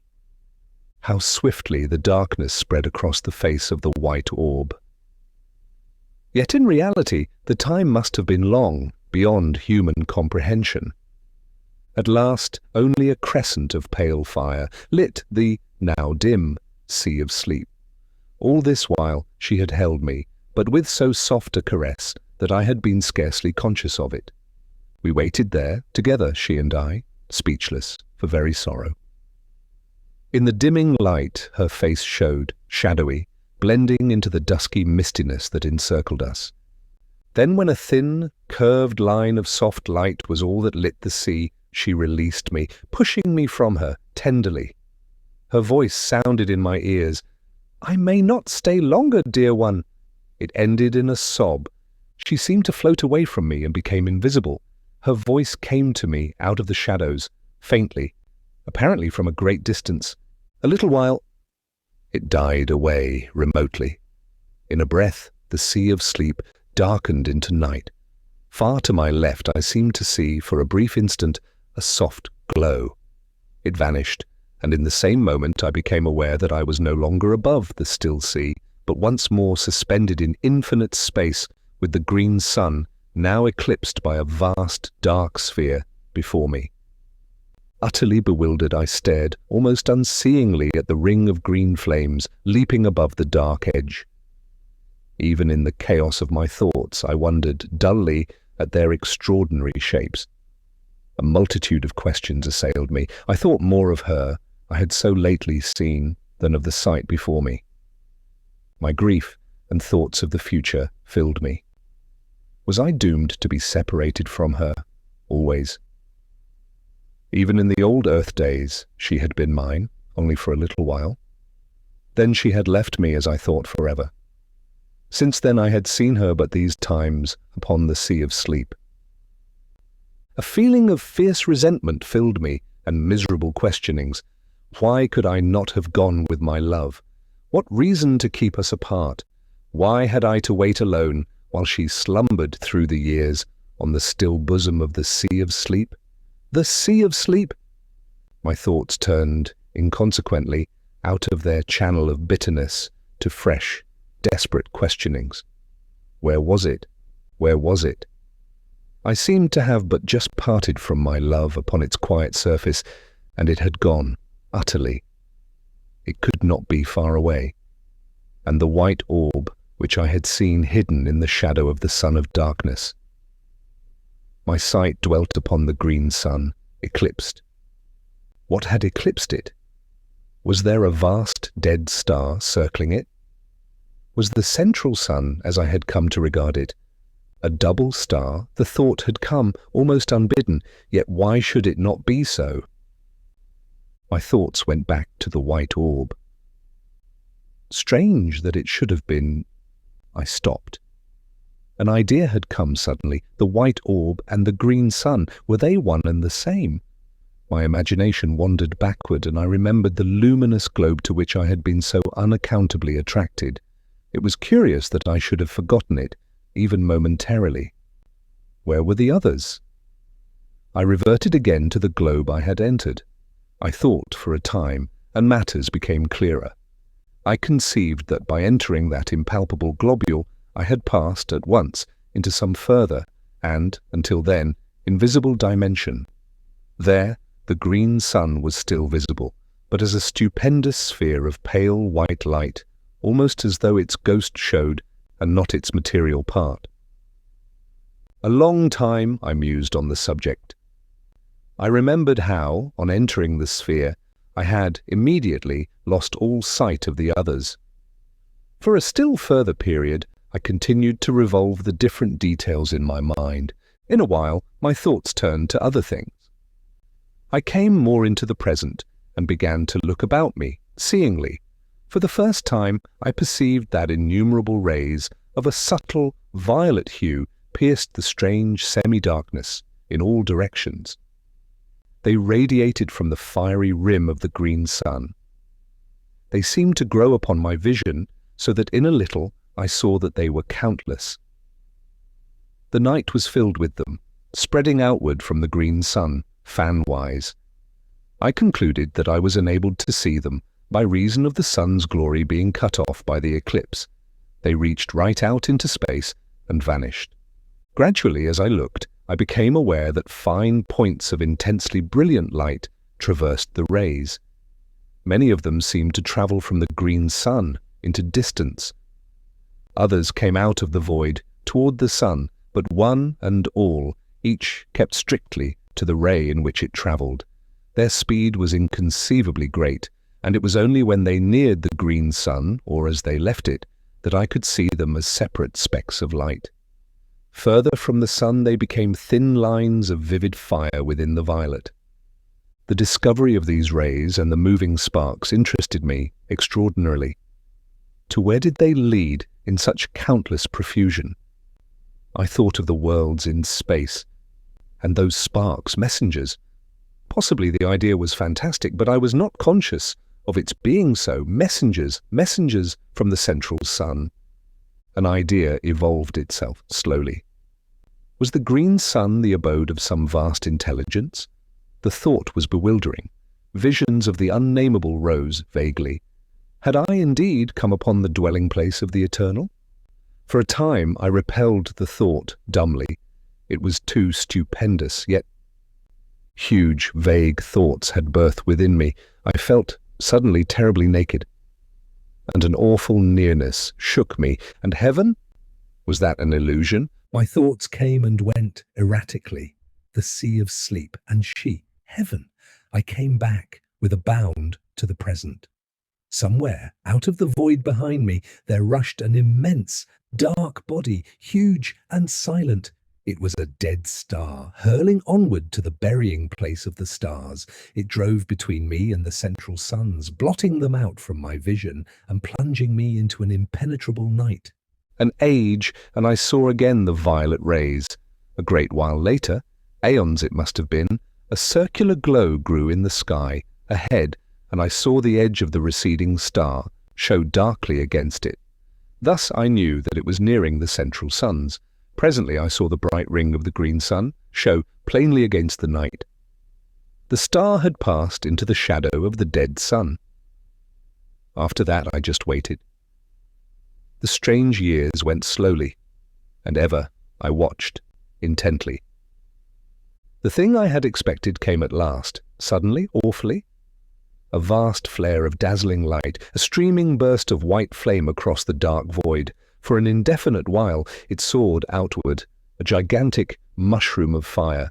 It ceased to grow. Then as time went by, it began to sink backward, slowly. I saw now that it came from a huge glowing spot near the center of the dark sun. Mighty flames still soared outward from this. Yet, spite of its size, the grave of the star was no more than the shining of Jupiter upon the face of an ocean when compared with the inconceivable mass of the dead sun. I may remark here, once more, that no words will ever convey to the imagination the enormous bulk of the two central suns. Chapter: The Dark Nebula. Years melted into the past, centuries, aeons. The light of the incandescent star sank to a furious red. It was later that I saw the dark nebula, at first an impalpable cloud away to my right. It grew steadily to a clot of blackness in the night. How long I watched, it is impossible to say, for time, as we count it, was a thing of the past. It came closer, a shapeless monstrosity of darkness, tremendous. It seemed to slip across the night, sleepily, a very hell fog. Slowly, it slid nearer and passed into the void between me and the central suns. It was as though a curtain had been drawn before my vision. A strange tremor of fear took me, and a fresh sense of wonder. The green twilight that had reigned for so many millions of years had now given place to impenetrable gloom. Motionless, I peered about me. A century fled, and it seemed to me that I detected occasional dull glows of red passing me at intervals. Earnestly I gazed, and presently seemed to see circular masses that showed muddily red within the clouded blackness. They appeared to be growing out of the nebulous murk. A while, and they became plainer to my accustomed vision. I could see them now with a fair amount of distinctness, ruddy-tinged spheres, similar, in size, to the luminous globes that I had seen so long previously. They floated past me continually. Gradually a peculiar uneasiness seized me. I became aware of a growing feeling of repugnance and dread. It was directed against those passing orbs and seemed born of intuitive knowledge rather than of any real cause or reason. Some of the passing globes were brighter than others, and it was from one of these that a face looked suddenly. A face human in its outline, but so tortured with woe that I stared, aghast. I had not thought there was such sorrow as I saw there. I was conscious of an added sense of pain on perceiving that the eyes, which glared so wildly, were sightless. A while longer I saw it. Then it had passed on into the surrounding gloom. After this I saw others, all wearing that look of hopeless sorrow, and blind. A long time went by, and I became aware that I was nearer to the orbs than I had been. At this I grew uneasy, though I was less in fear of those strange globules than I had been before seeing their sorrowful inhabitants, for sympathy had tempered my fear. Later there was no doubt but that I was being carried closer to the red spheres, and presently I floated among them. In a while I perceived one bearing down upon me. I was helpless to move from its path. In a minute, it seemed, it was upon me, and I was submerged in a deep red mist. This cleared, and I stared confusedly across the immense breadth of the plain of silence. It appeared just as I had first seen it. I was moving forward steadily across its surface. Away ahead shone the vast blood-red ring that lit the place. All around was spread the extraordinary desolation of stillness that had so impressed me during my previous wanderings across its starkness. Presently I saw, rising up into the ruddy gloom, the distant peaks of the mighty amphitheatre of mountains, where, untold ages before, I had been shown my first glimpse of the terrors that underlie many things, and where, vast and silent, watched by 1,000 mute gods, stands the replica of this house of mysteries, this house that I had seen swallowed up in that hellfire, ere the earth had kissed the sun and vanished forever. Though I could see the crests of the mountain amphitheatre, yet it was a great while before their lower portions became visible. Possibly this was due to the strange, ruddy haze that seemed to cling to the surface of the plain. However, be this as it may, I saw them at last. In a still further space of time I had come so close to the mountains that they appeared to overhang me. Presently I saw the great rift open before me, and I drifted into it, without volition on my part. Later I came out upon the breadth of the enormous arena. There, at an apparent distance of some 5 miles, stood the house, huge, monstrous and silent, lying in the very centre of that stupendous amphitheatre. So far as I could see, it had not altered in any way, but looked as though it were only yesterday that I had seen it. Around, the grim, dark mountains frowned down upon me from their lofty silences. Far to my right, away up among inaccessible peaks, loomed the enormous bulk of the great beast god. Higher, I saw the hideous form of the dread goddess rising up through the red gloom, thousands of fathoms above me. To the left I made out the monstrous eyeless thing, grey and inscrutable. Further off, reclining on its lofty ledge, the livid ghoul shape showed, a splash of sinister colour among the dark mountains. Slowly I moved out across the great arena, floating. As I went, I made out the dim forms of many of the other lurking horrors that peopled those supreme heights. Gradually, I neared the house, and my thoughts flashed back across the abyss of years. I remembered the dread spectre of the place. A short while passed, and I saw that I was being wafted directly toward the enormous mass of that silent building. About this time, I became aware, in an indifferent sort of way, of a growing sense of numbness that robbed me of the fear which I should otherwise have felt on approaching that awesome pile. As it was, I viewed it, calmly, much as a man views calamity through the haze of his tobacco smoke. In a little while I had come so close to the house as to be able to distinguish many of the details about it. The longer I looked, the more was I confirmed in my long-ago impressions of its entire similitude to this strange house. Save in its enormous size, I could find nothing unlike. Suddenly, as I stared, a great feeling of amazement filled me. I had come opposite to that part where the outer door leading into the study is situated. There, lying right across the threshold, lay a great length of coping stone, identical, save in size and colour, with the piece I had dislodged in my fight with the pit creatures. I floated nearer, and my astonishment increased as I noted that the door was broken partly from its hinges, precisely in the manner that my study door had been forced inward by the assaults of the swine things. The sight started a train of thoughts, and I began to trace, dimly, that the attack on this house might have a far deeper significance than I had hitherto imagined. I remembered how, long ago, in the old earth days, I had half suspected that in some unexplainable manner this house in which I live was en rapport, to use a recognized term, with that other tremendous structure away in the midst of that incomparable plain. Now, however, it began to be borne upon me that I had but vaguely conceived what the realization of my suspicion meant. I began to understand with a more than human clearness that the attack I had repelled was, in some extraordinary manner, connected with an attack upon that strange edifice. With a curious inconsequence, my thoughts abruptly left the matter, to dwell wonderingly upon the peculiar material out of which the house was constructed. It was, as I have mentioned earlier, of a deep green colour.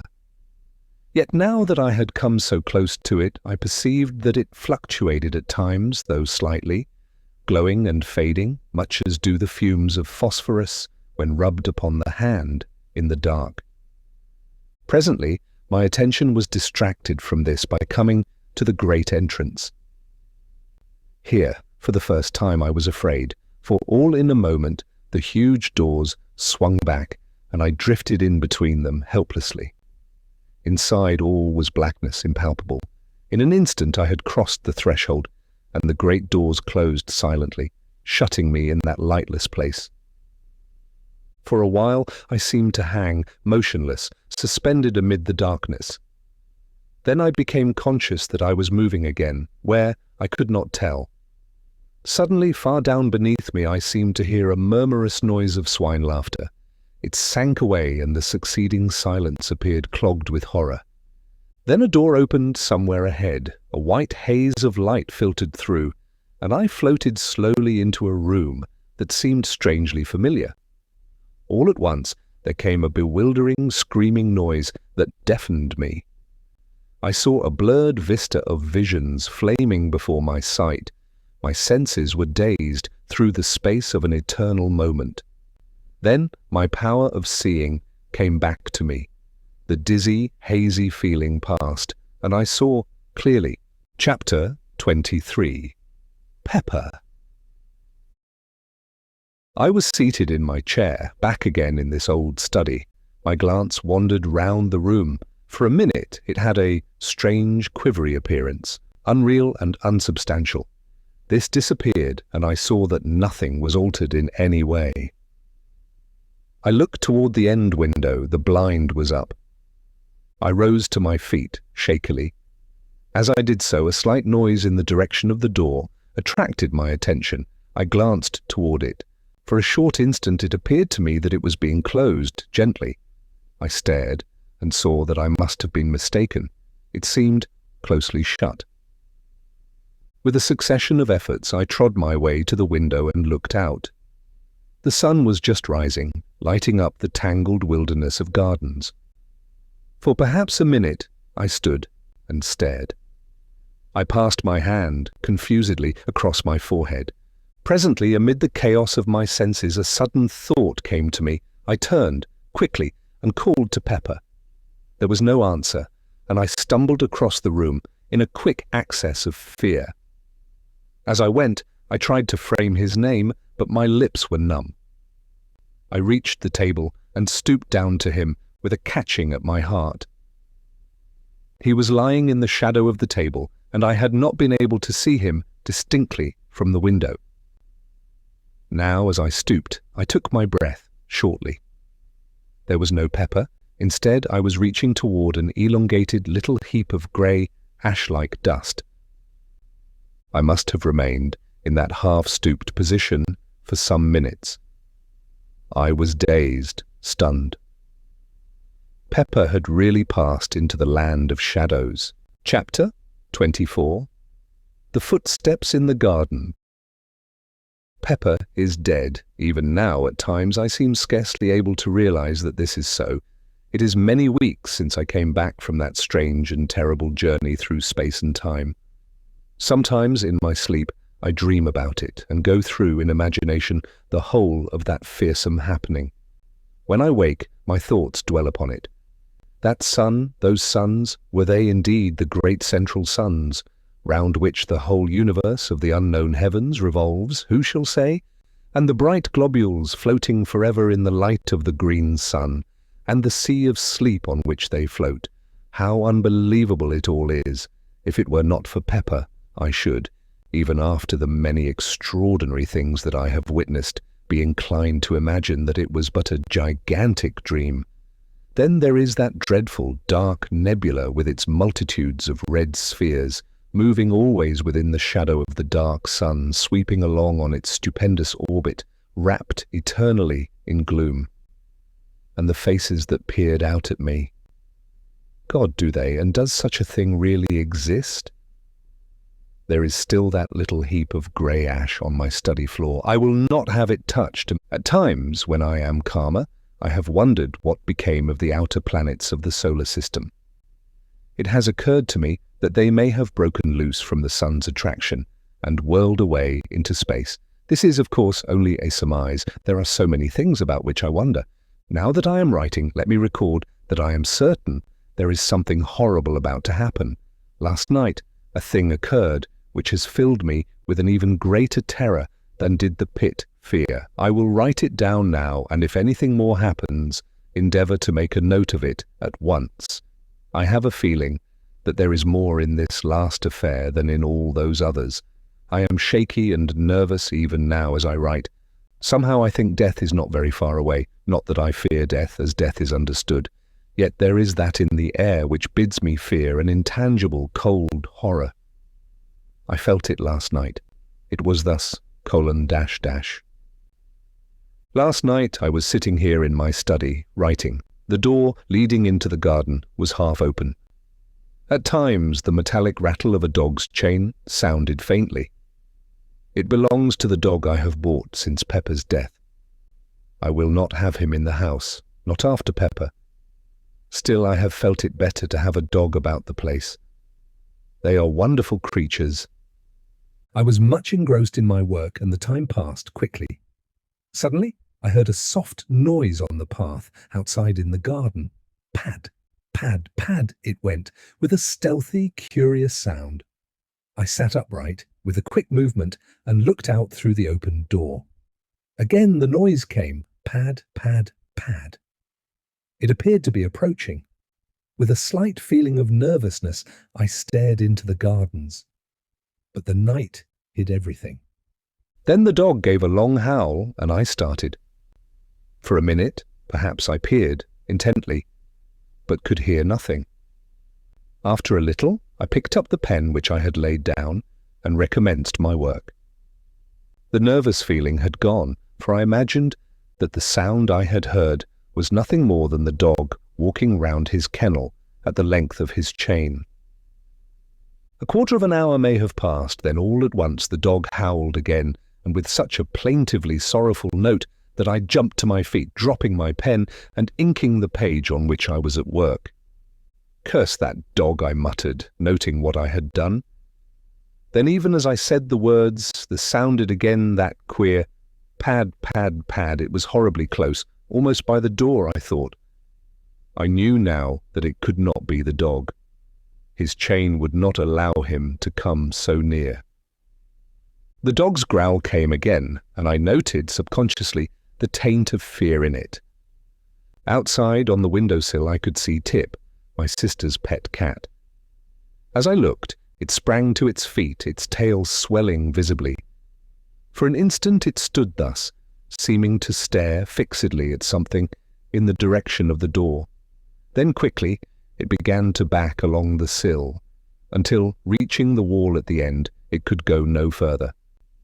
There it stood, rigid, as though frozen in an attitude of extraordinary terror.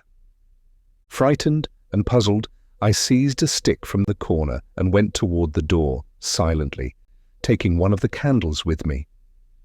I had come to within a few paces of it when, suddenly, a peculiar sense of fear thrilled through me, a fear palpitant and real, whence I knew not, nor why. So great was the feeling of terror that I wasted no time, but retreated straightway, walking backward and keeping my gaze fearfully on the door. I would have given much to rush at it, fling it to and shoot the bolts, for I have had it repaired and strengthened, so that now it is far stronger than ever it has been. Like Tip, I continued my almost unconscious progress backward until the wall brought me up. At that, I started nervously and glanced round apprehensively. As I did so, my eyes dwelt momentarily on the rack of firearms, and I took a step toward them, but stopped with a curious feeling that they would be needless. Outside in the gardens, the dog moaned, strangely. Suddenly, from the cat, there came a fierce, long screech. I glanced jerkily in its direction. Something luminous and ghostly encircled it and grew upon my vision. It resolved into a glowing hand, transparent, with a lambent greenish flame flickering over it. The cat gave a last awful caterwaul, and I saw it smoke and blaze. My breath came with a gasp, and I leant against the wall. Over that part of the window there spread a smudge, green and fantastic.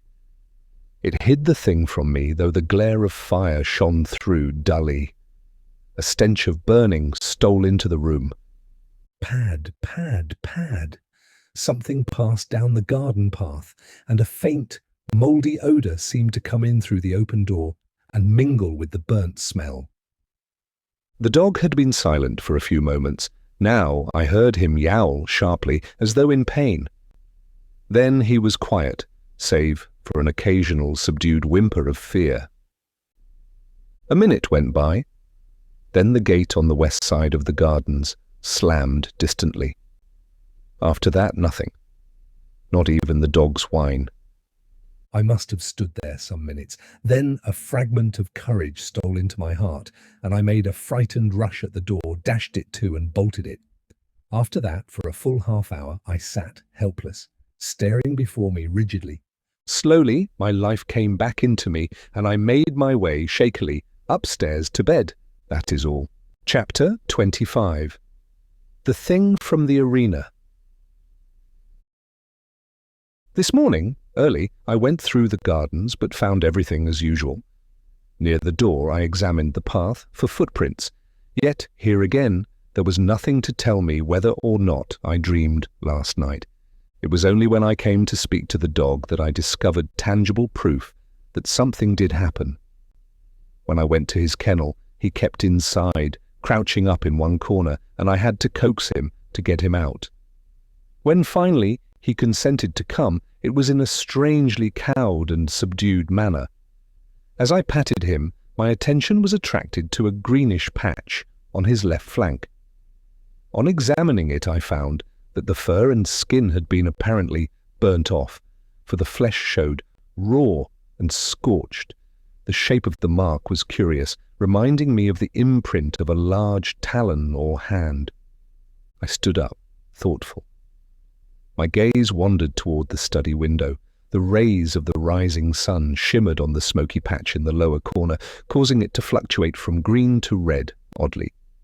Ah, that was undoubtedly another proof, and suddenly the horrible thing I saw last night rose in my mind. I looked at the dog again. I knew the cause now of that hateful-looking wound on his side. I knew also that what I had seen last night had been a real happening. And a great discomfort filled me. Pepper, Tip, and now this poor animal. I glanced at the dog again and noticed that he was licking at his wound. Poor brute, I muttered, and bent to pat his head. At that, he got upon his feet, nosing and licking my hand wistfully. Presently I left him, having other matters to which to attend. After dinner, I went to see him again. He seemed quiet and disinclined to leave his kennel. From my sister I have learnt that he has refused all food today. She appeared a little puzzled when she told me, though quite unsuspicious of anything of which to be afraid. The day has passed uneventfully enough. After tea, I went again to have a look at the dog. He seemed moody and somewhat restless, yet persisted in remaining in his kennel. Before locking up for the night, I moved his kennel out, away from the wall, so that I shall be able to watch it from the small window tonight. The thought came to me to bring him into the house for the night, but consideration has decided me to let him remain out. I cannot say that the house is, in any degree, less to be feared than the gardens. Pepper was in the house, and yet it is now 2 o'clock. Since 8, I have watched the kennel from the small side window in my study. Yet nothing has occurred, and I am too tired to watch longer. I will go to bed. During the night, I was restless. This is unusual for me, but toward morning I obtained a few hours' sleep. I rose early and, after breakfast, visited the dog. He was quiet, but morose, and refused to leave his kennel. I wish there was some horse doctor near here. I would have the poor brute looked to. All day he has taken no food, but has shown an evident desire for water, lapping it up greedily. I was relieved to observe this. The evening has come, and I am in my study. I intend to follow my plan of last night and watch the kennel. The door leading into the garden is bolted securely. I am consciously glad there are bars to the windows. Midnight has gone. The dog has been silent up to the present. Through the side window on my left, I can make out, dimly, the outlines of the kennel. For the first time, the dog moves, and I hear the rattle of his chain. I look out quickly. As I stare, the dog moves again, restlessly, and I see a small patch of luminous light shine from the interior of the kennel. It vanishes, then the dog stirs again, and once more the gleam comes. I am puzzled. The dog is quiet, and I can see the luminous thing plainly. It shows distinctly. There is something familiar about the shape of it. For a moment I wonder, then it comes to me that it is not unlike the 4 fingers and thumb of a hand, like a hand, and I remember the contour of that fearsome wound on the dog's side. It must be the wound I see. It is luminous at night. Why? The minutes pass. My mind is filled with this fresh thing. Suddenly I hear a sound out in the gardens. How it thrills through me. It is approaching. Pad, pad, pad. A prickly sensation traverses my spine and seems to creep across my scalp. The dog moves in his kennel and whimpers frightenedly. He must have turned round, for now I can no longer see the outline of his shining wound. Outside, the gardens are silent once more, and I listen fearfully. A minute passes, and another. Then I hear the padding sound again. It is quite close and appears to be coming down the gravelled path. The noise is curiously measured and deliberate. It ceases outside the door, and I rise to my feet and stand motionless. From the door comes a slight sound. The latch is being slowly raised. A singing noise is in my ears, and I have a sense of pressure about the head. The latch drops with a sharp click into the catch. The noise startles me afresh, jarring horribly on my tense nerves. After that I stand for a long while amid an ever-growing quietness. All at once my knees begin to tremble, and I have to sit quickly. An uncertain period of time passes, and gradually I begin to shake off the feeling of terror that has possessed me. Yet still I sit. I seem to have lost the power of movement. I am strangely tired and inclined to doze. My eyes open and close, and presently I find myself falling asleep and waking in fits and starts. It is some time later that I am sleepily aware that one of the candles is guttering. When I wake again, it has gone out, and the room is very dim under the light of the one remaining flame.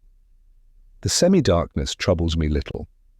I have lost that awful sense of dread, and my only desire seems to be to sleep. Sleep. Suddenly, although there is no noise, I am awake, wide awake. I am acutely conscious of the nearness of some mystery, of some overwhelming presence. The very air seems pregnant with terror. I sit, huddled, and just listen, intently. Still there is no sound. Nature herself seems dead. Then the oppressive stillness is broken by a little eldritch scream of wind that sweeps round the house and dies away remotely. I let my gaze wander across the half-lighted room. By the great clock in the far corner is a dark, tall shadow. For a short instant I stare, frightenedly.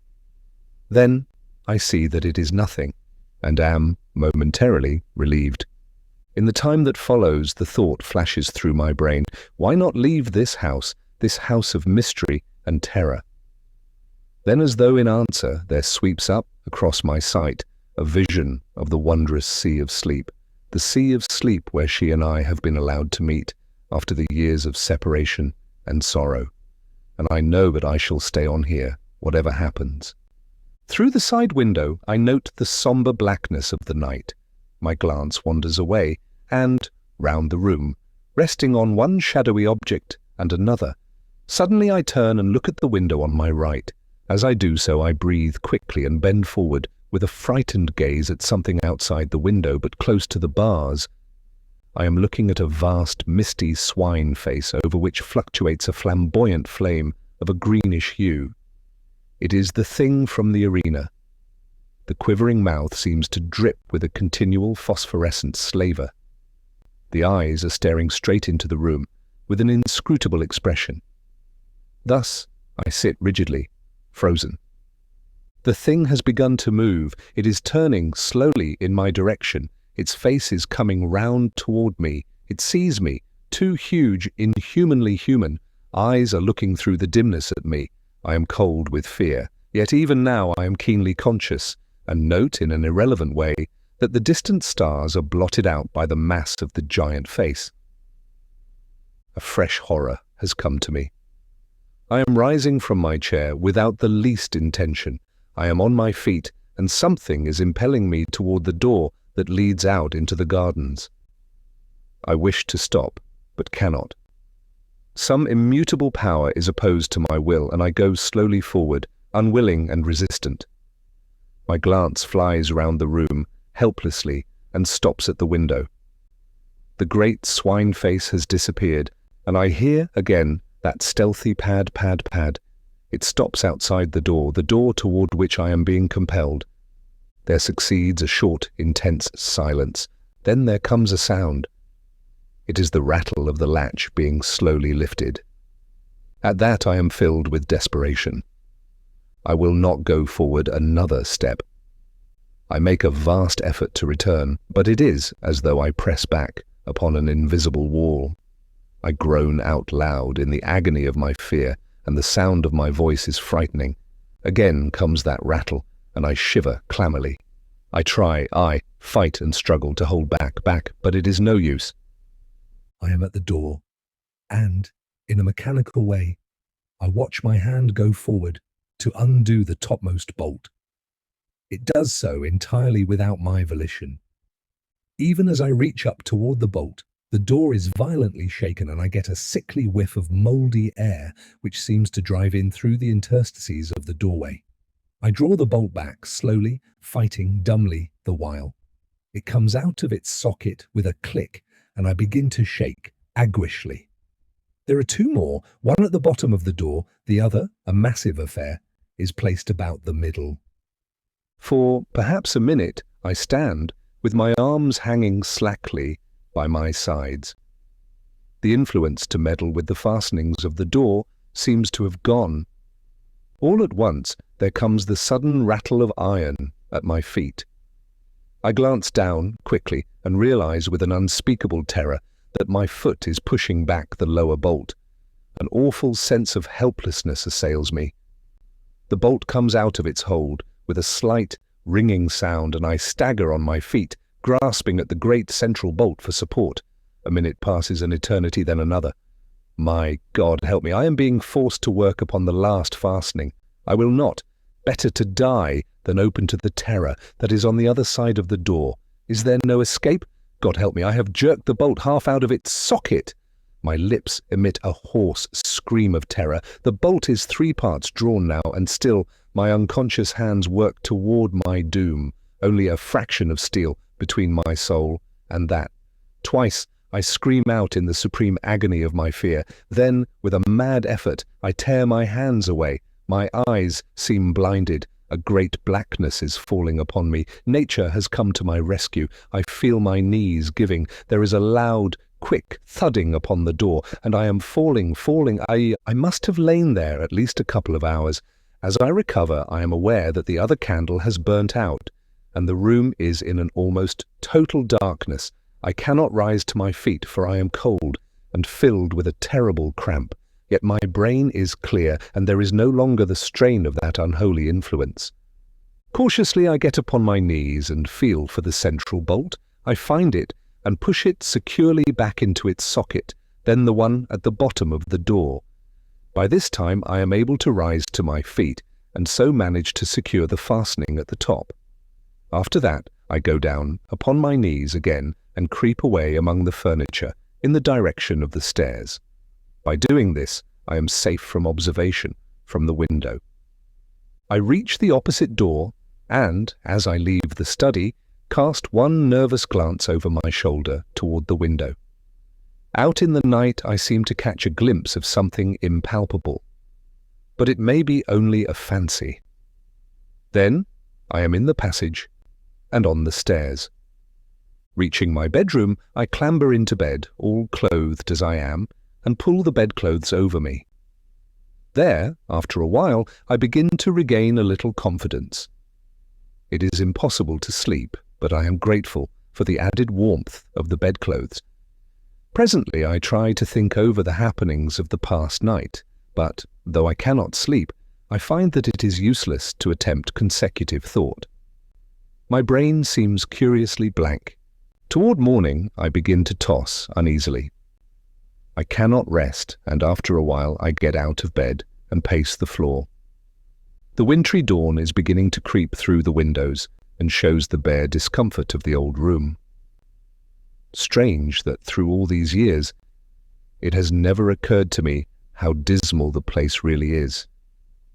And so a time passes. From somewhere downstairs a sound comes up to me. I go to the bedroom door and listen.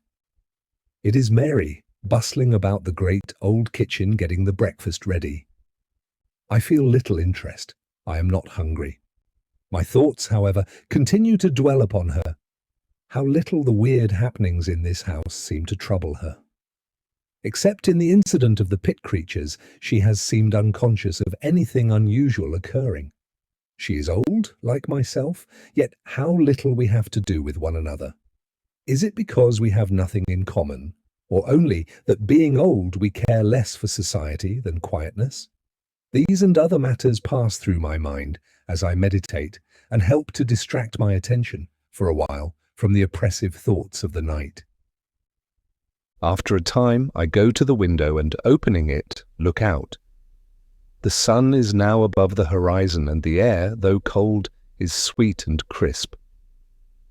Gradually my brain clears, and a sense of security for the time being comes to me. Somewhat happier, I go downstairs and out into the garden to have a look at the dog. As I approach the kennel, I am greeted by the same mouldy stench that assailed me at the door last night. Shaking off a momentary sense of fear, I call to the dog, but he takes no heed, and, after calling once more, I throw a small stone into the kennel. At this, he moves uneasily, and I shout his name again, but do not go closer. Presently my sister comes out and joins me in trying to coax him from the kennel. In a little, the poor beast rises and shambles out, lurching queerly. In the daylight he stands swaying from side to side and blinking stupidly.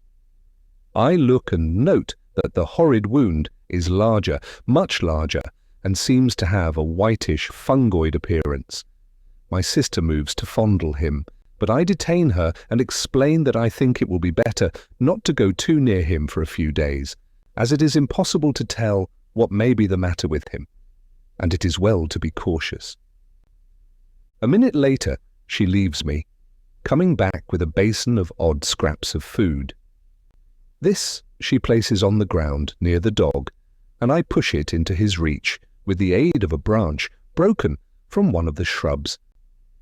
Yet, though the meat should be tempting, he takes no notice of it, but retires to his kennel.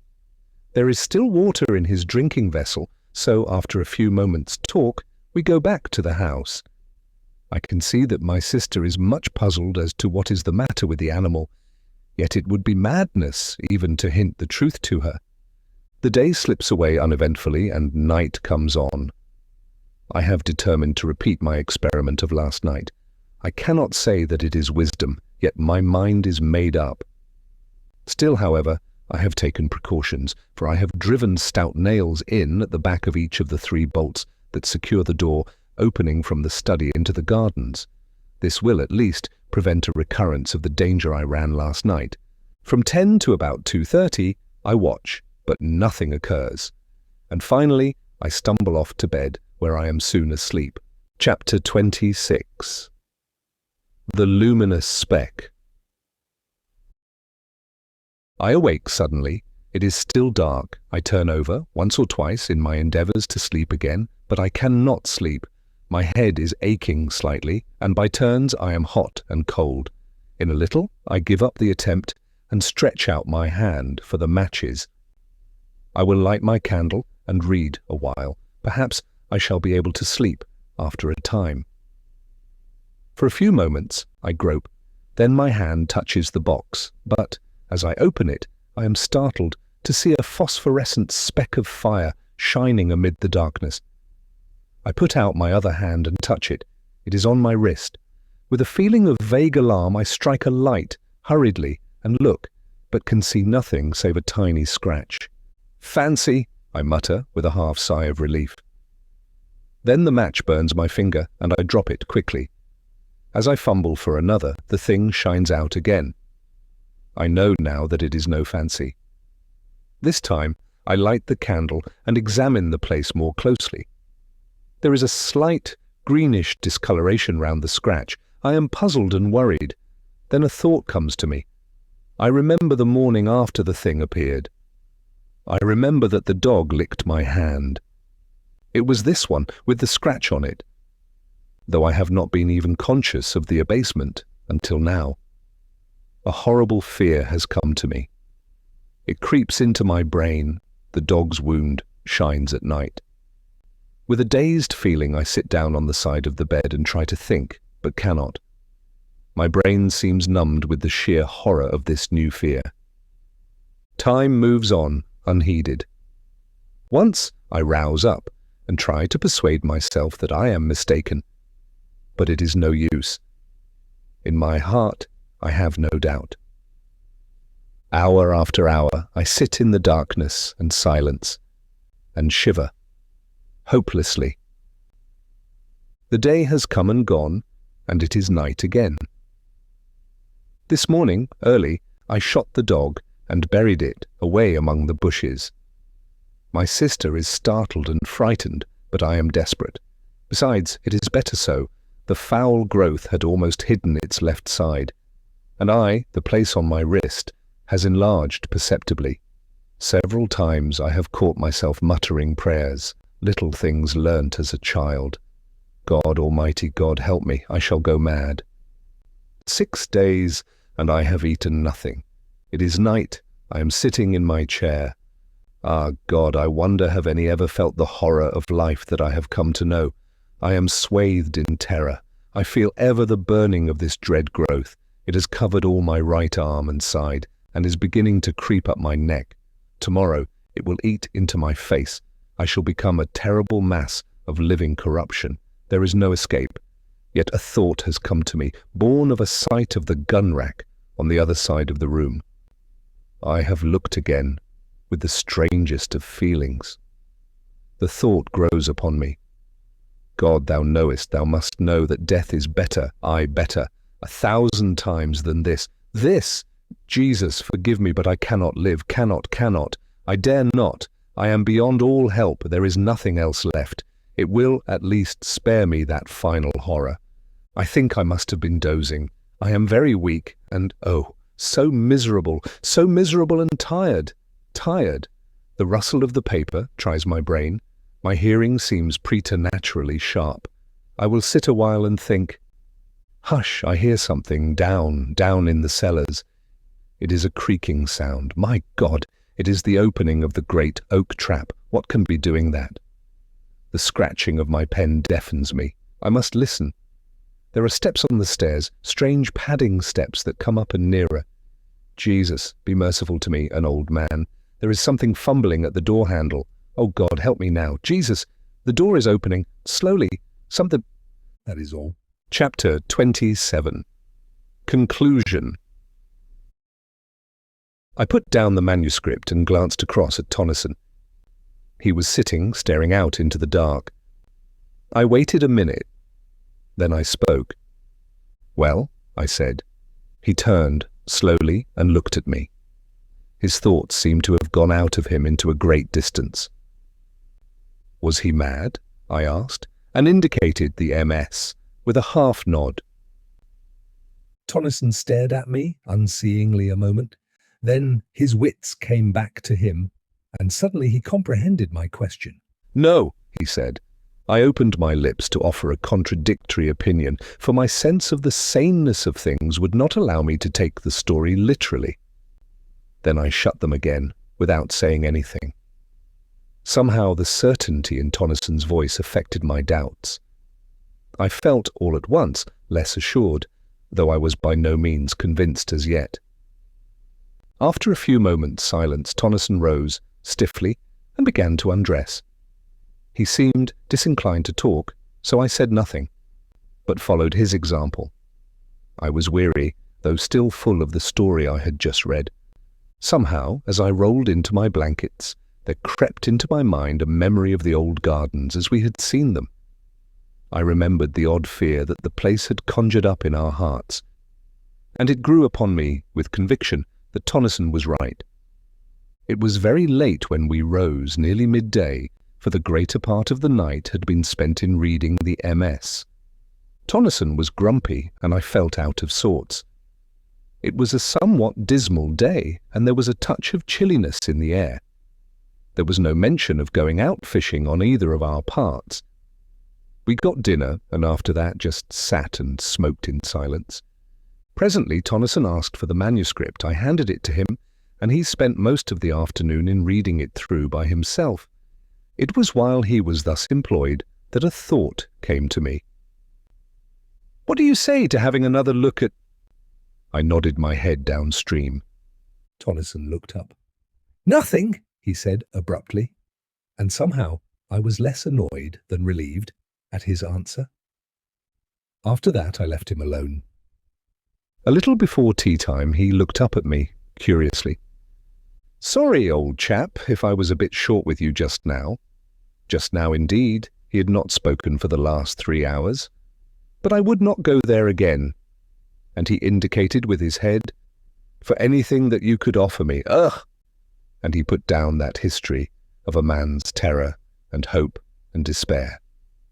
The next morning we rose early and went for our accustomed swim. We had partly shaken off the depression of the previous day, and so took our rods when we had finished breakfast, and spent the day at our favourite sport. After that day we enjoyed our holiday to the utmost, though both of us looked forward to the time when our driver should come, for we were tremendously anxious to inquire of him, and through him among the people of the tiny hamlet, whether any of them could give us information about that strange garden lying away by itself in the heart of an almost unknown tract of country. At last the day came on which we expected the driver to come across for us. He arrived early while we were still abed, and the first thing we knew, he was at the opening of the tent, inquiring whether we had had good sport. We replied in the affirmative, and then, both together, almost in the same breath, we asked the question that was uppermost in our minds. Did he know anything about an old garden, and a great pit, and a lake, situated some miles away down the river? Also, had he ever heard of a great house thereabouts? No, he did not, and had not. Yet stay, he had heard a rumour once upon a time of a great old house standing alone out in the wilderness, but, if he remembered rightly, it was a place given over to the fairies, or if that had not been so, he was certain that there had been something queer about it.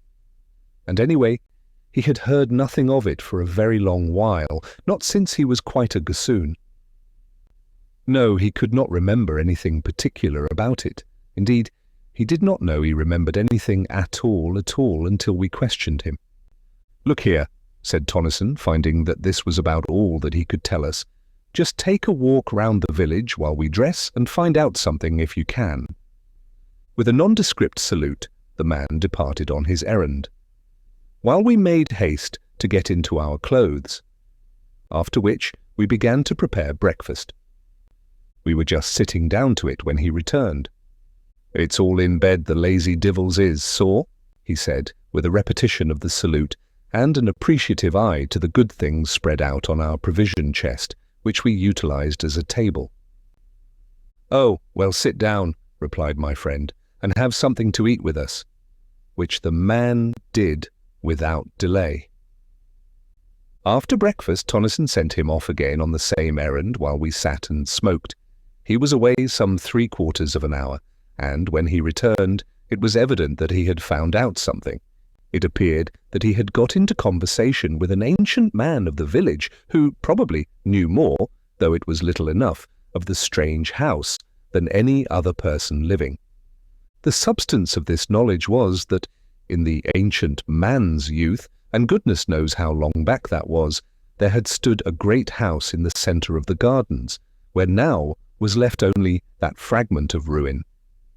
This house had been empty for a great while, years before his, the ancient man's, birth. It was a place shunned by the people of the village, as it had been shunned by their fathers before them. There were many things said about it, and all were of evil. No one ever went near it either by day or night. In the village it was a synonym of all that is unholy and dreadful.